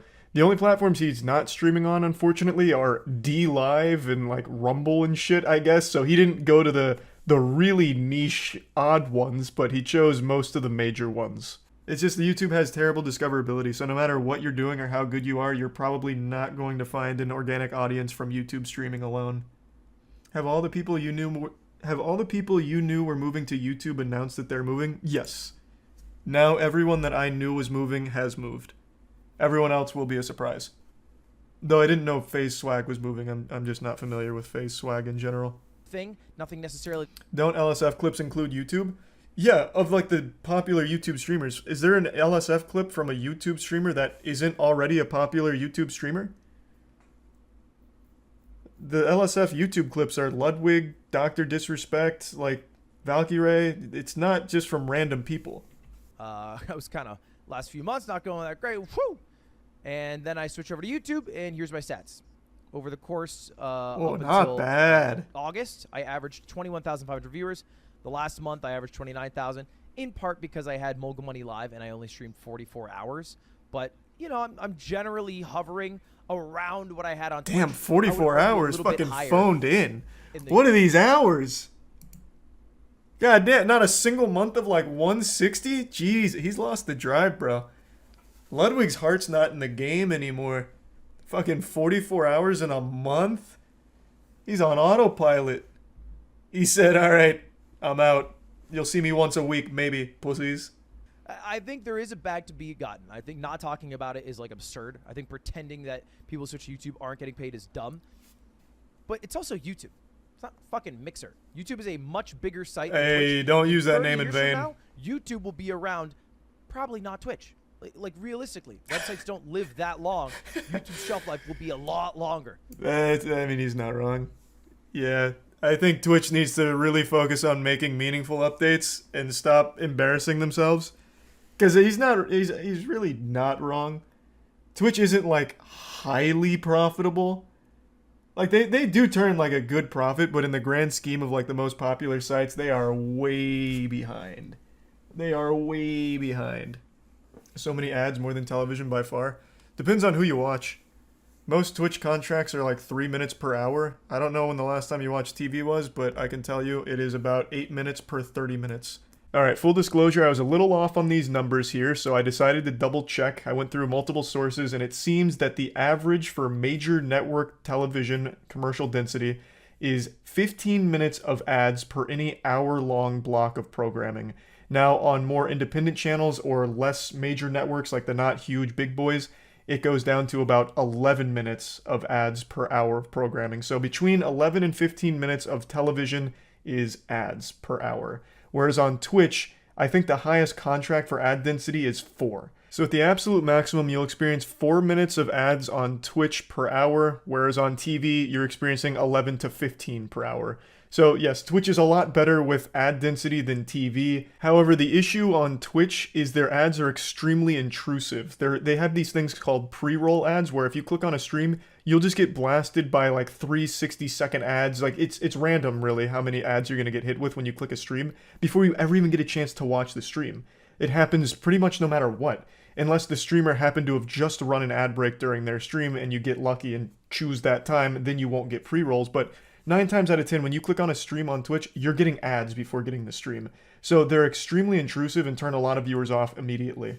And this is where YouTube has an absolutely massive advantage over Twitch, because the ads aren't nearly as intrusive. They do still have pre-roll on YouTube, but the difference is they're skippable. You have like one skippable ad before a YouTube stream starts.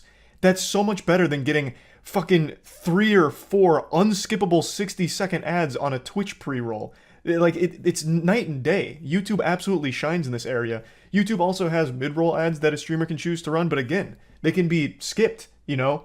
On Twitch, you'll get like a fucking, you know, full-blown 8 ads, none of which can be skipped. So YouTube absolutely blows Twitch out of the water here. You know, I can click on a YouTube stream, I get one pre-roll ad, I skip it, and now I'm already watching the content that I was there for. Whereas on Twitch, I get ads every time I click on a stream. And it immediately kills my desire to watch the stream. It's not the streamer's fault at all. It's a Twitch problem. There's just no reason why you should be hit with ads when you're just trying to watch a streamer. Like, let's say you're trying to find new content. Your favorite streamer goes offline. You're looking for another streamer to watch, and you find this smaller streamer. They have a really, you know, interesting title. You want to watch them. You click it. Bang. 5 ads. Well, not many people are going to sit there and watch all 5 ads for a channel they're not even sure if they're going to like, so they'll just leave. It would improve the service so much if pre-roll ads just didn't exist. Or if Twitch just made it more like YouTube where you can skip the ads. It's a problem that just shouldn't exist and currently doesn't exist on YouTube. Again, there's very few viewers that are going to click on a new stream that they're not even familiar with and actually sit through the pre-roll ads to find out if it's something they'll enjoy. You know, no one's going to be there pumping their fists like, yeah, The Sandman on Netflix, yeehaw. Oh shit, is this Arby's? Another ad. Whee! Oh my god, yet another ad. Let's go. Oh, now the streamer's here. That YouTube has right now, it's not who they are signing or who they're not signing. It's that they're not getting enough people switching over without signing. And I don't think we're going to see that change for another couple of years until YouTube has upped the things that they're falling behind on. Or yeah, just discoverability in chat. Twitch does what they keep doing best, which is nosediving a bit on products. And the only products are really going out is trying to get people to run more ads and stream more hours. Another thing you mentioned that I also think is a good point, all of the new Twitch contracts, they want a lot of hours, and they're always looking for ways to get more ads in there. I think that's going to start pushing a lot of the big streamers to YouTube, which is a lot more lax on hours and obviously ads. In fact, I don't even think there are like YouTube intrusive ads. So as that number continues to climb, expecting like 180, 200, 160, I think some streamers that have already been grinding super hard are going to look at YouTube and be like, you know, less hours does sound good. I get a bag, less hours. Their ads are terrible. I think the focus and reliance on ads is going to be something that drives the nail in the coffin towards the end. You can't click on a stream and get a fucking 60-second ad or even like 2 60-second ads. You just can't. Like, if you tell someone like, hey, I'm watching this shit on Twitch, come watch with me, and they click on it and they get a 60-second ad, you've lost a friend. You know, like, they're not coming back. But if you tell them like, hey, watch this guy with me on YouTube, they click on the stream, there's no ad. Like, immediately that's just a better start to someone that's unfamiliar with the platform. They've got to do something about that, man. They incentivize doing ads during stream to get rid of that, but you can't really gamify it. It just shouldn't be there in the first place. I think it's for every 3 minutes of ads you play, you get 30 minutes of ad-free on start, like pre-roll ad or something. I don't remember. And you think YouTube will be bigger for streaming? It's now been over a month since I primarily switched from streaming on Twitch to streaming on YouTube. I spent about 5 or 6 years exclusively in the trenches of Twitch streaming, and now I've recently done a cannonball into the deep end of the pool of the YouTube ecosystem for streams, and I just wanted to debrief on the whole thing because I've been getting asked a lot, not only by chat, but by friends of mine, what the big differences are, what makes one better than the other, which I prefer. And I thought this would be an interesting topic because for a lot of people, Twitch versus YouTube for streaming is a lot like Coke versus Pepsi. They're very similar, but there are subtle differences that make people prefer one over the other. And for streaming, it's obviously Twitch that's the preference. And I just kind of want to go over this whole situation here, let you all take a bite from an apple of my tree of knowledge, and just bestow upon you the sage wisdom that I've been gathering since being on YouTube. Because I am the one that walks between worlds. I'm like fucking John Constantine. So let's just start out with the obvious differences that you'll hear everybody mention. YouTube streaming has no culture to it. It is very bland. It's very vanilla. There's no real identity to YouTube streaming chat culture. And that's not something that you can really teach or artificially integrate into a platform. It's like basketball. You can't teach height. There's certain things you can teach about basketball, but ultimately, there are certain things you can't that'll make you a better basketball player. And for YouTube streaming, that is its chat culture. And let me break down exactly what that means here, because if you don't watch Twitch streams, then what I'm saying right now is a giant nothing burger of mumbo jumbo. Like, what the fuck is chat culture? Well, on Twitch, since it's been around for so long now, the community that watches Twitch streams has grown together and created a very unique identity for itself, where it has this DNA that's shared across every streamer's chat on the platform, with inside jokes or certain emotes that'll be spammed at certain times during the stream. And it doesn't matter who the streamer is, the chat itself is always in on the same general jokes or emotes, and just, it's hard to like actually explain, but if you've ever been on Twitch or streamed on Twitch, you'll know what I mean.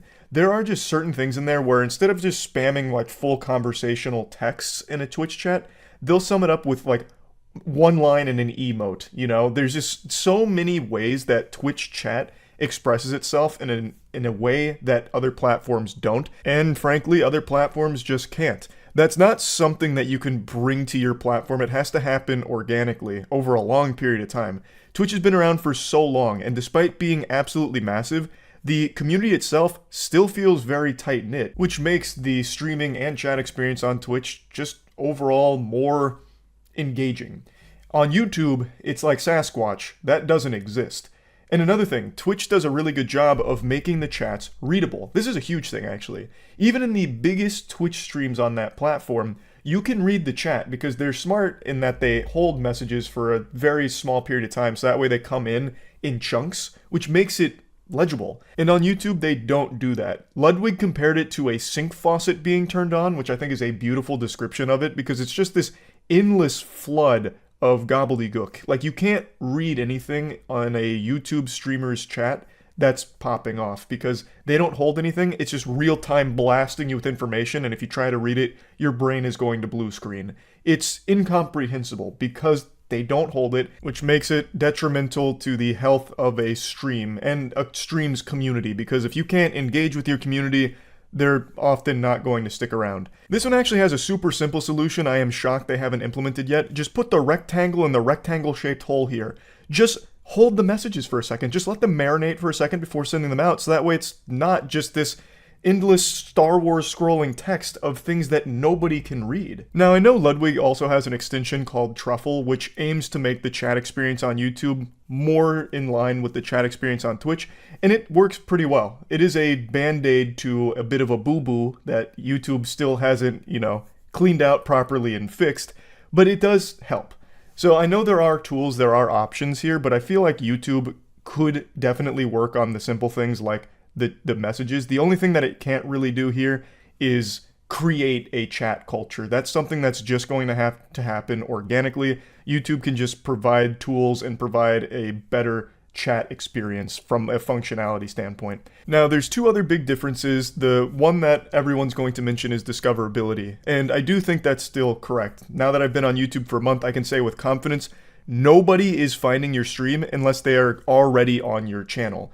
There's no way to find streams on YouTube effectively. If you browse the godforsaken wasteland that is the YouTube streaming tab, looking for any kind of interesting stream will be a daunting task. Like, you'd have an easier time having a threesome within the next 10 minutes than you would finding a single interesting stream that you might enjoy. The only way you find streams on YouTube is if you already watch the person that's streaming it.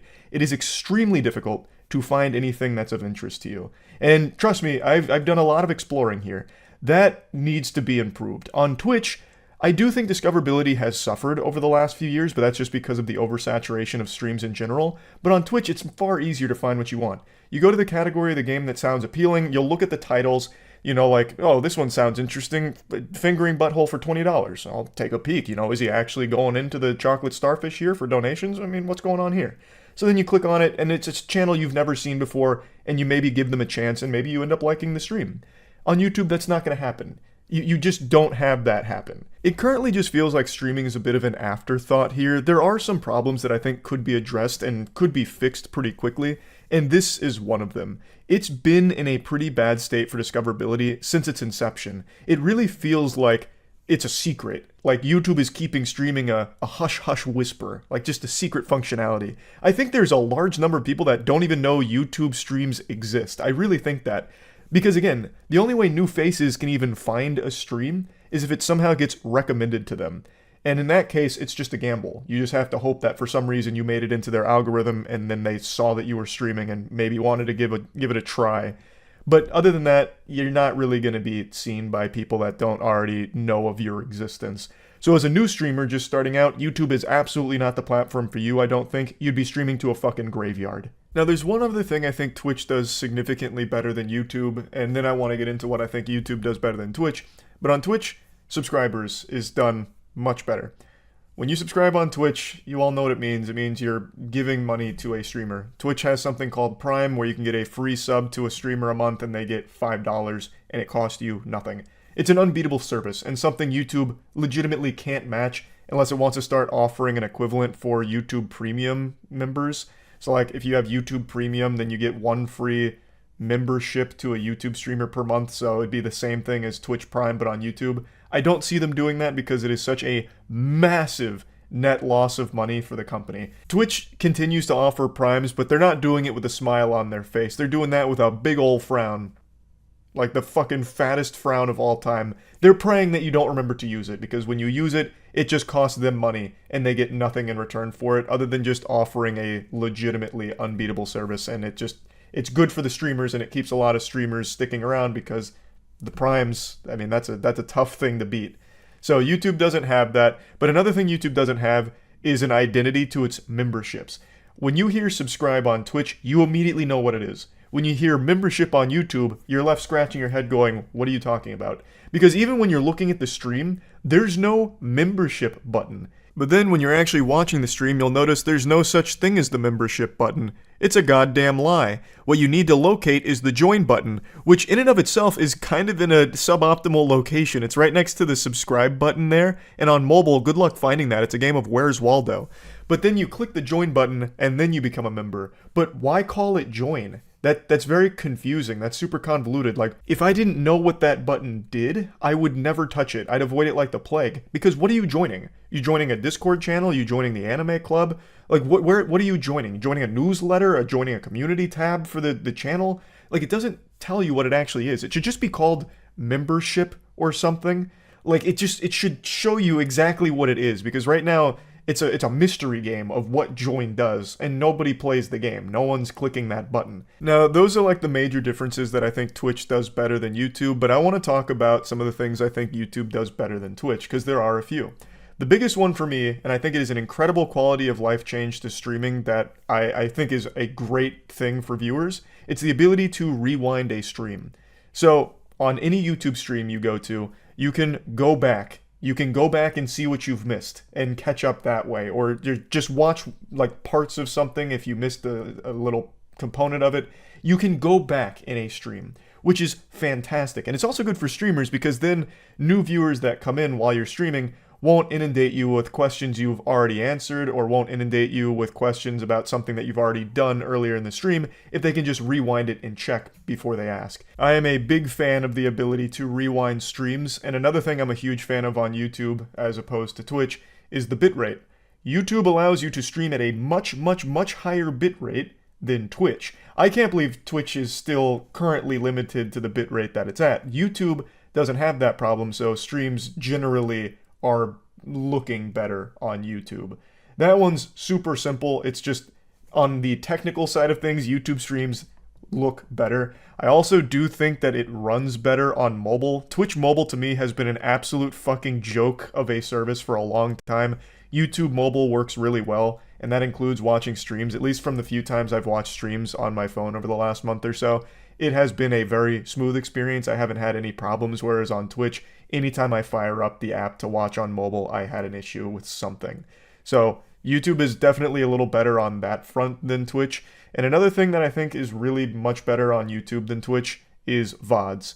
VODs, They exist on Twitch, yeah, but no one really checks VODs. In fact, most people that watch a streamer on Twitch will end up watching their VOD or clips from it on YouTube. So YouTube is just a place to go for on-demand content, and that extends to streams as well, because once you're done streaming, it goes to your channel in the live tab. And it's also monetized a lot better than on Twitch when it comes to the VOD content. So if you do ads during your stream, there's more value. You get more out of that than you do on Twitch. And that extends to the VODs, where your VODs are automatically monetized with ads and certain breaks during it.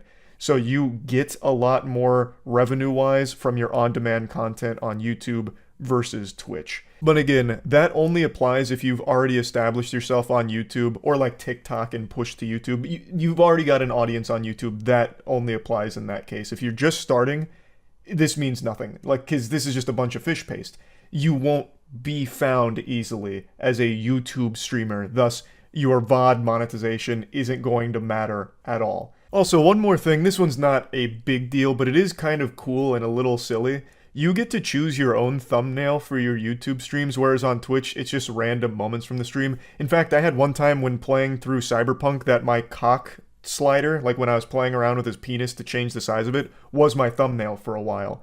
And it's not like you have any say in that, it's just Twitch generating those thumbnails for your stream. YouTube, you have full control over it. I haven't really been utilizing it to its full potential. I've just been getting like really up close to the camera and making like a face or just staring blankly at it, which kind of is like a jump scare when the notifications go out. But yeah, the ability to make your own thumbnail for YouTube streams I think is actually a pretty good thing. I think it's cool. But it also brings me to another problem. I just mentioned notifications when my stream goes live. That's not commonplace. Notifications aren't exactly the norm for YouTube streams. Very few people get them. I was actually talking to Danny about it like 2 weeks ago. Danny has no idea when I go live, and he's subscribed with the bell and all of that shit, but still, that notification doesn't really get sent out. Whereas on Twitch, you know what you're there for. You're there for streams. So you'll get notification for streams. YouTube, you're not really there for streams. Nobody's really there for streams. They're there for the VODs, their video content. So when a stream notification is supposed to go out, a lot of people either won't get it, A, or B, don't really know like what the fuck is going on, because it's a kind of long notification. It's the red icon, channel name, stream now, and then title, and then thumbnail. So it's kind of a lot, and a lot of people will immediately disregard it. So it's hard to let people know, even if you already have an audience on YouTube, when you're actually live. It makes it difficult to find the live streams for a lot of people, which is a complaint I've heard not only from Danny in real life, but from quite a few people who do tune into the streams from time to time, because they just genuinely don't know when they go live. Whereas on Twitch, that's never really a problem, because everyone knows when you're live when the notification goes out. So another thing I just wanted to briefly mention here at the end. But anyway, let's get to the conclusion now. If you're someone that's just starting streaming and wants to grow as a streamer, Twitch is 100% the platform for you, no doubt. But if you are someone that already has an established YouTube audience that wants to just dabble in streaming occasionally, it's certainly a viable option, for sure. I will say that I think Ludwig was also right about something else, where he said YouTube as a streaming platform is one that's best served with intermittent streams as opposed to daily. Whereas on Twitch, the most important thing you can do is just be alive. As a Twitch streamer, you find the most success through consistency. Just being there is enough to, over time, grow or maintain an audience, because a lot of people go to Twitch just for comfort, background noise or something. So as long as you're there for that, you'll find success through just consistency. YouTube is kind of the opposite. No one's going to YouTube streams for the comfort or anything. They're going there for the novelty of it right now, because again, it's not why you go to YouTube. So if you see a stream and you're like, oh, this sounds interesting, then you check it out for a little bit, and you need to capture those viewers' attention. And usually if you're just doing daily streams, you're not coming up with innovative new creative ideas for every stream. So there's a good chance someone tunes in and they're not interested in the game or whatever you're doing, so they just leave. So Twitch is really good for daily streams. YouTube, you'll probably find more success if every stream is a unique one. A big thing to think about when streaming on YouTube is, does this stream work well as a VOD? And if the answer to that is yes, then YouTube is a really good streaming platform, because you can stream it live, you can engage with the community live, and then it lives on as a VOD, which is very monetized effectively, and can enter the YouTube video algorithm, so you can get new eyes on the video content itself, assuming, of course, it gets picked up and it's like a good VOD.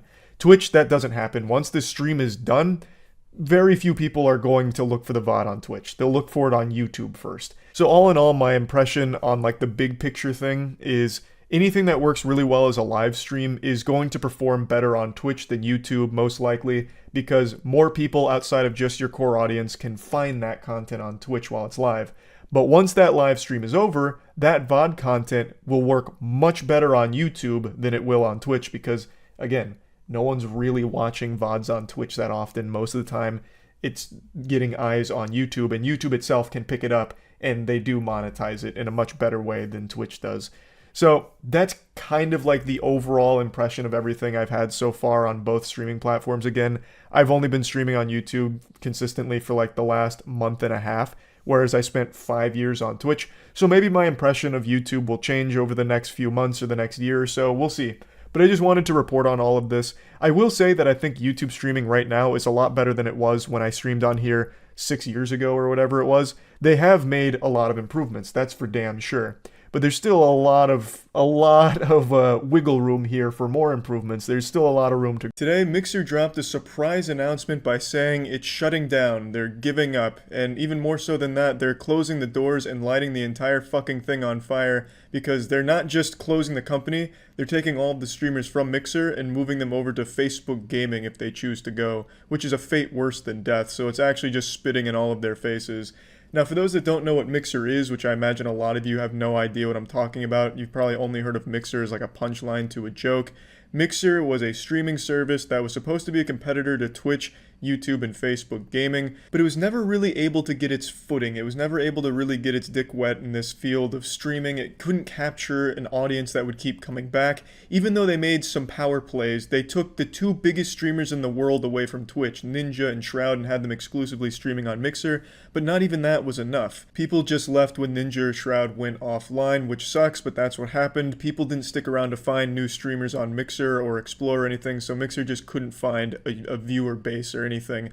So you can't ever really say Mixer even competed with Twitch and YouTube in that respect because it wasn't even close. It'd be like saying, you know, the JV high school quarterback is competing with Tom Brady for the starting lineup on the Buccaneers. It's just not even the same fucking ballpark. The only thing Mixer was competing with was like some obscure outdated shit. Like if AOL had a streaming service, it'd probably be going to head with Mixer's. It just didn't take off. Even though they did take the biggest talent in the streaming field and put it on their platform, it just didn't work. And I honestly think it's a shame. I made it clear when I talked about this after they took Ninja and Shroud, I don't like Mixer just because I don't like the layout of it, but I liked that it existed. I liked that it wanted to compete because competition, especially in something like streaming, is absolutely great for everyone who streams or anyone who watches streams. As I'm sure all of you know, competition is the best thing there is when it comes to business because it forces companies to improve and actually listen to consumers, otherwise they risk losing them to a competitor that is. And that's what I thought Mixer could be for something like Twitch, where Twitch was having a lot of problems and it wasn't listening to its community, but now Mixer had just taken their two biggest stars away from them. Maybe that would force Twitch to, you know, reevaluate how they run the site. But unfortunately, Mixer just couldn't get to a level where they were an actual threat to something like Twitch or YouTube or Facebook Gaming. And I think that's unfortunate, but this shutdown is more than just a company shutting down. This has absolutely devastated a lot of people that have dedicated their lives to streaming on Mixer. And this, I feel like a lot of people probably knew this day was coming at some point, but just not this soon. This was like a septic tank that just fucking blew up. A stick of dynamite was shoved in there by Microsoft and they just blew the whole thing wide open here. Microsoft did what it does best. Ruin a fucking company. Not that Mixer was doing incredible on its own, but Microsoft gave it the curse. Who remembers Skype? You guys remember Skype? Skype was a household name. When you thought of talking online, you know, texting your friends on the computer, voice or video chat with your friends, you thought of Skype. Hey, I'm going to Skype my friends. Got to hop on Skype. Got to talk to some friends. I'm going to get on Skype tonight. We're going to hang out. Skype. Everyone knew what Skype was. It was huge. It was the go-to for chatting online. And then Microsoft does what it does best, and fuck it. Nowadays, Zoom. Zoom now has that brand recognition, but Skype used to have that. And Skype today is basically just official malware. Skype is literally a fucking virus on your computer. There's been no improvements to it, no changes, nothing to make it competitive with anything. It's just been this stagnated hemorrhoid on your fucking computer that ships with a computer by default at this point. It's just a fucking worthless piece of shit. but it didn't have to be that way. It was literally a household name and probably one of the biggest programs on the internet for a long time. But Microsoft didn't know what to do with it and just let it die. They've now done the same with Mixer, except with Mixer, they tried two things. They tried poaching streaming talent and then nothing else. That was their second approach. Let's just do nothing and see if it works. Well, our first thing didn't work. Okay, we're done. That's what they did. You know, maybe there was a future for Mixer. But Microsoft didn't want to play the long game. They acquired Mixer in 2016, 2017, I don't quite remember, but either one, it doesn't matter. It was still very young in its infancy, and they only really tried in the last year to do anything meaningful with it by taking Twitch streamers, and really, they did change things. That made streamers realize, okay, so we're worth something to these companies, which allowed them to negotiate contracts with Twitch, Mixer, YouTube, Facebook. So they did do something, but it didn't grow their platform. And that, or at least it didn't grow it as fast as they wanted it to. They were trying to fucking speed run streaming services here without ever putting in the actual work to organically grow it, and then they gave up. It didn't even take a full fucking year. Ninja and Shroud, they are kings in this right here. They fucking came out like an actual goddamn god. They got a huge deal to exclusively stream on Mixer. They kept their Twitch accounts. They didn't even have to stream on Mixer for a full year. And now Mixer is closed and had to pay their entire contracts in full and can go right back to Twitch. They have the freedom to go to wherever they want, and they'll likely go back to Twitch. That is huge, so congrats to them.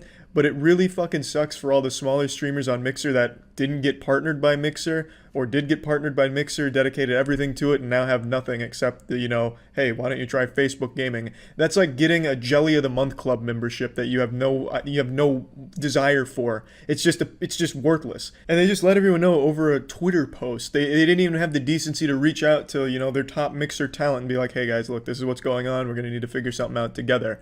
They didn't even do that. They just fucking dropped it on Twitter. And then if you went to Mixer after that announcement, almost every stream on there was fuck Mixer, with the people crying, literally crying, because, they dedicated their lives to Mixer, investing in the potential, the possibility that Mixer could be an actual competitor to the big boys, and they must have fallen in love with something specific about the platform that now they just got fucked out of, with no warning, and that's terrible.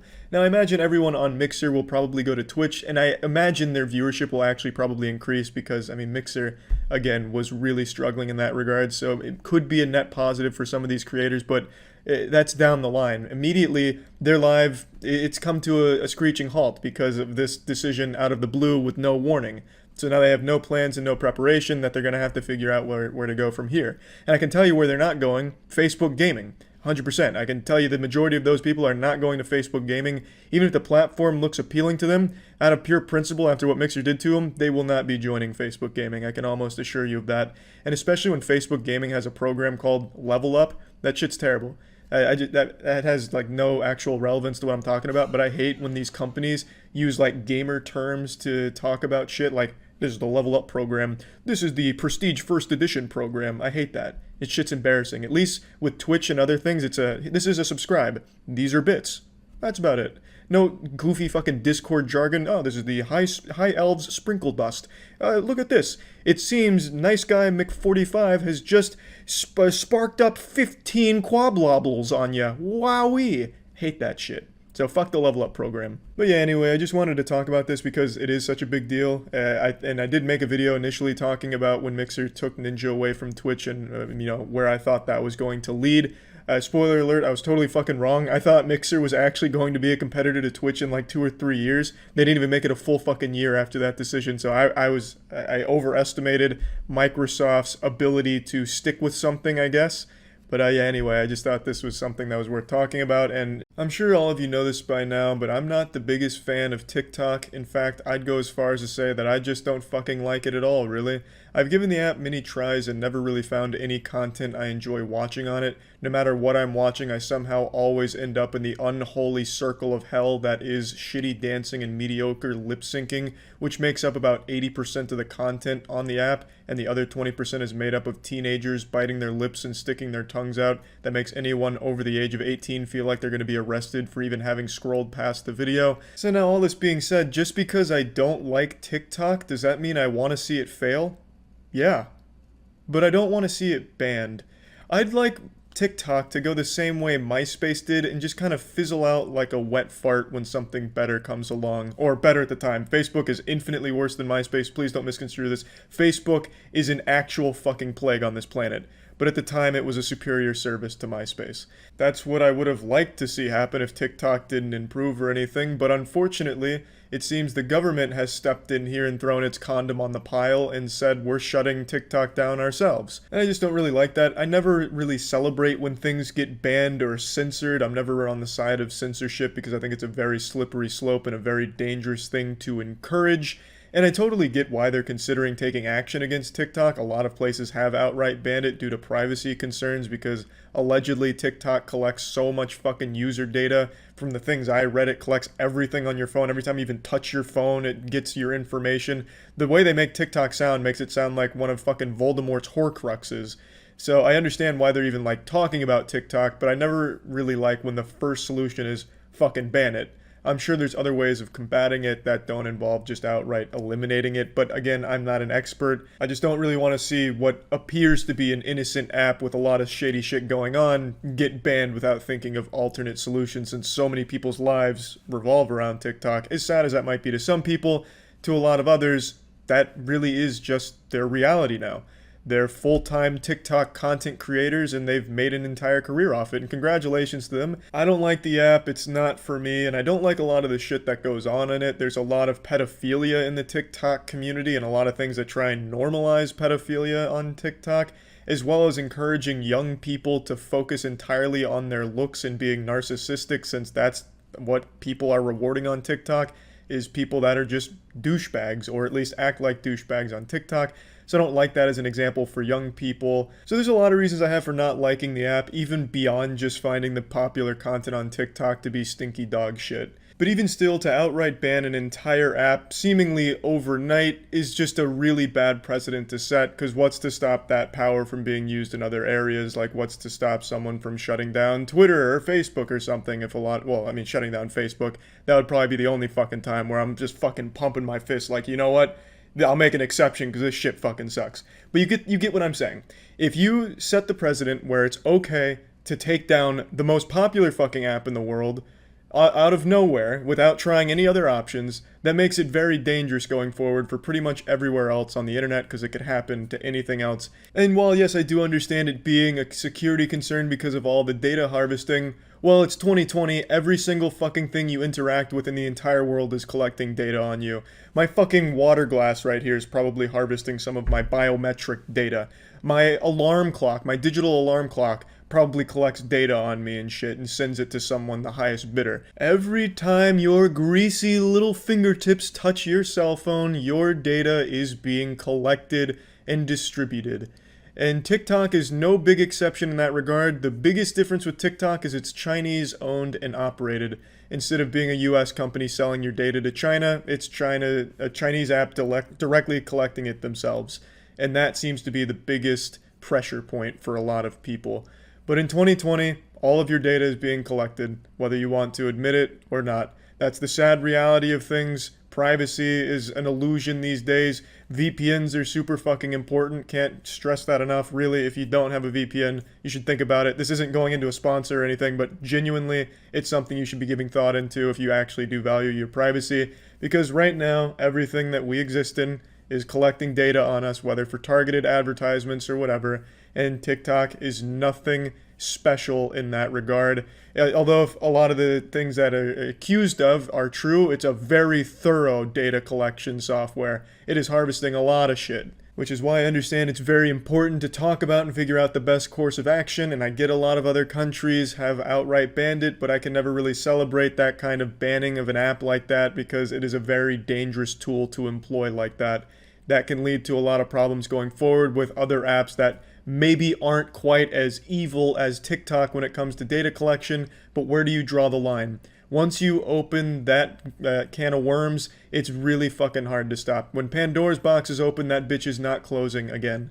When you start to normalize banning apps overnight and censorship, you pave the way for a huge mess of problems. And I get there's a lot of people out there that like to fool themselves into thinking, oh, the government's only going to do this one time for this really evil app. And I gotta say, that's just a fucking silly thing to think. When you give that power, you're not gonna give it back. They're not gonna just be like, okay, we did it once and now we're done. That's going to be something in their Batman utility belt that they can use at any time, and I just think that's pretty scary going forward for obvious reasons. Now, of course, I do think there are cases where it's absolutely warranted, where shit gets banned. I'm not saying everything should just be this wild, wild west of degeneracy or any shit like that. There's definitely cases that warrant it. But when you're targeting the biggest app in the world, that leaves a lot of room for gray area if you're just going to ban that. So yeah, that's my thoughts on the TikTok. TikTok being banned is a headline that floats around annually. It comes once a year like Santa Claus and spreads like the common cold, with people thinking this is really the time it's going to be banned, and then never does. However, this time around, it's a different kind of ball game. This rodeo's looking a little bit different. All signs are pointing towards TikTok being an extinct dinosaur at the end of next week. TikTok rep has even said that they're preparing for a US shutdown on Sunday, which once again proves I am terrible at predictions. Babavanga is frowning. I have been very vocal with my naysaying and bah-humbugging, saying that people are blowing this out of proportion. TikTok's not actually going to get banned. Because we've been through this song and dance so many times, I just didn't put any water into this being the one where it's really gonna just vanish. I just be flopping my veiny cock on people's chins about it, saying, you gotta wake up, it's not happening, and then, well, January 19th at the latest, it looks like we'll be living in a post-TikTok society. What that looks like is anyone's best guess. There could be mangled corpses in the streets, buildings on fire as former TikTok stars start cranking JoJo Siwa dances and IHOPs and posting the videos desperately to Instagram Reels. Who knows? I'll go ahead and tell you where I stand on this, and I stand pretty tall, 5'6". It's a topic that's been pretty tricky for me. I've been pretty conflicted on it. It's no secret I'm not a TikTok enthusiast. I think TikTok has been a net negative for its users, and I think there is very real data and evidence to suggest that it has had a very harmful effect on people's ability to focus. That being said, I think it has also been an invaluable tool for, small companies as well as individuals to make a career out of basically nothing. An example that I use from time to time is someone like Queso, who I think is probably one of my favorite content creators on the internet in general right now, and TikTok is what really helped elevate him and put him in the public sphere.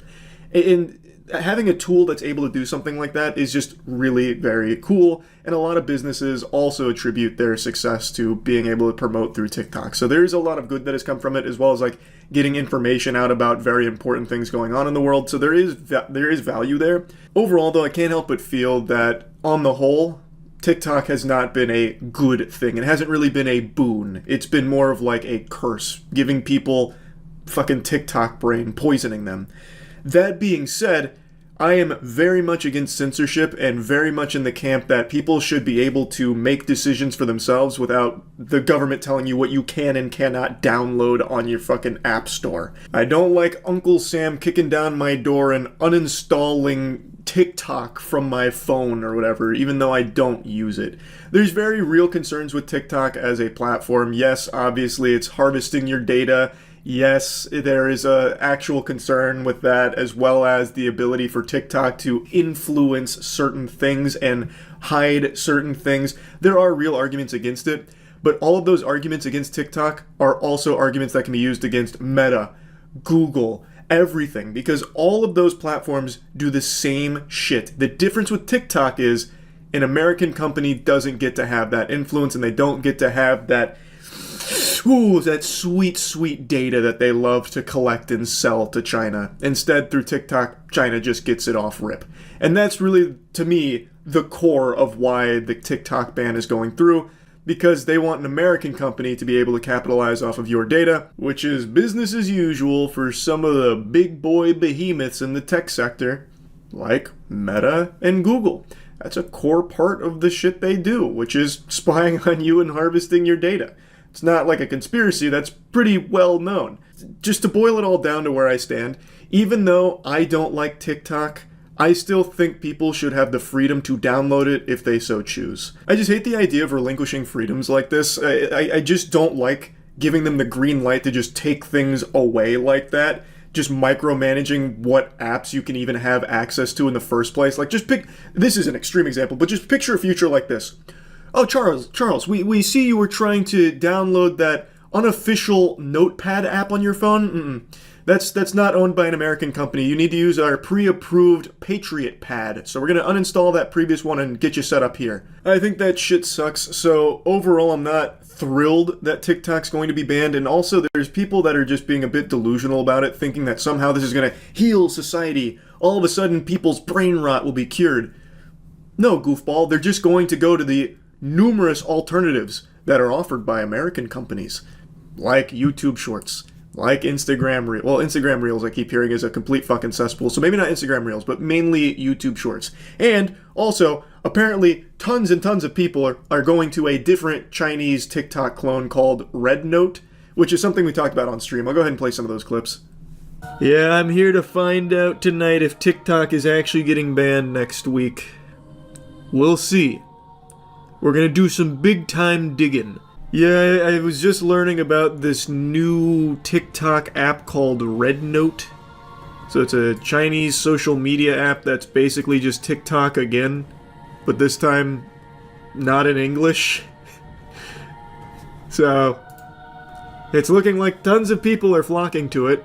Yeah, the 19th is when we're gonna know for sure if it's actually banned. But they do this every year. Every year for like the last 4 years, they have this whole hoopla, time to ban TikTok. Unless TikTok gets bought out, it's banned.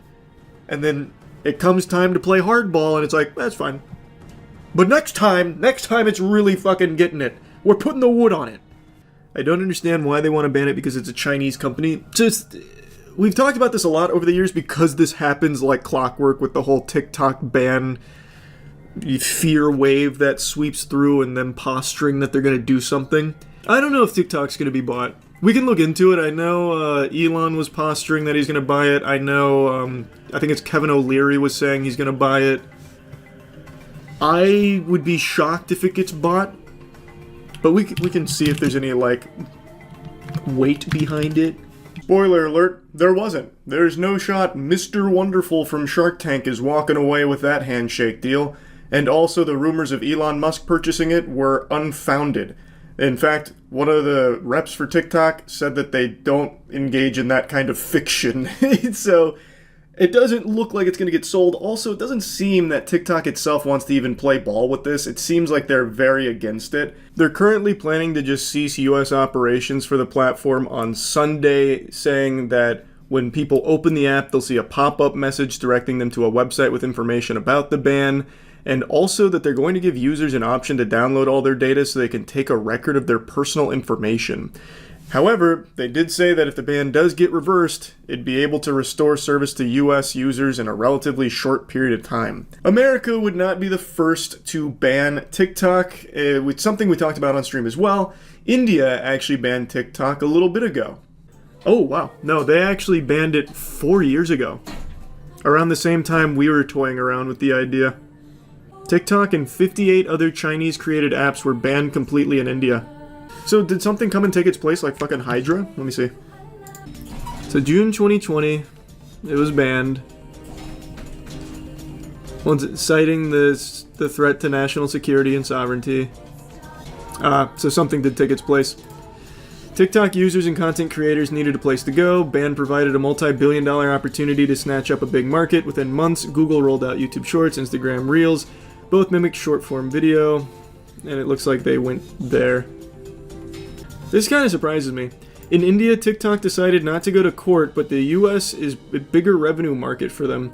Also, the First Amendment in America is fairly strong, so it's not going to be easy for the US to do this as it was in India. I'm surprised they wouldn't try and fight it in India. That's a huge market. A lot of them went to Chingari too. Never heard of that. Is that a TikTok clone? Oh my god, I hate these websites! Someone needs to buy all of these mainstream journalist websites and just burn them to the fucking ground. Jesus! I'm not gonna subscribe for $1 a month to read fucking 2 paragraphs. Is it bad? I would rather TikTok goes down so people can start doing something better for themselves than watching short videos for hours wasting time. It's super cute that you think that would change anything. People in preparation for a potential ban have already flocked to another TikTok adjacent platform. Sexy as Stallone and as funny as Bill Murray. I asked for a That's so old-fashioned. And as suave as Humphrey Bogart. And I know how to speak Ewok now from the sheet music. Not even George Lucas knows how to do that. He doesn't even know who Ewoks are anymore. Have you read the comics? No, but the movie was awful, so I didn't. That's that same asshole that insulted our girl Brittany. Douchey. Charities. I also used to do a lot of philanthropy work. He seems like a nice enough guy. Better than the other 3 douchebags who asked if she was just like a hooker, and one of them just said she sucks. So, that's an improvement. Yeah, baby! Thank you for running con, or... I'm going to the 10-year anniversary fire. Do you like want a doggy style in the bathroom portables? Yeah. Maybe Porta potties? Yeah, let's go to lineup. Yeah. Have you ever seen Galaxina? Have you ever seen a vagina with no hair on it? Sci-fi movie. If we didn't do speed dating, would you come up to me ever and speak to me? Fuck yeah, I would. At Comic-Con, I probably would have come up for like a picture. Oh, yikes. But that probably would have been it. Normally, Why would you when I say talk that? to women, oh my god, that is awesome. Oh my god, it's Katy Perry. Are you? I am a super EMT, and this is going to be awesome. That's cute as shit, man. What the fuck? Anthony's wooing me over. I don't know why I'm calling him Anthony. It's Anthony. On both sides, this is actually... Imagine getting CPR from him. He's just counting off memes. All your base. Belong us. Big. Chungus. Getting fucking CPR from a Redditor. Taekwondo, which I find someone to actually love me, as well as my fandom, Well, which I can share with them. Don't go to And then Geek we Love can just speed be dating one looking happy for love. family. Just look to slam some very ham. passionate about What? self-fight. You're going in with Obviously, way too because high I of make each and expectations, every one Anthony. on my bed, spice up my To be honest, life. the This host is here. so not what I'm used to. Where is he? Welcome to Sci-Fi Speed Dating. You're all gonna This sit down in guy, your chairs Gabe here. Newell, stand-up comedian Gabe Newell, is actually not bad. Awesome.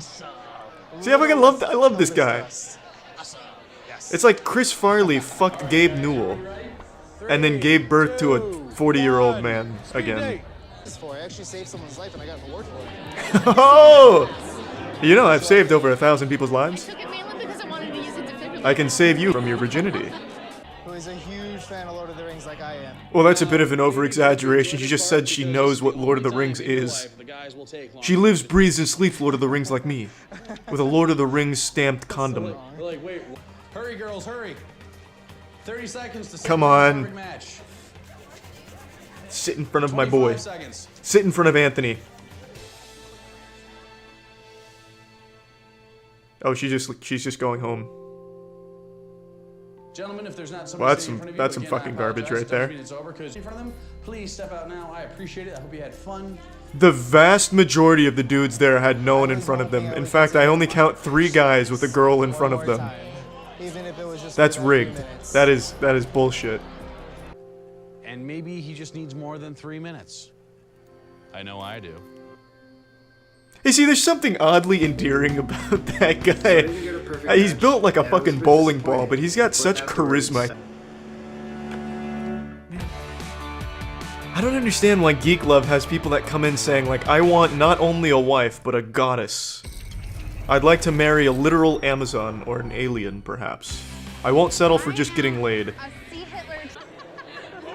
So is it a Homestuck reference, or does she just like Homestuck?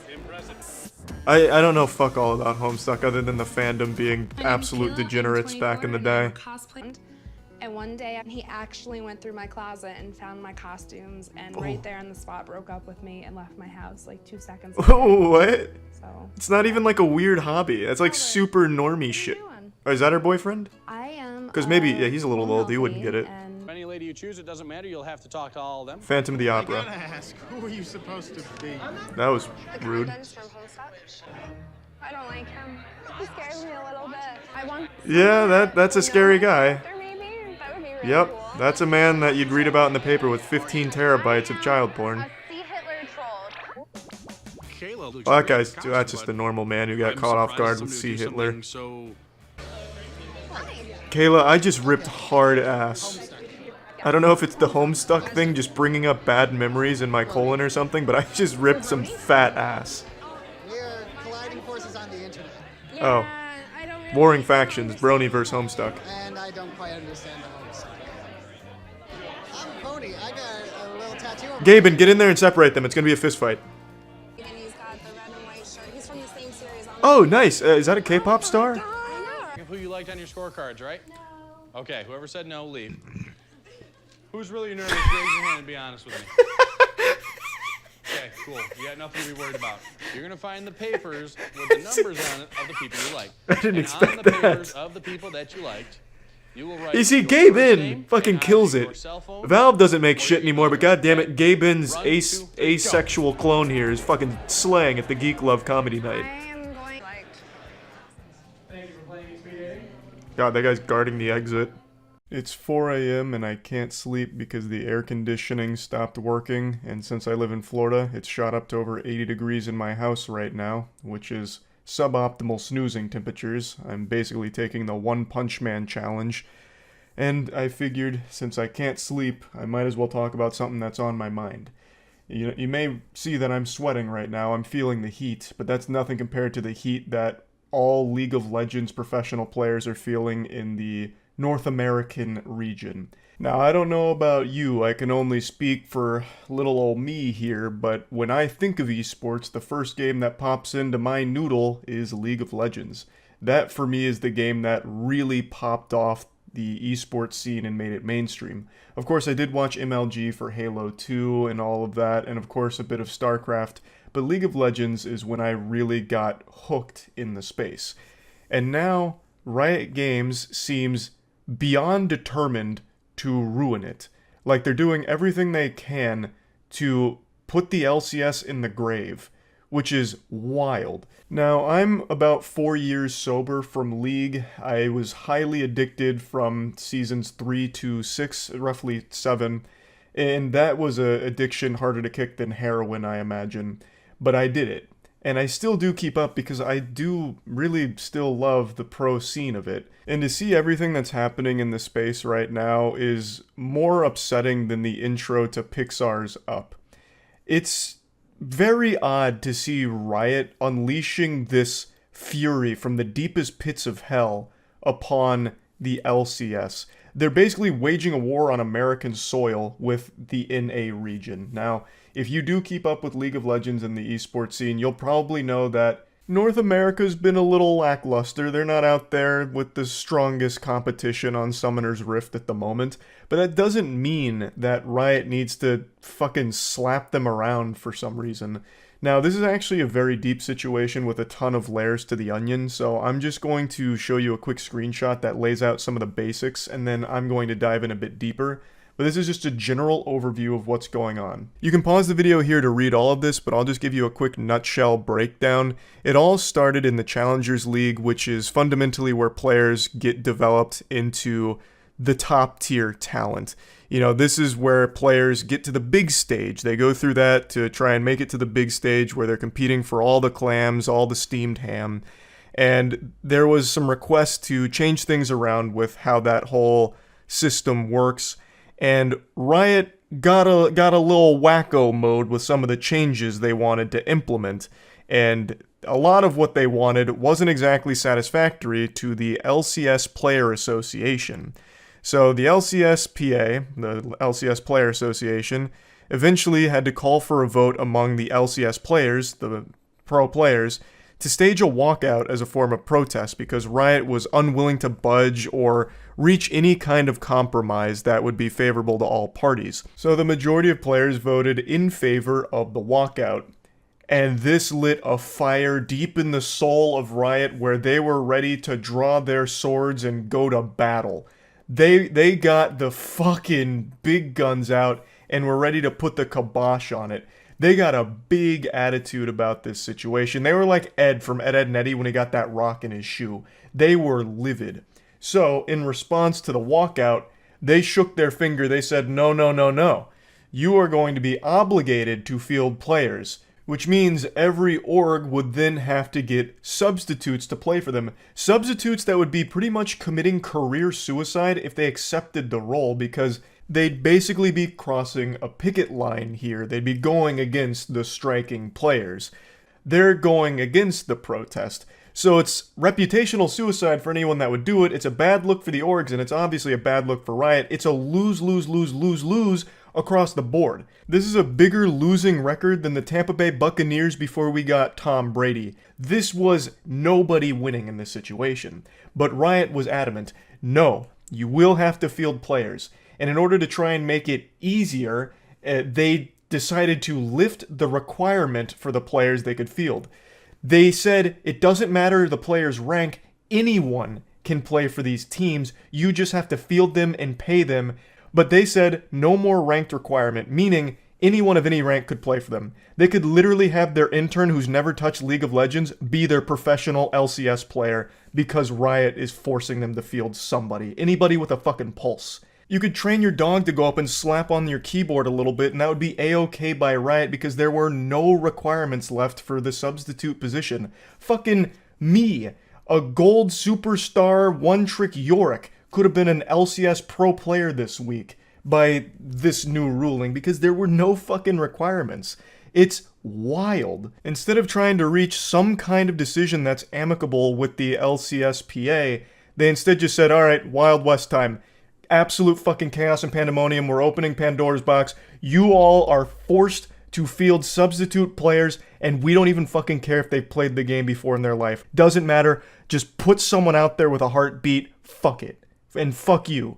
They are just actually out here spitting in the face of all of the LCS players. It's pretty disgusting. Now, it's worth mentioning that not everyone thinks Riot is fully in the wrong for this situation, so I haven't seen Tyler One's clips on it yet, but according to this article, he seems to believe Riot actually made the right decision here with their decision to scrap the mandatory participation in the NACL. He calls them paycheck thieves and says that 90% of the players won't ever be good enough for the LCS, so it just causes the orgs to bleed money.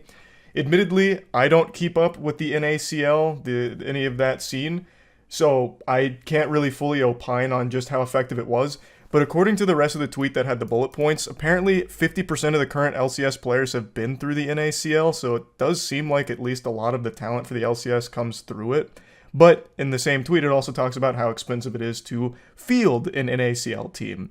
So there's just a lot of moving parts to this situation here, and regardless on where you stand for the effectiveness of the NACL and whether or not it should have ever been a mandatory requirement, I think everyone should be able to recognize the scummy behavior from Riot with their absolute refusal to compromise on anything. That's not uncharacteristic behavior from Riot, and I know Tyler One's had his fair share of criticisms against the company for their downright reluctance. They'll fucking stomp their feet and refuse to change anything. They just don't budge.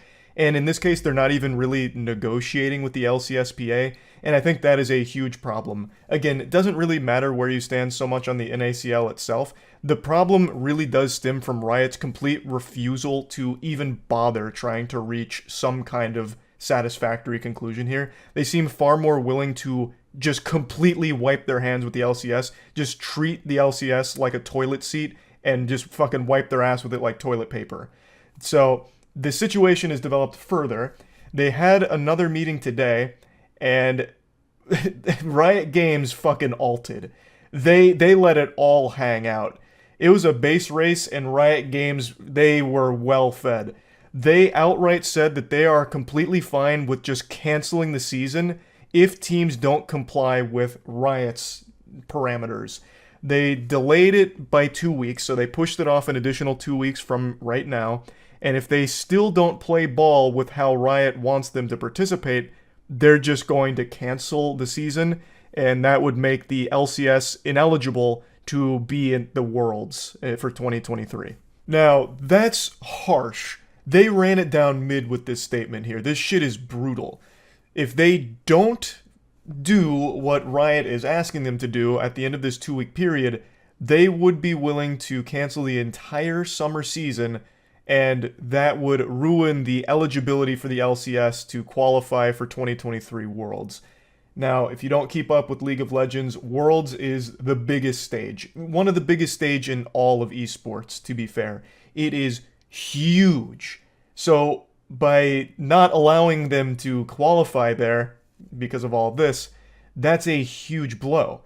keep in mind how expensive it is to even be an organization in the League of Legends space. The LCS is not cheap. We're talking 8 figures. It is a very expensive endeavor, and these orgs have gone all in to be there. So this kind of threat is terrifying. That could like actually just straight up ruin some orgs, like outright. Like I'm sure there are sponsors dependent on these orgs being in League, for example. So like there's a lot on the line for these orgs, whereas Riot can just kind of write it off as like a loss. Like, you know what? Whatever. We still got fucking billions here. So what? We'll take a bit of a loss on the LCS. Fuck them. They disobeyed us. They didn't listen to us. And for that, they stepped out of line. We gotta punish them. Make an example out of them to all the other major regions. Like, it's scary. And there's, of course, the LCS isn't the only region. It is a major region, but it's not the only one, of course. So I'm very curious how the other regions will respond to this, because I would feel like they should also be a little concerned with how Riot's handling this, where like if things aren't going swimmingly, Riot seems totally fine going scorched earth protocol and just lighting it all on fire, like with what they're doing with the LCS here. So I guess we'll see how the 2-week period goes. It seems like there's going to continue to be dialogue between the LCSPA and Riot Games to see if they can reach some kind of happy ending here, but as of right now, at 4 a.m., it's not looking too promising for the future of the LCS, which is just super sad. Because again, the LCS used to be a powerhouse. Like, this was the esports scene. And to see where it's at today is crazy. And to see Riot so willing to just get rid of it, like cancel the season, is crazier. And I just wanted to talk about it a little bit because it's something. It's always so inspiring to see someone never give up in the face of adversity, to push forward and achieve great things, like Rocky or Will Smith in iRobot when he was telling people like, hey, these robots are a little fishy, and they said, hey pal, you're just blowing from stupid town, and then turns out he was right and he still protected us anyway. Point is, this is the backbone to so many of the best stories ever told in books, movies, TV shows, and anime. It's like one of the 10 commandments of anime for every protagonist, just that never quitting attitude. But in the real world, when companies in particular adopt this never give up mentality, it's pretty embarrassing and pathetic. In particular when it comes to Meta, or as you know them, Facebook, because nobody really knows this fucking clown company is anything other than Facebook. Meta's been on a bit of a cold streak recently, with the most recent embarrassing blunder being the Metaverse. More like Meta reimburse everyone who bought into that scam. Being sold as like the way of the future, nowadays it's just a barren, empty wasteland of broken dreams and broken promises. The goofballs just made a virtual reality experience more primitive than Roblox and Second Life. It's just shameful. But they didn't give up. They didn't quit. They said, you know what? That was so good, we're gonna do it a second time. What about second breakfast? So they're trying another venture here, and it's actually opening to pretty big success. And it's what we're talking about today. Threads, a Twitter competitor. Twitter's had its own series of missteps, quite a few blunders. They've given up Scholar's Mate a few times here, and it looks like Meta's trying to strike while the iron's hot, so they released their own Twitter competitor called Threads. When looking it up, I saw this headline: Meta's Twitter competitor for friendly conversation launches early. And this feels like the worst article ever written to promote something. Calling it a place for friendly conversation makes it sound like Weenie Hut Jr., where you're not allowed to go in there unless you're wearing elbow and knee pads. Not that I like Twitter. I think, and I've been very vocal about this, I think Twitter fucking sucks. I don't think the world was ready for a platform like that, and it is just the absolute worst thing for a human being's mental health. And now for the first time, we're being cursed with a platform that threatens Twitter's stranglehold on brain rot. This is like that scene out of Godzilla where he says, let them fight. We now have 2 kaijus going to war over poisoning your mind, basically. So you have Twitter, which is no stranger to horrible decisions, and now you have Meta with Threads, which is no stranger to horrible decisions. Obviously, Meta's mainly going to be using this for more data harvesting, I imagine, since that's kind of their bread and butter behind their business models. But this is a big deal because Twitter now has actual competition in the space. And it doesn't seem like they like this ball game very much, because apparently Twitter is threatening to sue Meta for Threads right now, saying that it stole their trade secrets. I don't know what Krabby Patty secret formula they think they cooked up there, but Twitter itself was already derivative of some of the old message boards from way back in the day. It just kind of became streamlined on Twitter, and everything just got so concentrated on the internet as a whole that everyone flocked to Twitter for the experience. I don't know exactly if they have a strong case against Meta here for Threads, so I guess we'll just have to see how that whole soap opera plays out. But honestly, the biggest thing about this announcement that I see nobody talking about for some reason is the fact that Meta maliciously calculated today as their launch day because they knew that I was dropping our Plague Seeker animation. They wanted to take the wind out of our sails knowing that Plague Seeker was going to hog all of the internet's attention for today, so they had to drop Threads in order to take the wind out of our sails, which is foul play from Meta, but I'd expect nothing less from fucking Zuckerbot. So don't let them win. Go watch the Plague Seeker animation. We worked very hard on that. But anyway, I don't want to get too lost in the sauce here at the buffet, so before the steam keeps pouring out of my ears, let's focus on Threads.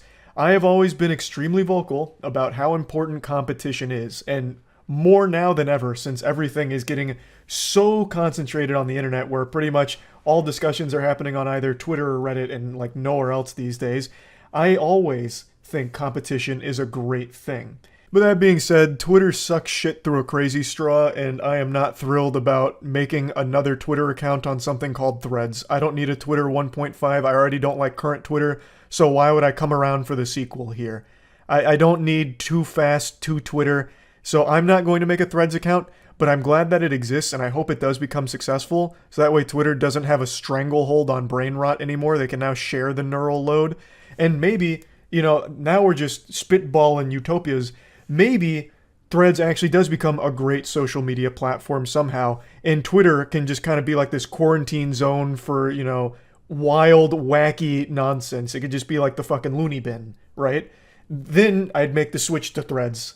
But for now, I don't need another Twitter, so I'm not going to be signing up for it. I'm not exactly, scratching at my neck for more of that experience. But like I said, competition is great, and I do hope Threads can at least threaten Twitter enough so that way both can improve. So that way you're not stuck with constant dog shit changes that make the user experience worse. The most important thing to remember about competition, that it is always the best thing for consumers. You want competition. This isn't me trying to hypnotize you. I'm telling you a fact. You want competition. You don't want one entity to have all of the power when it comes to a market share like this. So it's good. But I don't like Twitter, so I'm not making a Threads account for more Twitter. But I'm out here rooting for it, even though it is one of Meta's. But at least now you get the choice. Do you want to stay on Twitter, or do you want to go to fucking Mark Zuckerberg's booby here and suckle on that for the Twitter experience? You get choices now. And since I don't have a Threads account, I've just been reading people's personal accounts of the site. Apparently they're not allowing like pornographic material, and they're also like censoring people, like individuals. I don't know how true these claims are right now because I'm getting conflicting information from different sources. And if both of these claims are true, the censorship is a big L, but not having it constantly feeding you pornographic material, I actually think is a good thing. I don't know if that's a hot take or not. I was talking about this on stream last night. I never stopped to think about just how weird it was that Twitter's a platform that you have to be 13 or older to sign up for, and it just has porn plastered all over the place. And it's super common, especially in replies. And this is a platform that is, again, 13, which is below the legal age for porn consumption, which is 18. And it just wasn't even something I even thought about until a couple people on Twitter started mentioning it, and I was like, huh, that's an interesting point. And the majority of the time, it's not age-gated at all. You just immediately get fed the content with no, like, safeguard in place or anything. You'll read a goofy tweet that you're giggling about, such as the timeless classic, dude walked into the pee store and said, "Is this the poop store?" It's like, brother, look around. And you're, busting a gut laughing at it, having an old belly laugh, and then you scroll into the reply section to see who else is laughing with you, and then bang, just a full picture of a gaping, leaking butthole and an OnlyFans link. And it's like, what the fuck? So yeah, I'm not exactly going to be crying about the lack of porn on Threads if that is the decision they decide to make. But I did look up some complaints that a couple of articles have noted, so I'm just going to go through those real quick, because again, I'm not making an account on Threads right now, so I don't know firsthand what the experience is like. According to this article, you can't set threads to view only posts from accounts you follow, which, again, this just feels like they rushed it out and just didn't bother putting this in yet, but will be coming shortly if I had to guess, because this is a pretty obvious one that they'd need to have set up. There's also no web interface, but you can read the threads on the website, but you can't post them or interact with them in any way. And apparently you can't delete your Threads profile without deleting your Instagram, which seems like a pretty big oversight, but it seems like something a lot of people will have an issue with down the line. According to the quote here, you can deactivate it, but you can't delete it without, also annihilating your Instagram account. Also, there's no search functionality right now in Threads. It only lets you find user accounts, so they do say that they'll be adding more features to help discovery, obviously. That's very clear. This is just a rushed job getting it out, so it doesn't have all the features at the moment. And then the other thing is that it's not currently available in the EU, which I imagine it will be shortly. But yeah, anyway, like I said, even if I'm not making a Threads account right now, I am happy that there is competition in the space. And hopefully, I feel like TikTok has been on the brink of death for like the last 5 months. I swear, like every 3 weeks, there'd be a new story about how TikTok is finally going to get banned. It's going to die. The government's coming out. We're tired of TikTok stealing our hentai haven passwords. We're taking this bad boy down. There's no more. But TikTok is like a cat. This fucking thing has 9 lives. Somehow it just keeps persisting, even though there's been like this crazy war on TikTok. And then a couple days ago, they're like, you know what? We're finally slapping our cock on the table. We're flopping dick out here. And we're saying, you know what? TikTok is going to be banned from the App Store starting on Sunday. Starting on Sunday, you won't be able to download TikTok. Owning TikTok will be viewed as a capital offense, and you will be hanged in front of the world to see for this kind of criminal activity. And then on November, we're erasing TikTok from everyone's phone, and we are going to send the Men in Black to neuralize every TikTok user to forget that it ever existed. That's how much we fucking hate TikTok, and we are going to ban it as hard as possible. And then Sunday rolls up, which is today, and then all of a sudden it's like, nah, TikTok's fine, Walmart bought it or something. Once again, TikTok squeaks out a victory from between their ass cheeks here out of nowhere. Me personally, I don't give a fuck one way or the other anymore if it's banned or if it's not banned. I don't know the whole history of what's actually being spied on when you download TikTok. If it has all my personal photos, I just kind of feel sorry for whoever's having to digest all of that information there, because I still have those pictures of my hairy asshole when I was taking pictures of my butthole trying to shave it. So they might just outright stop the spying program because of me. Just be like, holy shit. This is disgusting. This is more than we bargained for. Shut this entire operation down, and then I could be viewed as like a hero, some kind of patriot that fought against spyware and won. But overall, I've never liked the idea of banning things. I hate censorship, but at this point, since I don't know everything about what the fuck TikTok does behind the scenes, I just don't care one way or the other, and I don't use the app in the first place. I don't like the content. So for me, I've just been enjoying this WWE performance with this back and forth of the TikTok war. What I want to do today, though, is show you the most powerful TikTok I've ever seen. You could argue this is either the best TikTok ever made or the worst TikTok ever made. This could either be the best reason for TikTok's continued existence or the #1 reason why TikTok should be banned and viewed as a war crime. I'm going to go ahead and share that with you now. No, I mean, like, I told her.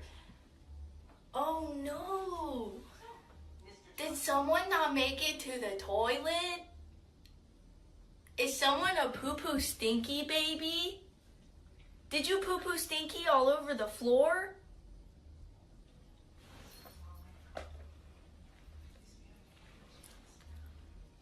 You're a poo-poo stinky baby. You're a uh-oh stinky poo-poo baby. Now there's a lot to unpack here. This is what's called a duet on TikTok, and it is a simulated kidnapping. So, as you can see on the right, we'll go through this again, of course, and we can break it down scene by scene, but as you can see the setup, you can see these two girls acting out what seems to be a hostage that has shit herself in the bathroom, and then she's coming in kind of condemning her for that kind of behavior, for not making it to the toilet, which was right in front of her, but she's also kind of experiencing a bit of jubilation because now she gets to eat her shit, which I guess she enjoys. And this is just so much better, leagues above all of the lip syncing and dancing. Like, I don't care what your perspective is on TikTok, you have to at least appreciate that this is a lot better than like what's popular on TikTok at the moment. So let's go back, we'll go scene by scene here and see what's exactly going on here. No, I mean, like, I told her. Oh no! Did someone not make it to the toilet? I saw this video about a year ago, and this is kind of what I think of when I think of TikTok these days. It's just something that was really burned into my mind. It's just a wild scene that plays out here. It's like something you would see out of a Quentin Tarantino film, except there's less barefoot foot fetish shit in this little TikTok than in one of his films. So, as you can see, she's just kind of relaxing. She's not very happy about being kidnapped for obvious reasons. And then this lady comes in after having a conversation and immediately noticing that she had an episode where she took a fat shit on the floor. Is someone a poo-poo stinky baby? Did you poo-poo stinky all over the floor? She begins name-calling and just kind of embarrassing the hostage in this situation here, and you can see it really start to weigh in on her. She's not happy about being called an uh-oh stinky poo-poo baby. Like, who would? If somebody came in on me when I was taking a shit on the floor and called me an uh-oh stinky poo-poo baby, I'd be pretty fucking tight. I'd be like, well, you know, my hands are tied. Like, what am I supposed to do? I can't exactly get to the toilet, lift it up, and take a shit there. So I just had to splatter paint it all over your floor. Like, there's nothing else I could do. And I don't appreciate being called a poo-poo stinky butt baby. Uh-oh stink master, super stink baby. Just, you know, I did this and I'm already embarrassed about it. You don't have to rub it in my face.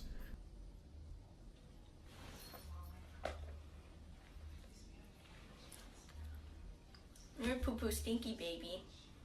Obviously, right here is the most climactic moment of the entire short. This is just the most shocking plot twist here. She begins eating the feces. Now, you would obviously think that she's probably just eating some fudge or like a little piece of chocolate cake or something, but I like to imagine she actually did just eat like a straight up piece of dog shit, just to really sell the performance here and just really sell the entire short. If you want to make that leap from TikTok to Hollywood, you either have to have sex with Harvey Weinstein or be willing to eat some real shit on camera. So if she did just take the easy way and just use some melted chocolate or something like that, she's just not gonna make it in Hollywood. You're uh-oh stinky poo-poo baby. So yeah, that's about the end of that short right there.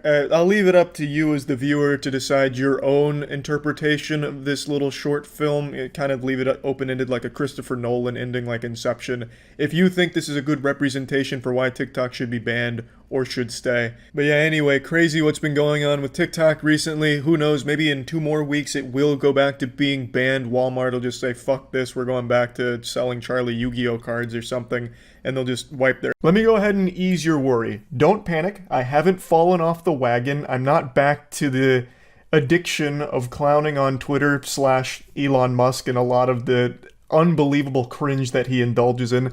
That's not the purpose of the video today.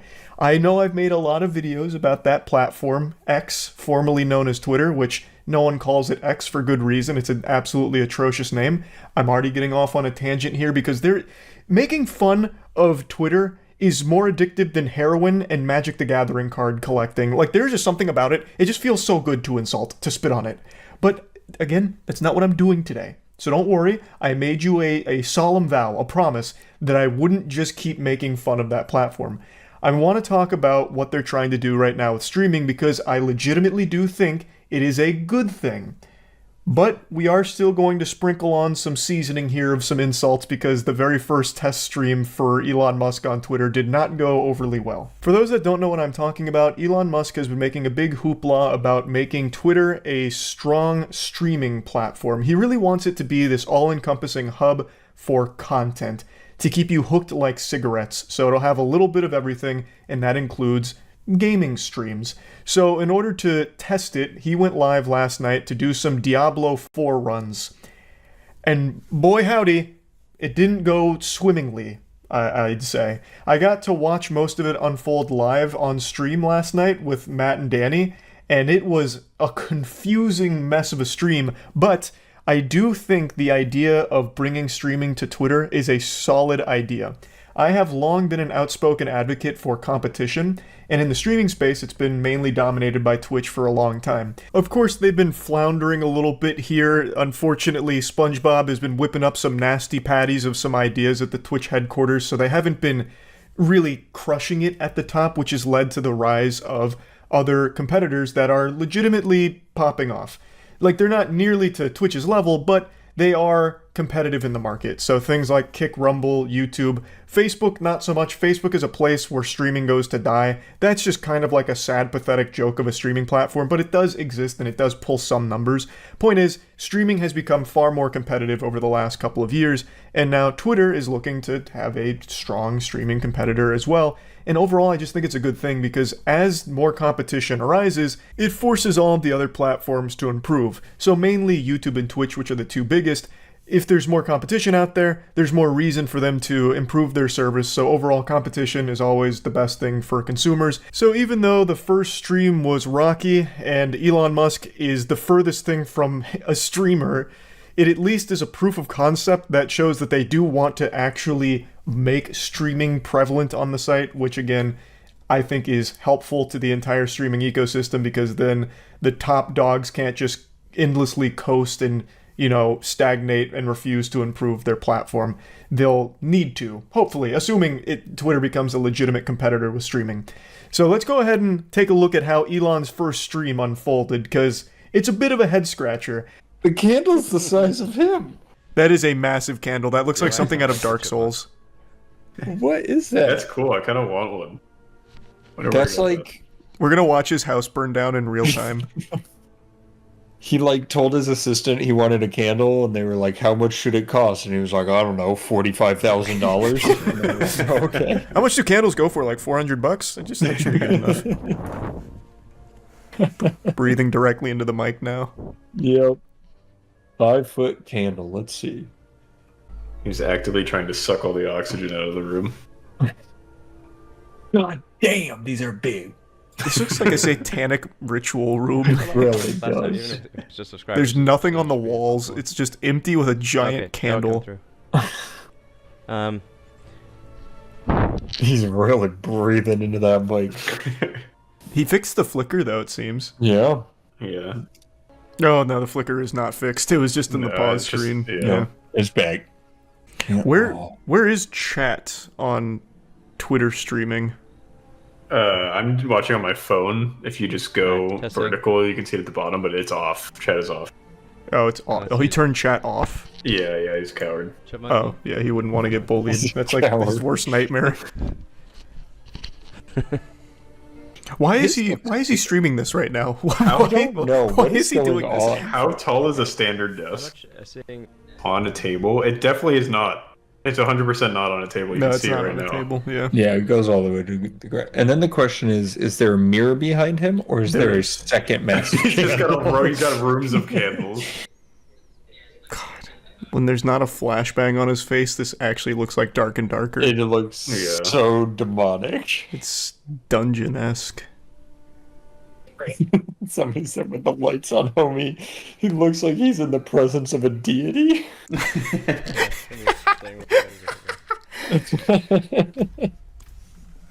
Just watch a YouTube tutorial, Elon. Like, goddamn. Yeah, please. Do anything. The first thing everybody yells is turn off VSync. Try that. Or turn it on. I think it's just his OBS settings. He just said OBS, I'm pretty sure. I think it's just the settings. I just wonder why it's not happening in menu. That's okay, I guess. Oh, good question. That shit is so bad. See, it's not even on his inventory. It's just the game. Good point. It's weird. Elon, give me in there. You know what he probably did? He probably set his bitrate to 40,000 or some shit. Oh, so I now, can't handle. Yeah, so now it's kind of cooking it. So I'll just look at the replies to the live post and just occasionally Sir. What was that statement? What the That fuck? was not a complete sentence. What was that? It sounded like he casted a spell. Yeah. This is supposed to be a speed run, right? I don't know. I think that's what he's advertising.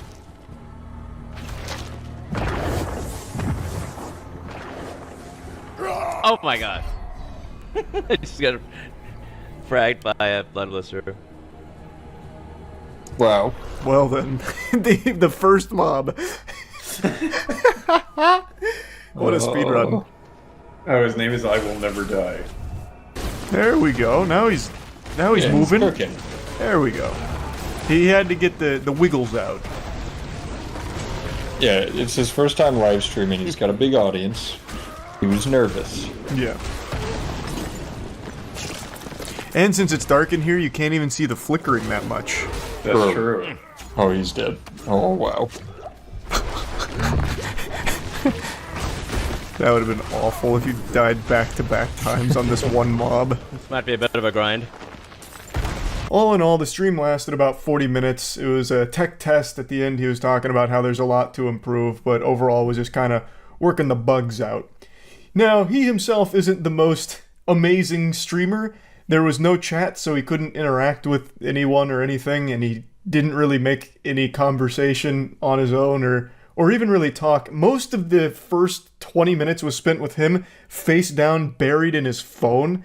Like, he looked like me back in high school at prom, just like on the side of the wall, like just looking at my phone and nothing else. Like, it was just really insufferably boring just watching him struggle in Diablo and then not say anything at all, just kind of stare blankly at it and occasionally go, and that was about it.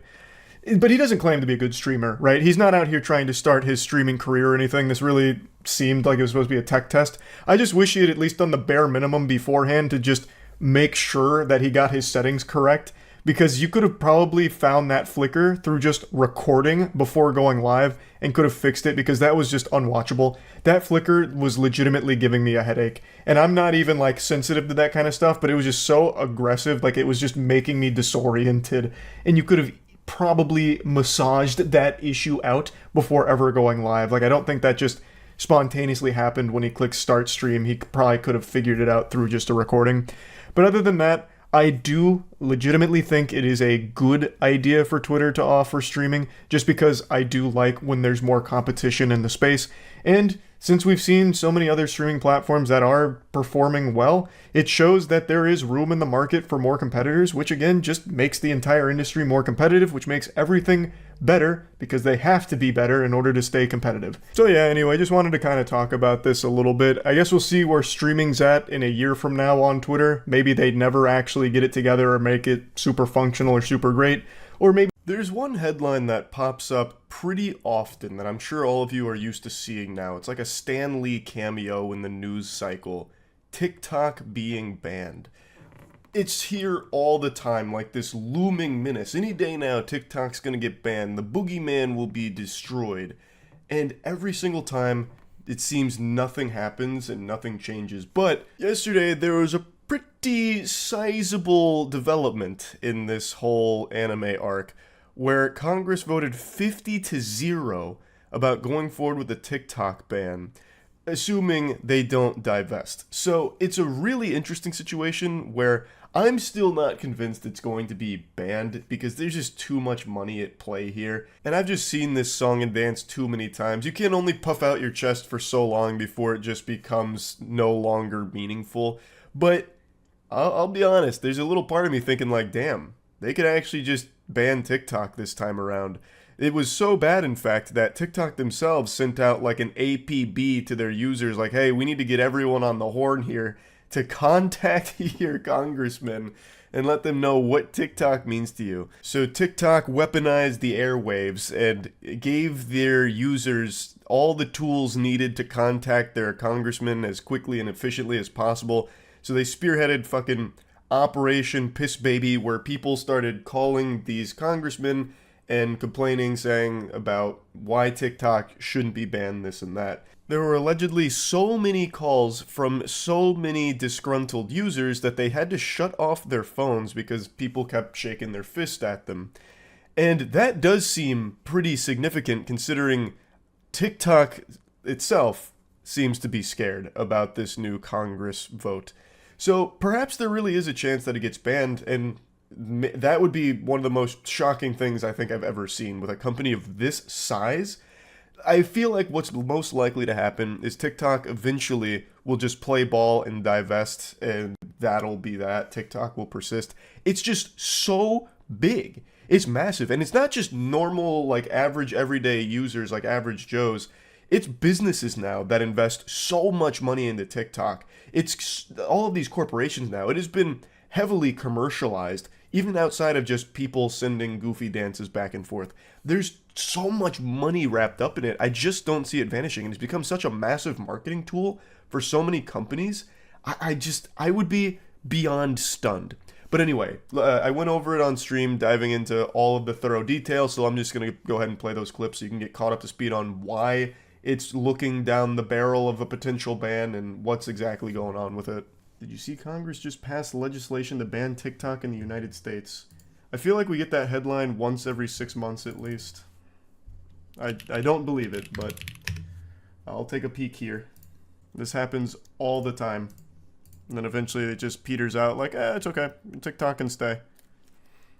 Members of Congress are being flooded with calls from angry constituents after TikTok launched a new campaign warning its users that the Chinese-owned app was at risk of being shut down in the U.S. Why it matters. A key House committee voted unanimously Thursday afternoon to advance bipartisan legislation that would force ByteDance, TikTok's Chinese parent company, to divest its ownership of the app within 165 days. Didn't they already do this? I thought that was like one of the main stipulations for how it continued to survive.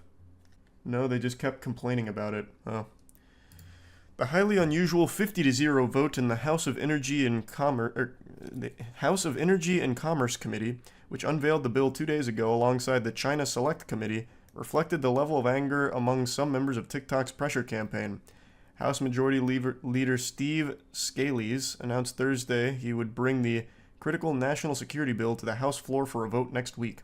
The White House has indicated that President Biden would sign the bill, injecting new urgency and aggression into TikTok's campaign to counter the years-long efforts to address the app's national security risks. The flood of calls to congressional offices, which began Wednesday night, was triggered by a notice on TikTok app warning users of a total ban that would damage millions of businesses, destroy the livelihoods of countless creators across the country, and deny artists an audience. After asking users to enter their zip code, TikTok then directed them to call their representative in Congress to let them know what TikTok means to you and tell them to vote no. Oh, that must have been like the worst 24 hours for these geriatrics, getting calls from fucking little Jonathan. Hey, TikTok really means a lot. I go on there and watch all these really cool dances. You know you can buy plutonium online for $50? I did not know that. I don't know what I'd ever do with plutonium, but if I ever need it, now I know it's available. Now it's looks maxing. Yeah. No, it's just only looks maxing. Mewing tutorials out the wazoo. Inhaling toxins. I understood that reference. That's about the chroming, right? An 11-year-old just died from that, and Twitter was dunking on him for being stupid, which is like the most Twitter thing ever, insulting an 11-year-old. Wait, chroming like fucking Mad Max? Yeah, the trend was like you spray your face with I don't even remember what it was now, but they used some kind of aerosol which obviously has toxins in it, and an 11-year-old apparently passed away from it.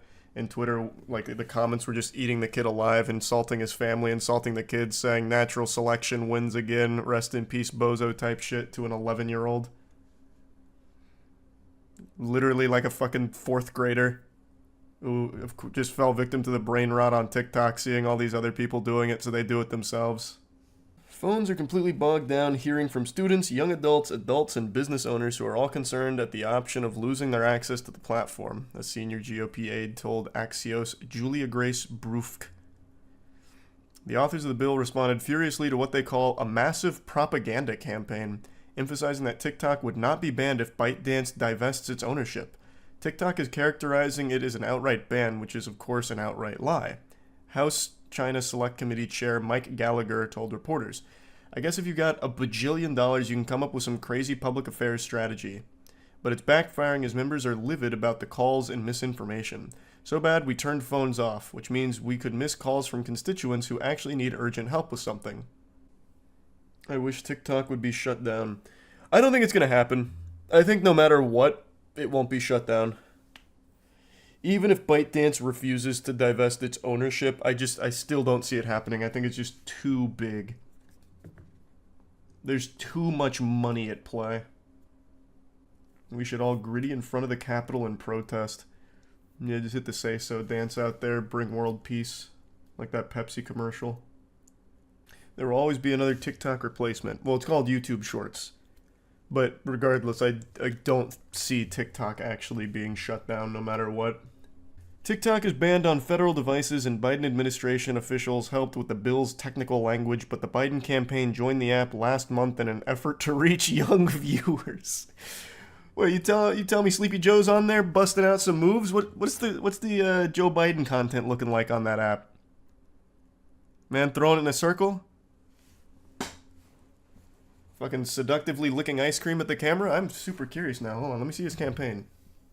In a video captioned, "Lol, hey guys," Biden answered fun Super Bowl related questions such as game or commercials. And Jason Kelsey or Travis Kelsey. Oh man, he's killing it. Where is it? Oh, wait, this actually is it. Great quarterbacks, hard to decide. But if I didn't say I was for the Eagles, then I'd be sleeping alone. My wife's a Philly girl. Game or commercials? Game. Game or halftime show? Game. Jason Kelsey or Travis Kelsey? Mama Kelsey. I understand she makes great chocolate chip cookies. Deviously plotting to Damn, rig the that season so Riz. the Chiefs would make the Super Bowl, or the Chiefs just being a good football team? I'd get in trouble if I told you. Trump or Biden? Are you kidding? Biden. Chiefs or Niners? Damn, he's killing it. He's doing it. He's fucking doing it. You can't ban TikTok now. Joe Biden's hitting his stride.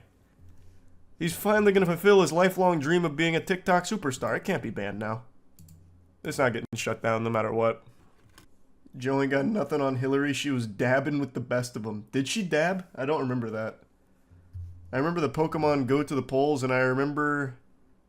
I don't think it was Hillary, but there was some other politician that did like the sexy grind trend, which was an interesting strategy. The White House also briefed around 70 digital content creators and influencers, many who are prominent on TikTok, ahead of Biden's State of the Union speech on Thursday. Multiple polls have found TikTok to be the top source of news for Gen Z and an increasingly popular source for Americans overall. What does this mean? The White House briefed around 70 digital content creators and influencers. What, do they have content creators on staff? They called a State of the Union internally for their 70 content creators on TikTok? Guys, get in here. Big news. DEFCON. We're going to try to meet the American people where they are, White House Press Secretary Karen Jean-Pierre told reporters when asked if the campaign's embrace of TikTok sent a conflicting message.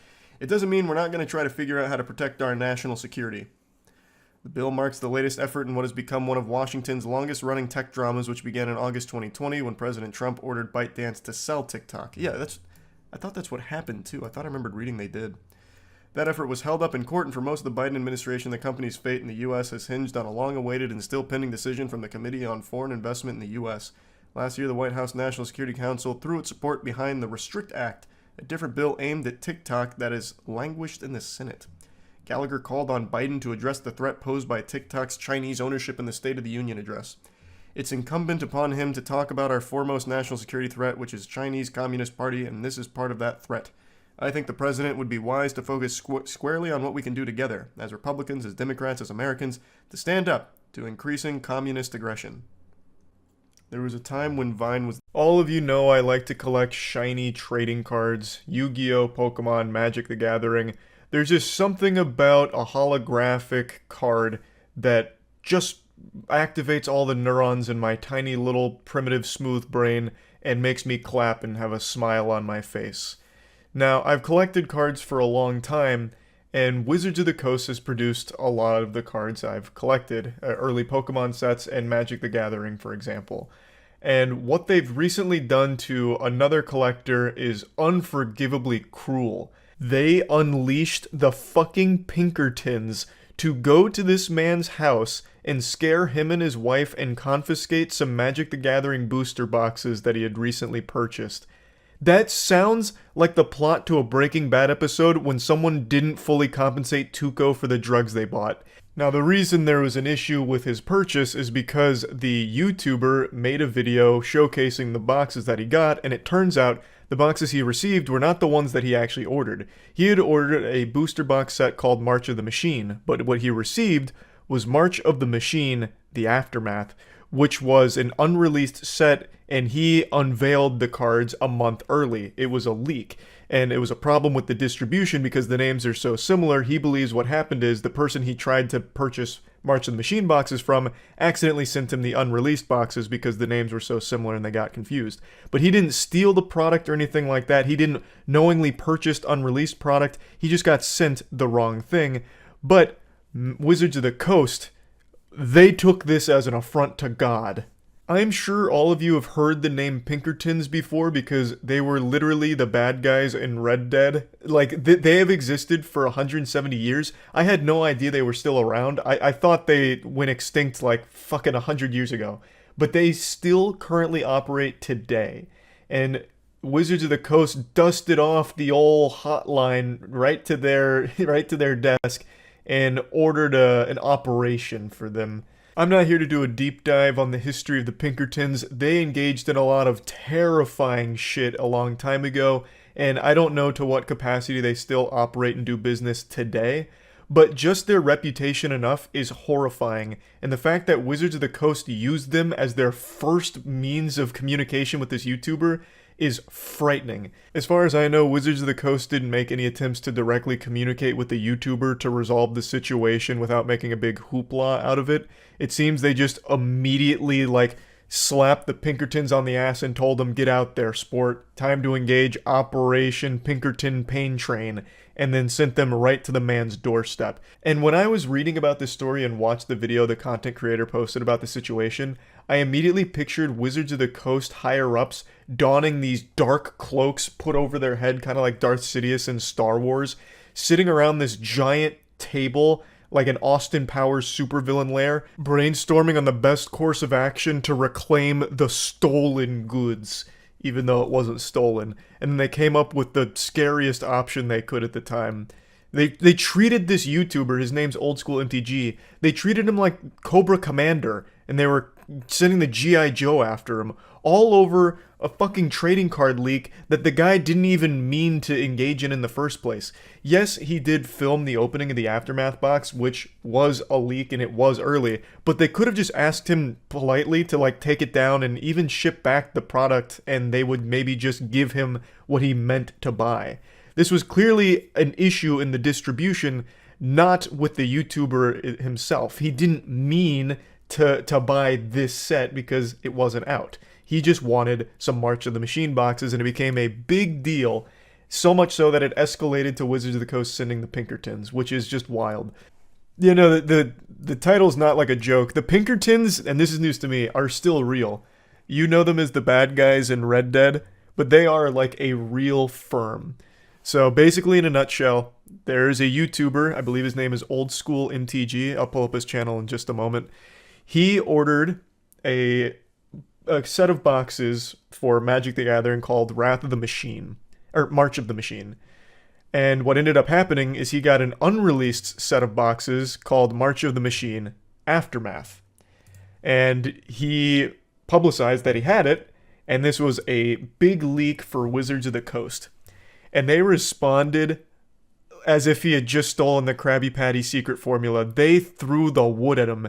They contacted and hired the Pinkerton firm to go to this man's house and reclaim the merchandise, claiming that it was stolen goods. So, on his channel, I'll pull it up now. I believe it's Old School MTG. Yeah, Old School MTG. So on his channel in this video, he discusses exactly what happened. So the Pinkertons show up and he's describing them as heavy hitters and scary and made his wife cry.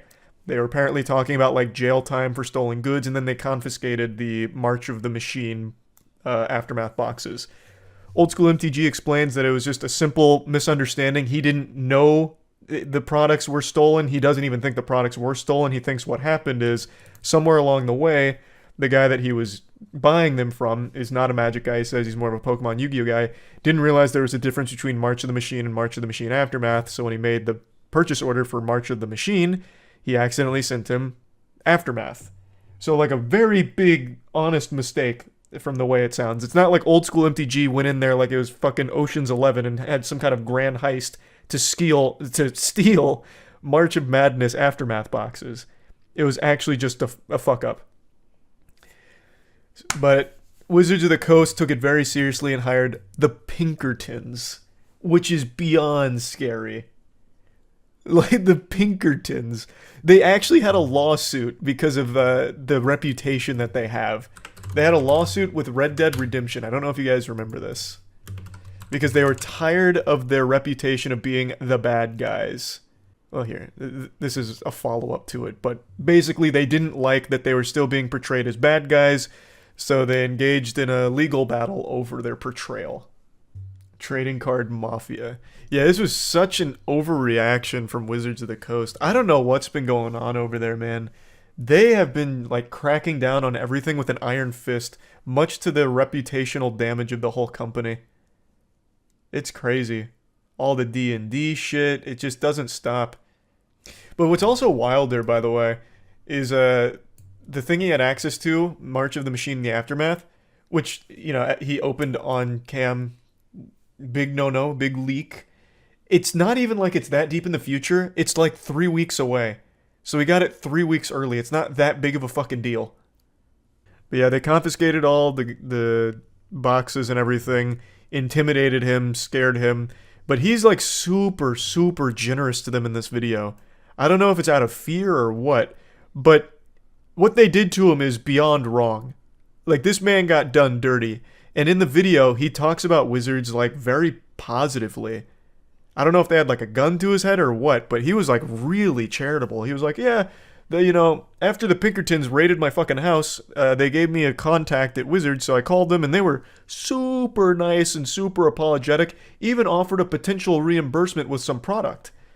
I was like, when I was listening to that, I was like, man, this guy's got a heart of gold, because what they're doing is they're panicking, because what they did is, quite frankly, beyond disgusting. I don't even know if it's fully legal. To hire a private security firm to go reclaim material that you don't even know for sure is stolen? Like, what do you mean? Because this guy didn't fucking steal it.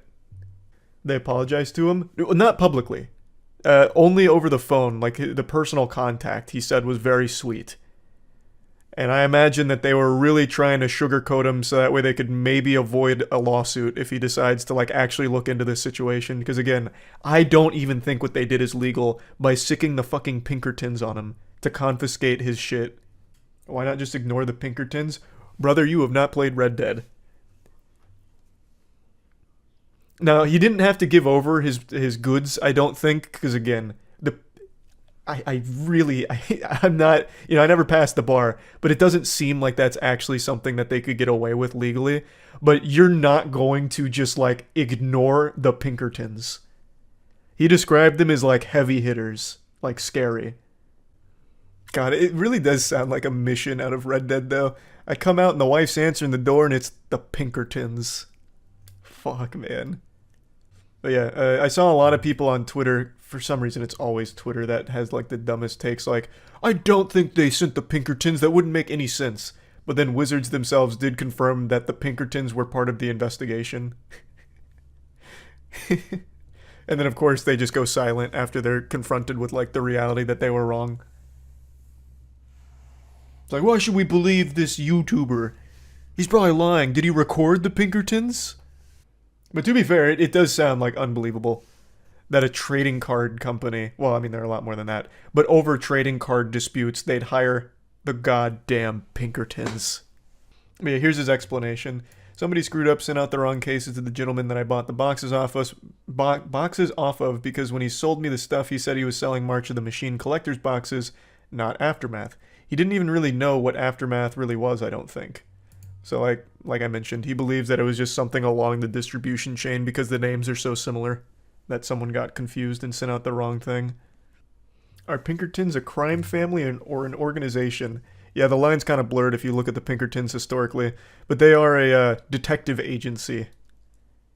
But they've been around for 170 years. They've got a wild history. During their height, they had more armed men than the U.S. Army. Really? That's interesting. I didn't know that.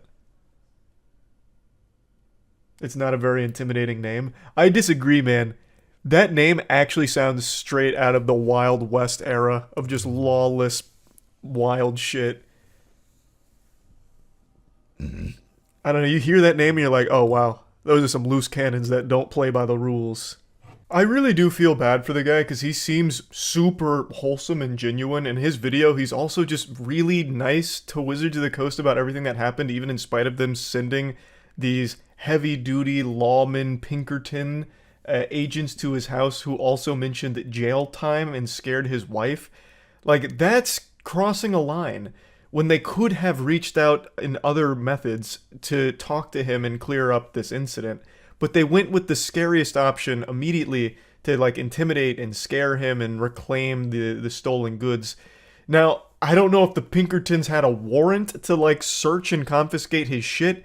It still, to me, feels like what happened here isn't fully legal, which is why when Old School MTG called Wizards of the Coast representative on the phone, they were so nice and apologetic. They probably don't want him to think too hard about it and consider a lawsuit, because to me, and based on the little bit of reading I've done around situations like this, it doesn't seem like this was fully within the rights of Wizards of the Coast to do.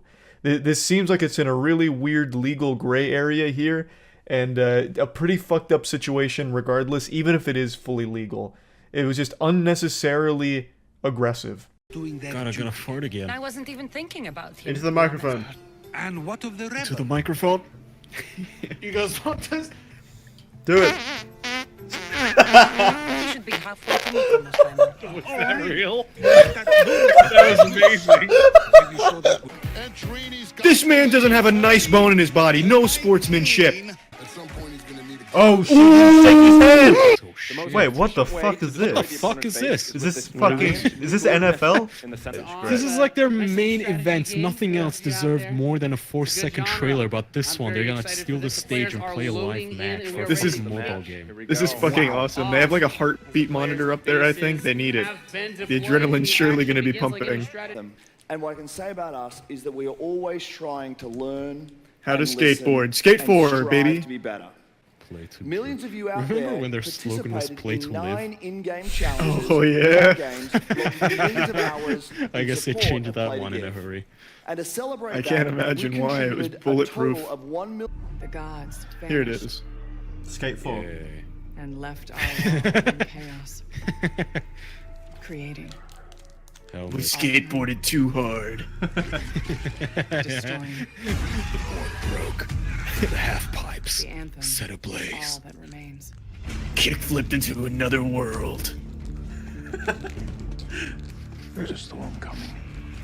Tony Hawk betrayed us. These walls can't protect us forever. Still no gameplay, huh? Yeah. No such thing in Anthem. They haven't developed that part.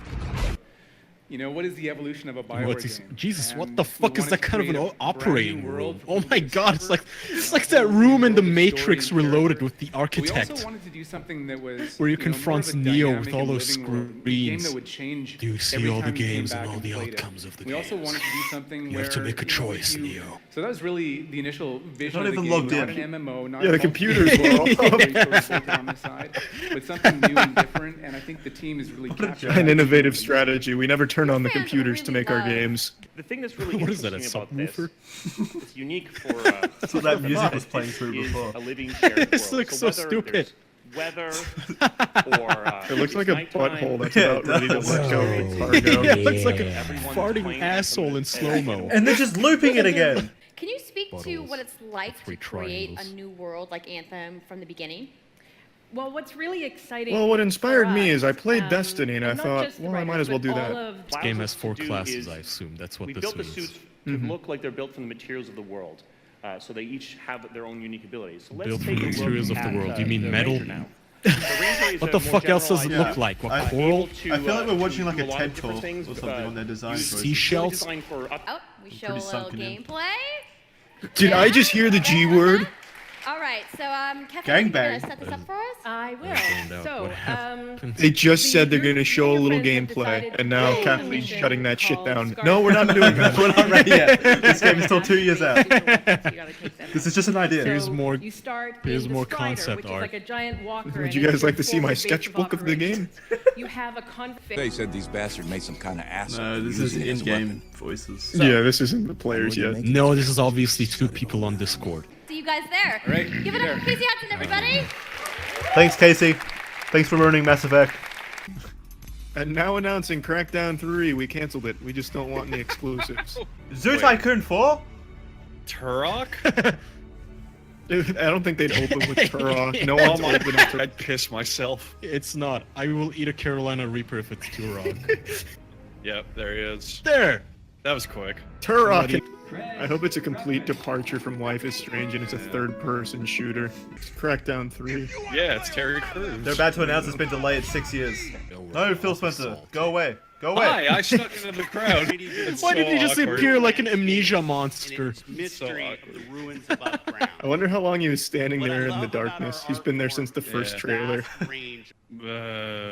Oh. Ew. Boo. Boo. This is already out, is it not? Yeah, it's DLC. Yeah. I'm gonna get a drink while this is boring us. It's the best time. Yeah, I think I'm gonna take a piss break as well. I'm gonna go to sleep. Forza Horizon 4 features dynamic seasons in a shared Dynamic open world. seasons.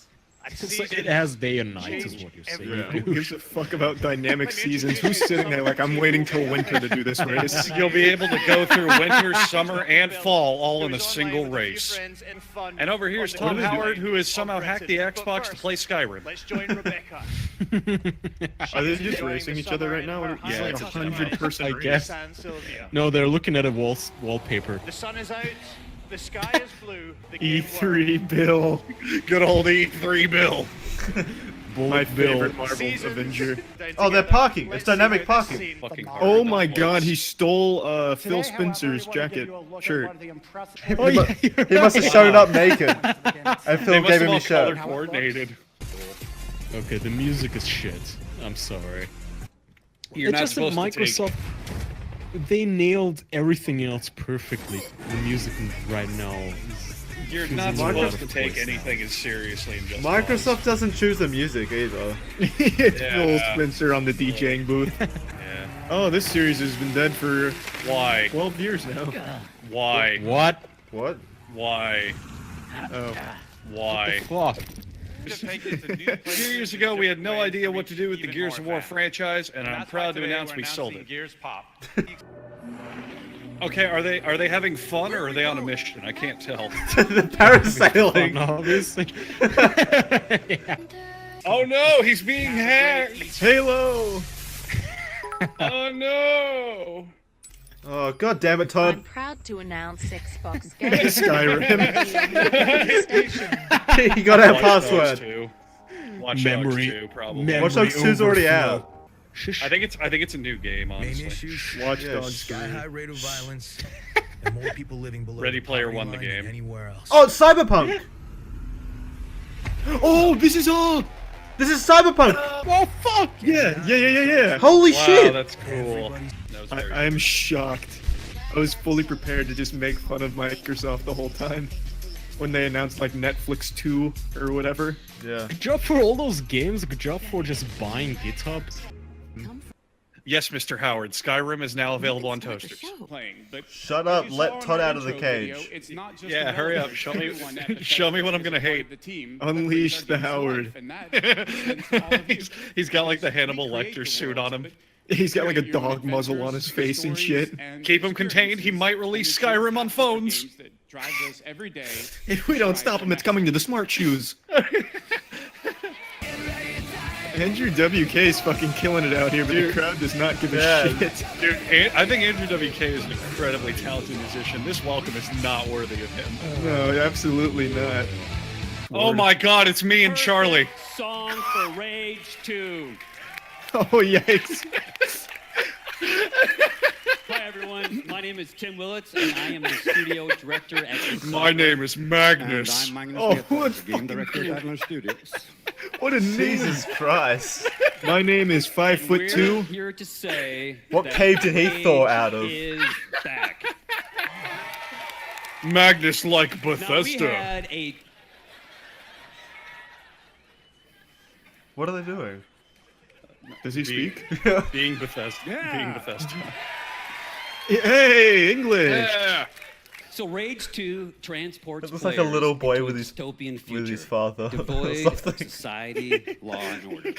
Well, you play as Walker, I'm taking my the child last Magnus out for a walk. ranger. Even the mic is above the guy's head. You know, I can talk all night about our guns. Is Magnus the normal powers size? You'll use, the vehicle combat. Yeah, well, you know, wondering. Magnus is the actually crazy, 5'7". open world. But I The know other guy is that you very are tiny. here to see. Andrew WK. I sitting could in drive a front. tree? I can't wait to ride the stop sign. It's a really bad slogan. If you see it, you can drive it. As long as it has wheels. And looks like a car. Does he keep on straight to the audience? Every time, it's literally please applaud. I fucking love that. These great games possible. Applause, baby! Woo! I'm taking the Undertaker down. So That's SummerSlam. every day, but He's got a big fucking Hugo smile. Martin, creative director on Doom Eternal. Just want to give him a cuddle. Yeah, He looks sweet. He looks comfy. Yeah! Oh, smile, that's Hugo. that You smile. should be proud. Oh, Be proud of your game. Awesome Yeah. new sequel to Doom. I like how they take the want most even like more visceral badass game and put this like the sweetest boy on it. There are twice as many in this game. And now to rep Doom Eternal, a small puppy. You want to see Hell on Earth? Yeah, Well, Hugo. We just teased it. Oh. But what we're most excited about is to show you something You gotta pay me for you it. might not be expecting. That's right, including a ton of This man's a cutie. Save for later. Do you want to see Doom? I just showed it to you. That's like in SpongeBob, where it's like, you want to see me run to the mountain? You want to see me do it again? Yeah. We'd love for you to join us live in This man's a Dallas, teddy or, bear. of course, you I can love tune in Hugo. online to catch all He's the fun. great. Hugo's But my until favorite then, we wanna announcement. thank everyone. We've been so inspired by your passion and enthusiasm. And our lack As a of way profit, showing our it's that- appreciation, we're rolling out Half the a studio huge looks laid free off. update for Prey Yeah. tonight. We'd like to announce we're the only two people left on the development team. Please help us. We need your help on Kickstarter. There's gonna be a pop-up. Donate to our GoFundMe now. Oh, I thought he was gonna put it on her titty. Yeah. What a funny Sexual joke. harassment. Nobody tries to. He just starts squeezing her boob with the notepad. Start slapping her back and forth. Thank you, Ricardo. Welcome my very good friend, Mr. Todd Howard. Oh, here he is, Todd. Oh, Charlie, hurry up! He's missing out on Todd. Oh, Charlie picked the he's worst. Jesus. Oh. He's Jesus. Oh, God, look at Look him. at that smile. Look at the man. Look at him. The bad boy of gaming. Oh. The next 30 minutes will be an uninterrupted session of Todd asking you to buy Skyrim. Blades is coming. You have to tap the screen this faster fall and you win. for free. Well, then why do you need to pre-order it if it's free? Yes, An and now IP? something new. IP? And tell you what we have coming beyond this year. thank Yes. God, finally. In the future. Yes, Starfield. I bet it's Starfield. We have also We have been nothing. working on a brand new We're out of ideas. next generation. Starfield is a game that we have spent years thinking about and working on. And we're here to announce it's canceled. Something we feel uniquely positioned to pull off. Better luck next and that time. we're incredibly I'm happy to excited say about. we gave up on it. We're sticking with Elder Scrolls, you fucking nerds. We're Todd also Howard building Outsky. toward the game after that. Yeah. What does this have to do with gaming? Just Dance. Wow, cool, dude. Oh, is that what it is? I think it's the reveal for Just Dance. Well, starting off with the best possible note. I guess that makes sense. Yeah, it's Just Dance. It's actually Assassin's Creed. Oh wait, oh my god, he's wearing the same jacket from the last conferences. Oh shit, yeah. 7 months later. Is that just one wardrobe team in the back dressing everybody, but on a budget? I guess so. That is the exact same shirt as Phil Spencer and Matt.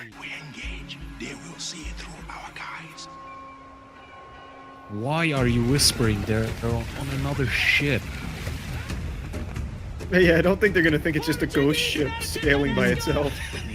This island provides perfect cover for a surprise attack. Can we sneak by? Will they see us? You on the horizon. Over here? Over there? What? Did I hear somebody whisper? Ah, there's the ship. He couldn't hear anyone, so he's just fishing around. I see a ship, but there might not be anyone on it. I'm not hearing talking. Ramming speed! Divert all power to the shields up front. The final shot is going to be of some mythical beast. Nope, never mind.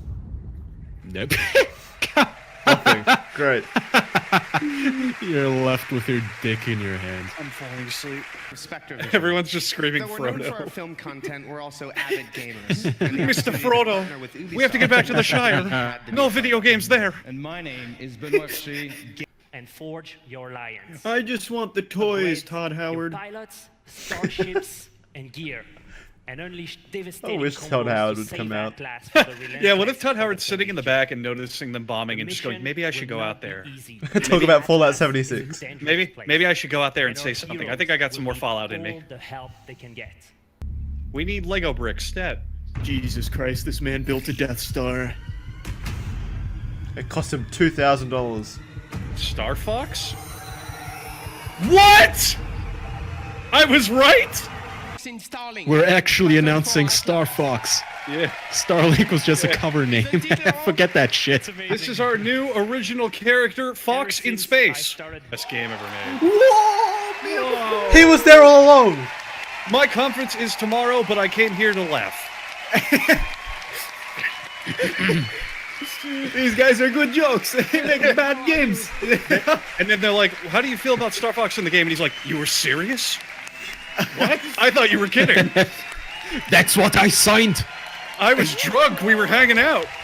Look how happy he is. Tricked me. Are you guys enjoying this comedy show too? What a sweet He's old not man. happy. That's disgrace right there. Oh, he's so happy. Look at him. He just dumps him on the ground. Yeah. Just a fox's decapitated head.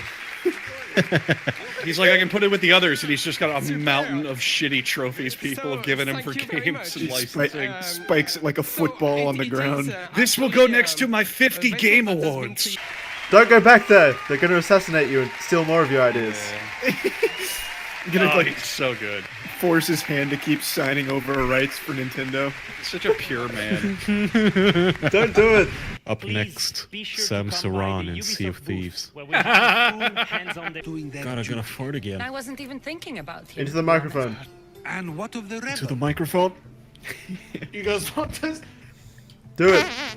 You should be halfway to me from this by now. Was that real? That was amazing. Are you sure that was wise? Squeeze that one out. Kaya, how did you so accurately summarize Assassin's Creed? Tiny and insignificant at the beginning, but they can become devastating. The preparation Stinker. Time they run their course. I hope your microphone smells like shit now. Someone clip that. I fucking hear you move your chair back so you can bend over and get like the proper angle of ass smoke. You bet your ass. This is why I paid for a $400 mic. With every goddamn penny. No, you have to talk into it. And that's our opinion on Assassin's Creed Odyssey. Yeah, that about sums up Assassin's Creed in a nutshell, really. Oj 18 really liked it. He immediately subbed. That's what he's here for. He kept going. It's like he was giving a best man speech. Yeah. And don't forget the bounty. Like how they're walking through the streets of Greece, yelling, loudly talking about assassinating people. Thanks, Varnavas. He wants me to kill Heraclides, huh? But I don't know if that's a good idea with my secret assassin organization. Wait, what the fuck? Yeah, let's run away from combat. That'll be fun. Why would you? Yeah, are you kidding? This is the worst assassin ever. Ah, confrontation. I'm going home. They overheard me somehow. Time to run. She left the old man there as well. The old man fuck Socrates. that's blind in one eye. No depth perception. Left the partially blind man to fend for himself. Wow, this is like a cult meeting. Yeah, really. It's a very strange venue for this. Yeah. Is this a wedding? That's right, Norman. Yeah, it's weird. Norman Reedus and Kojima finally tying their vows. The three I came for the man in the straw hat playing the flute.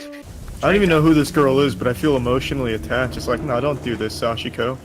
So is he just an urban hitchhiker, YouTuber? Exploring malls? He's like a delivery boy or something, I don't know. He delivers the newspaper in this world. Yeah. He's just the mailman. News. His job is very hard. Everything is still fucked. Looks like Neo. Oh, I'd love if it was Neo. Charlie, it's Neo. I'm so excited. Ooh, ouch. Yeah, that's Mr. Negative superpower. Kick them while they're down. And look dope doing it. Yeah. Yeah, I think that's a fine stopping point. I'm not gonna watch all that gameplay and All shit. right. Well, thanks so much for tuning in. Bye, everyone. Take it easy. You see, TikTok is doing a 1-hour time limit for users that are under the age of 18. I saw the headline, but I haven't looked into it. I saw a lot of people debating it, though.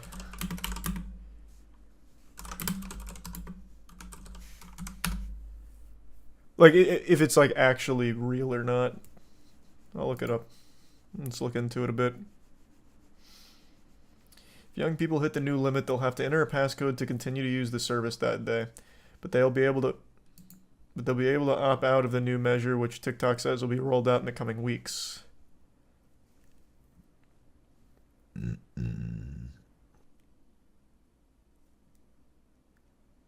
So this is nothing. This is literally nothing. It's actual just parental controls. This is fucking nothing. This is stupid.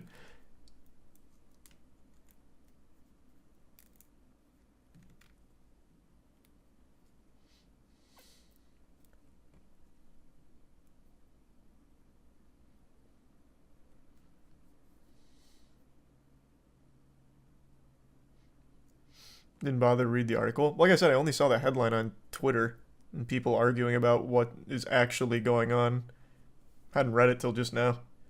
But this is fucking stupid. This is actual nothingness. It is like the lowest level of parental controls on your kid's TikTok.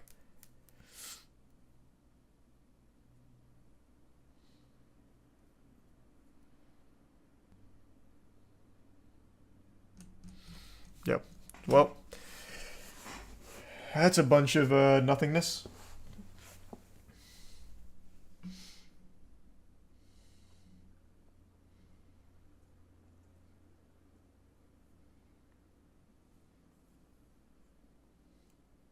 No, that's cool though, Mac. I can't say I saw that.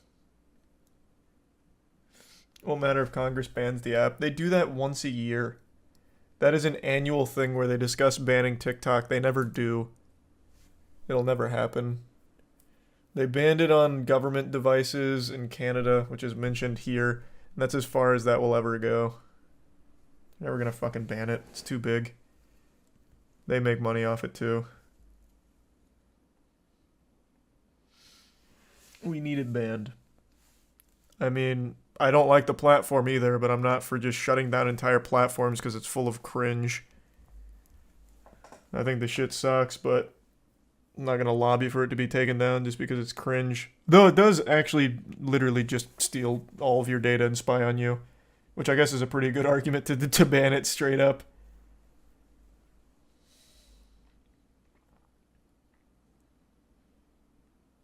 Not too far off from other apps, though. Yep, that's literally everything. Google's a huge culprit for that. Google, Twitter, Facebook, all of it selling your data. But TikTok goes a step above that. It's a little more than that.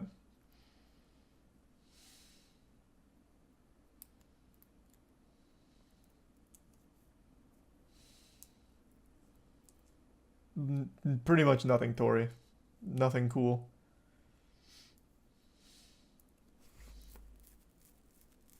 TikTok will literally read your texts. Can't say I read about that.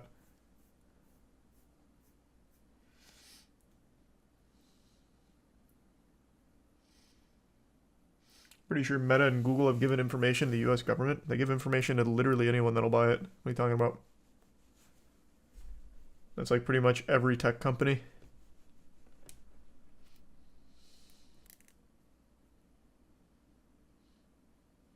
There's the Bits guy. Read text, they read your keystrokes, which is essentially the same thing. Oh, well, yeah, that is pretty much the same thing.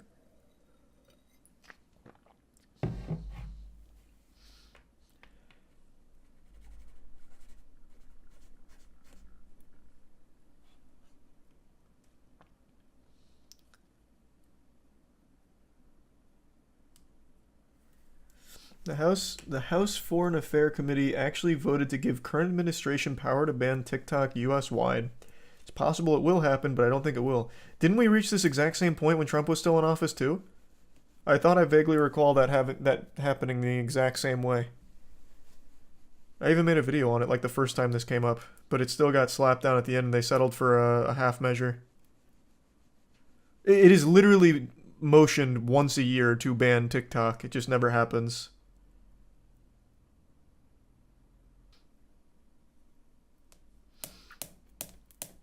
Banned from government devices. No, that was only in Canada. Well, actually, no, it might be in the US too. I can't recall. But this is a full ban on it.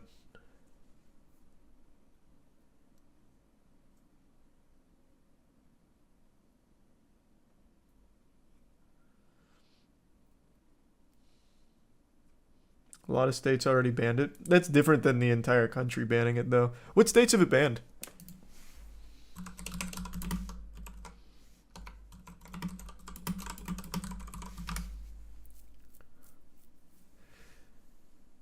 Mississippi, Indiana, Louisiana, North Carolina, South Dakota, and Wisconsin. Those are the states that currently have TikTok banned. At least according to the first result here.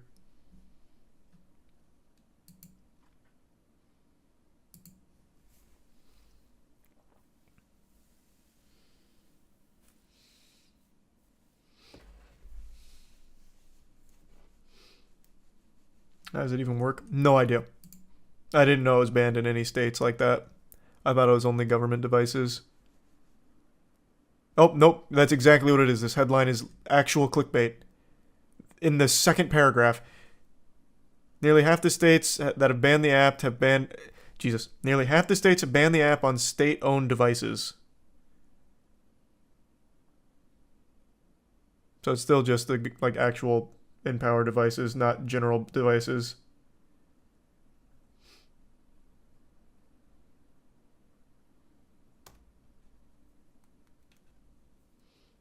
He's a Prime Viper.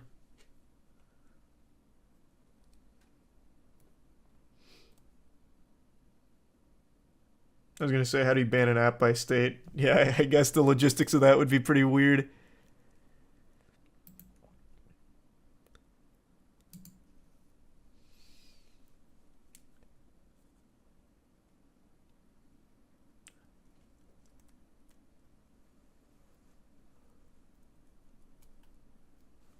My company also bans it on company devices. Nice company. I think that's smart. Lisa Belisa. Fuck it. I hate the brain rot TikTok's giving people. Every video now has like Subway Surfers or something underneath it because the attention span of people have been so decayed from constant stimulation that now even when they're just listening to something or watching something, they need something else to watch while watching it. So bad. So fucking bad. So if they ban it, I'm not gonna cry about it. I certainly wouldn't be upset. But I'm not really for things just getting outright banned just because of cringe, but the whole spying thing, that I can absolutely see being very good arguments in favor of banning it. I guess another really good benefit if they do actually go through with the ban this time, after threatening it like fucking 6 times already. Another really good thing is I think overnight you see a drastic decline in the clout goblin public nuisance behavior of people just making fools of themselves and just being rowdy out in the world. Everyone all at once will no longer have access to the device that makes them the main character. So they'll stop doing half of that look at me shit, which would be pretty hype. I think it would make YouTube Shorts grow. Probably. I mean, it'd be be great for YouTube Shorts, I suppose, but it's a good start regardless. If it gets banned, can't they just bypass it with a VPN? Bro, they're fucking 8 years old, 10 years old, 12 years old. They're probably not going to be using a VPN.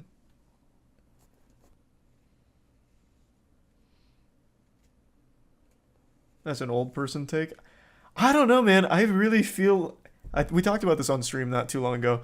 I feel like at this level, most of those, like, kids, like actual kids, teenagers I know all absolutely know what a VPN is. They know how to pirate. Everyone knows how to pirate shit, torrent, all that. But I think kids don't. When I was a kid, that kind of shit was a little more common with, like, piracy and all of that. So I had access to all that information earlier.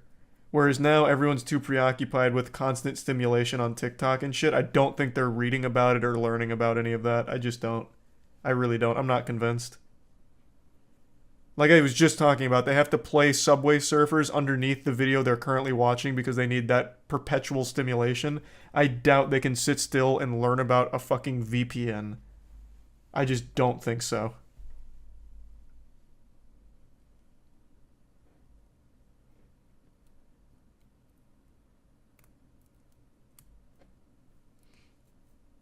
Thanks, it Prime Jorge.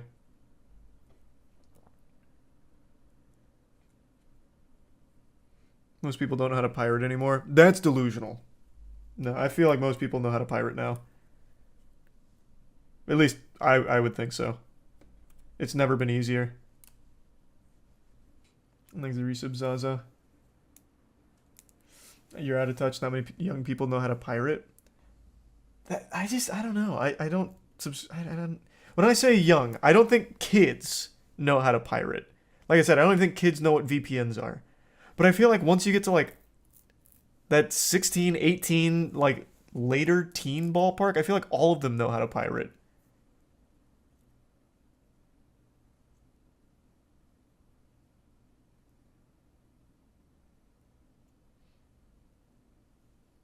I think it's a Prime Zavcio.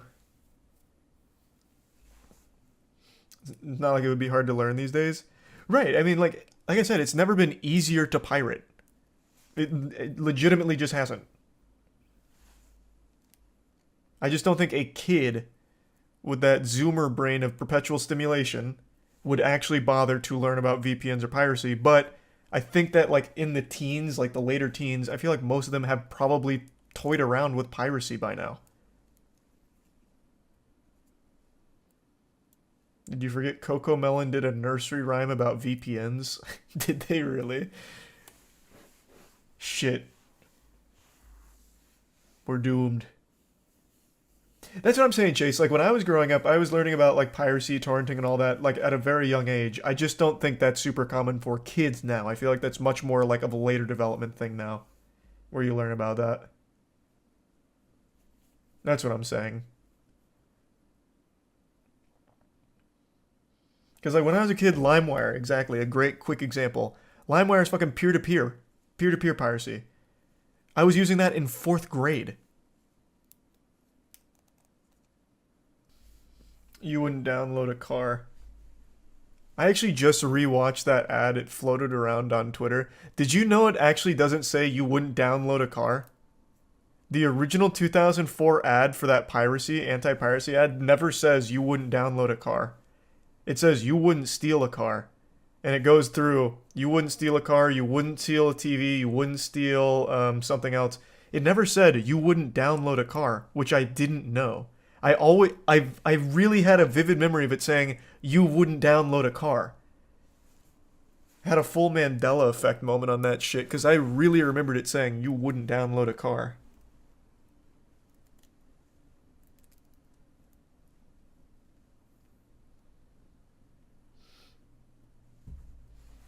It was an old 4chan joke. I guess that just really stuck with me then, because I vividly remembered it saying you wouldn't download a car.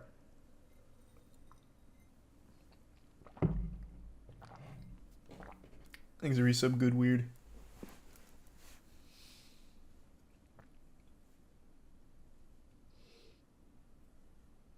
And the resub John Curie. The Prime Kona.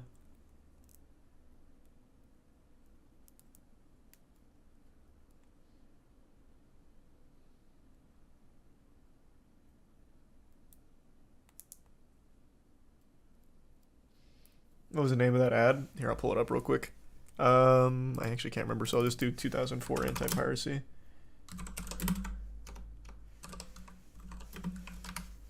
See if we can just get the raw. Oh, here.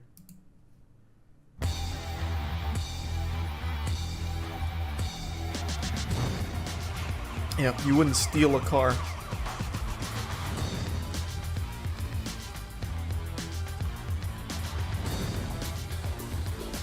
Wow, this song, I know, it's vintage.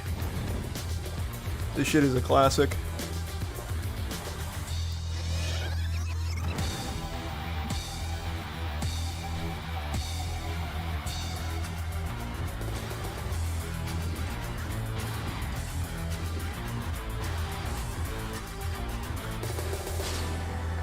Thanks a bit, Sylvie. Yep. Never says you wouldn't download a car. Crazy. I always thought, like, right there it was you wouldn't download a car. I really remembered it. Really did.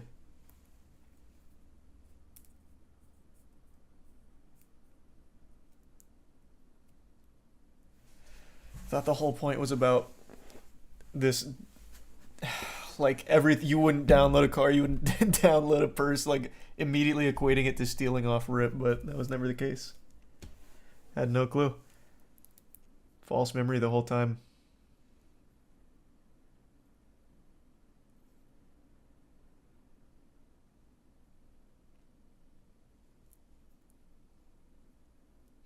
What was that track, though? I don't remember, but that was a big track for a bit. Thanks to Tier 1 Vizzy and the resub Naughty. Probably because of this ad. This ad was on everything.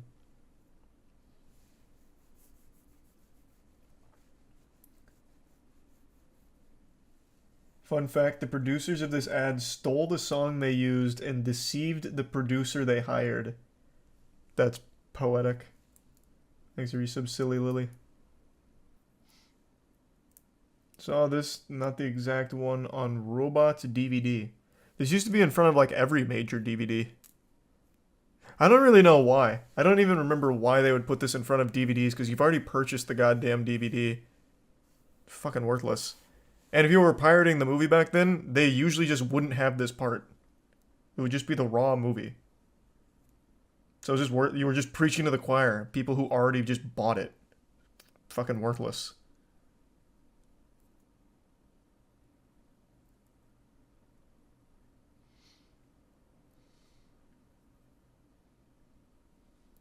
Thanks to resub Blue and the Prime Punch.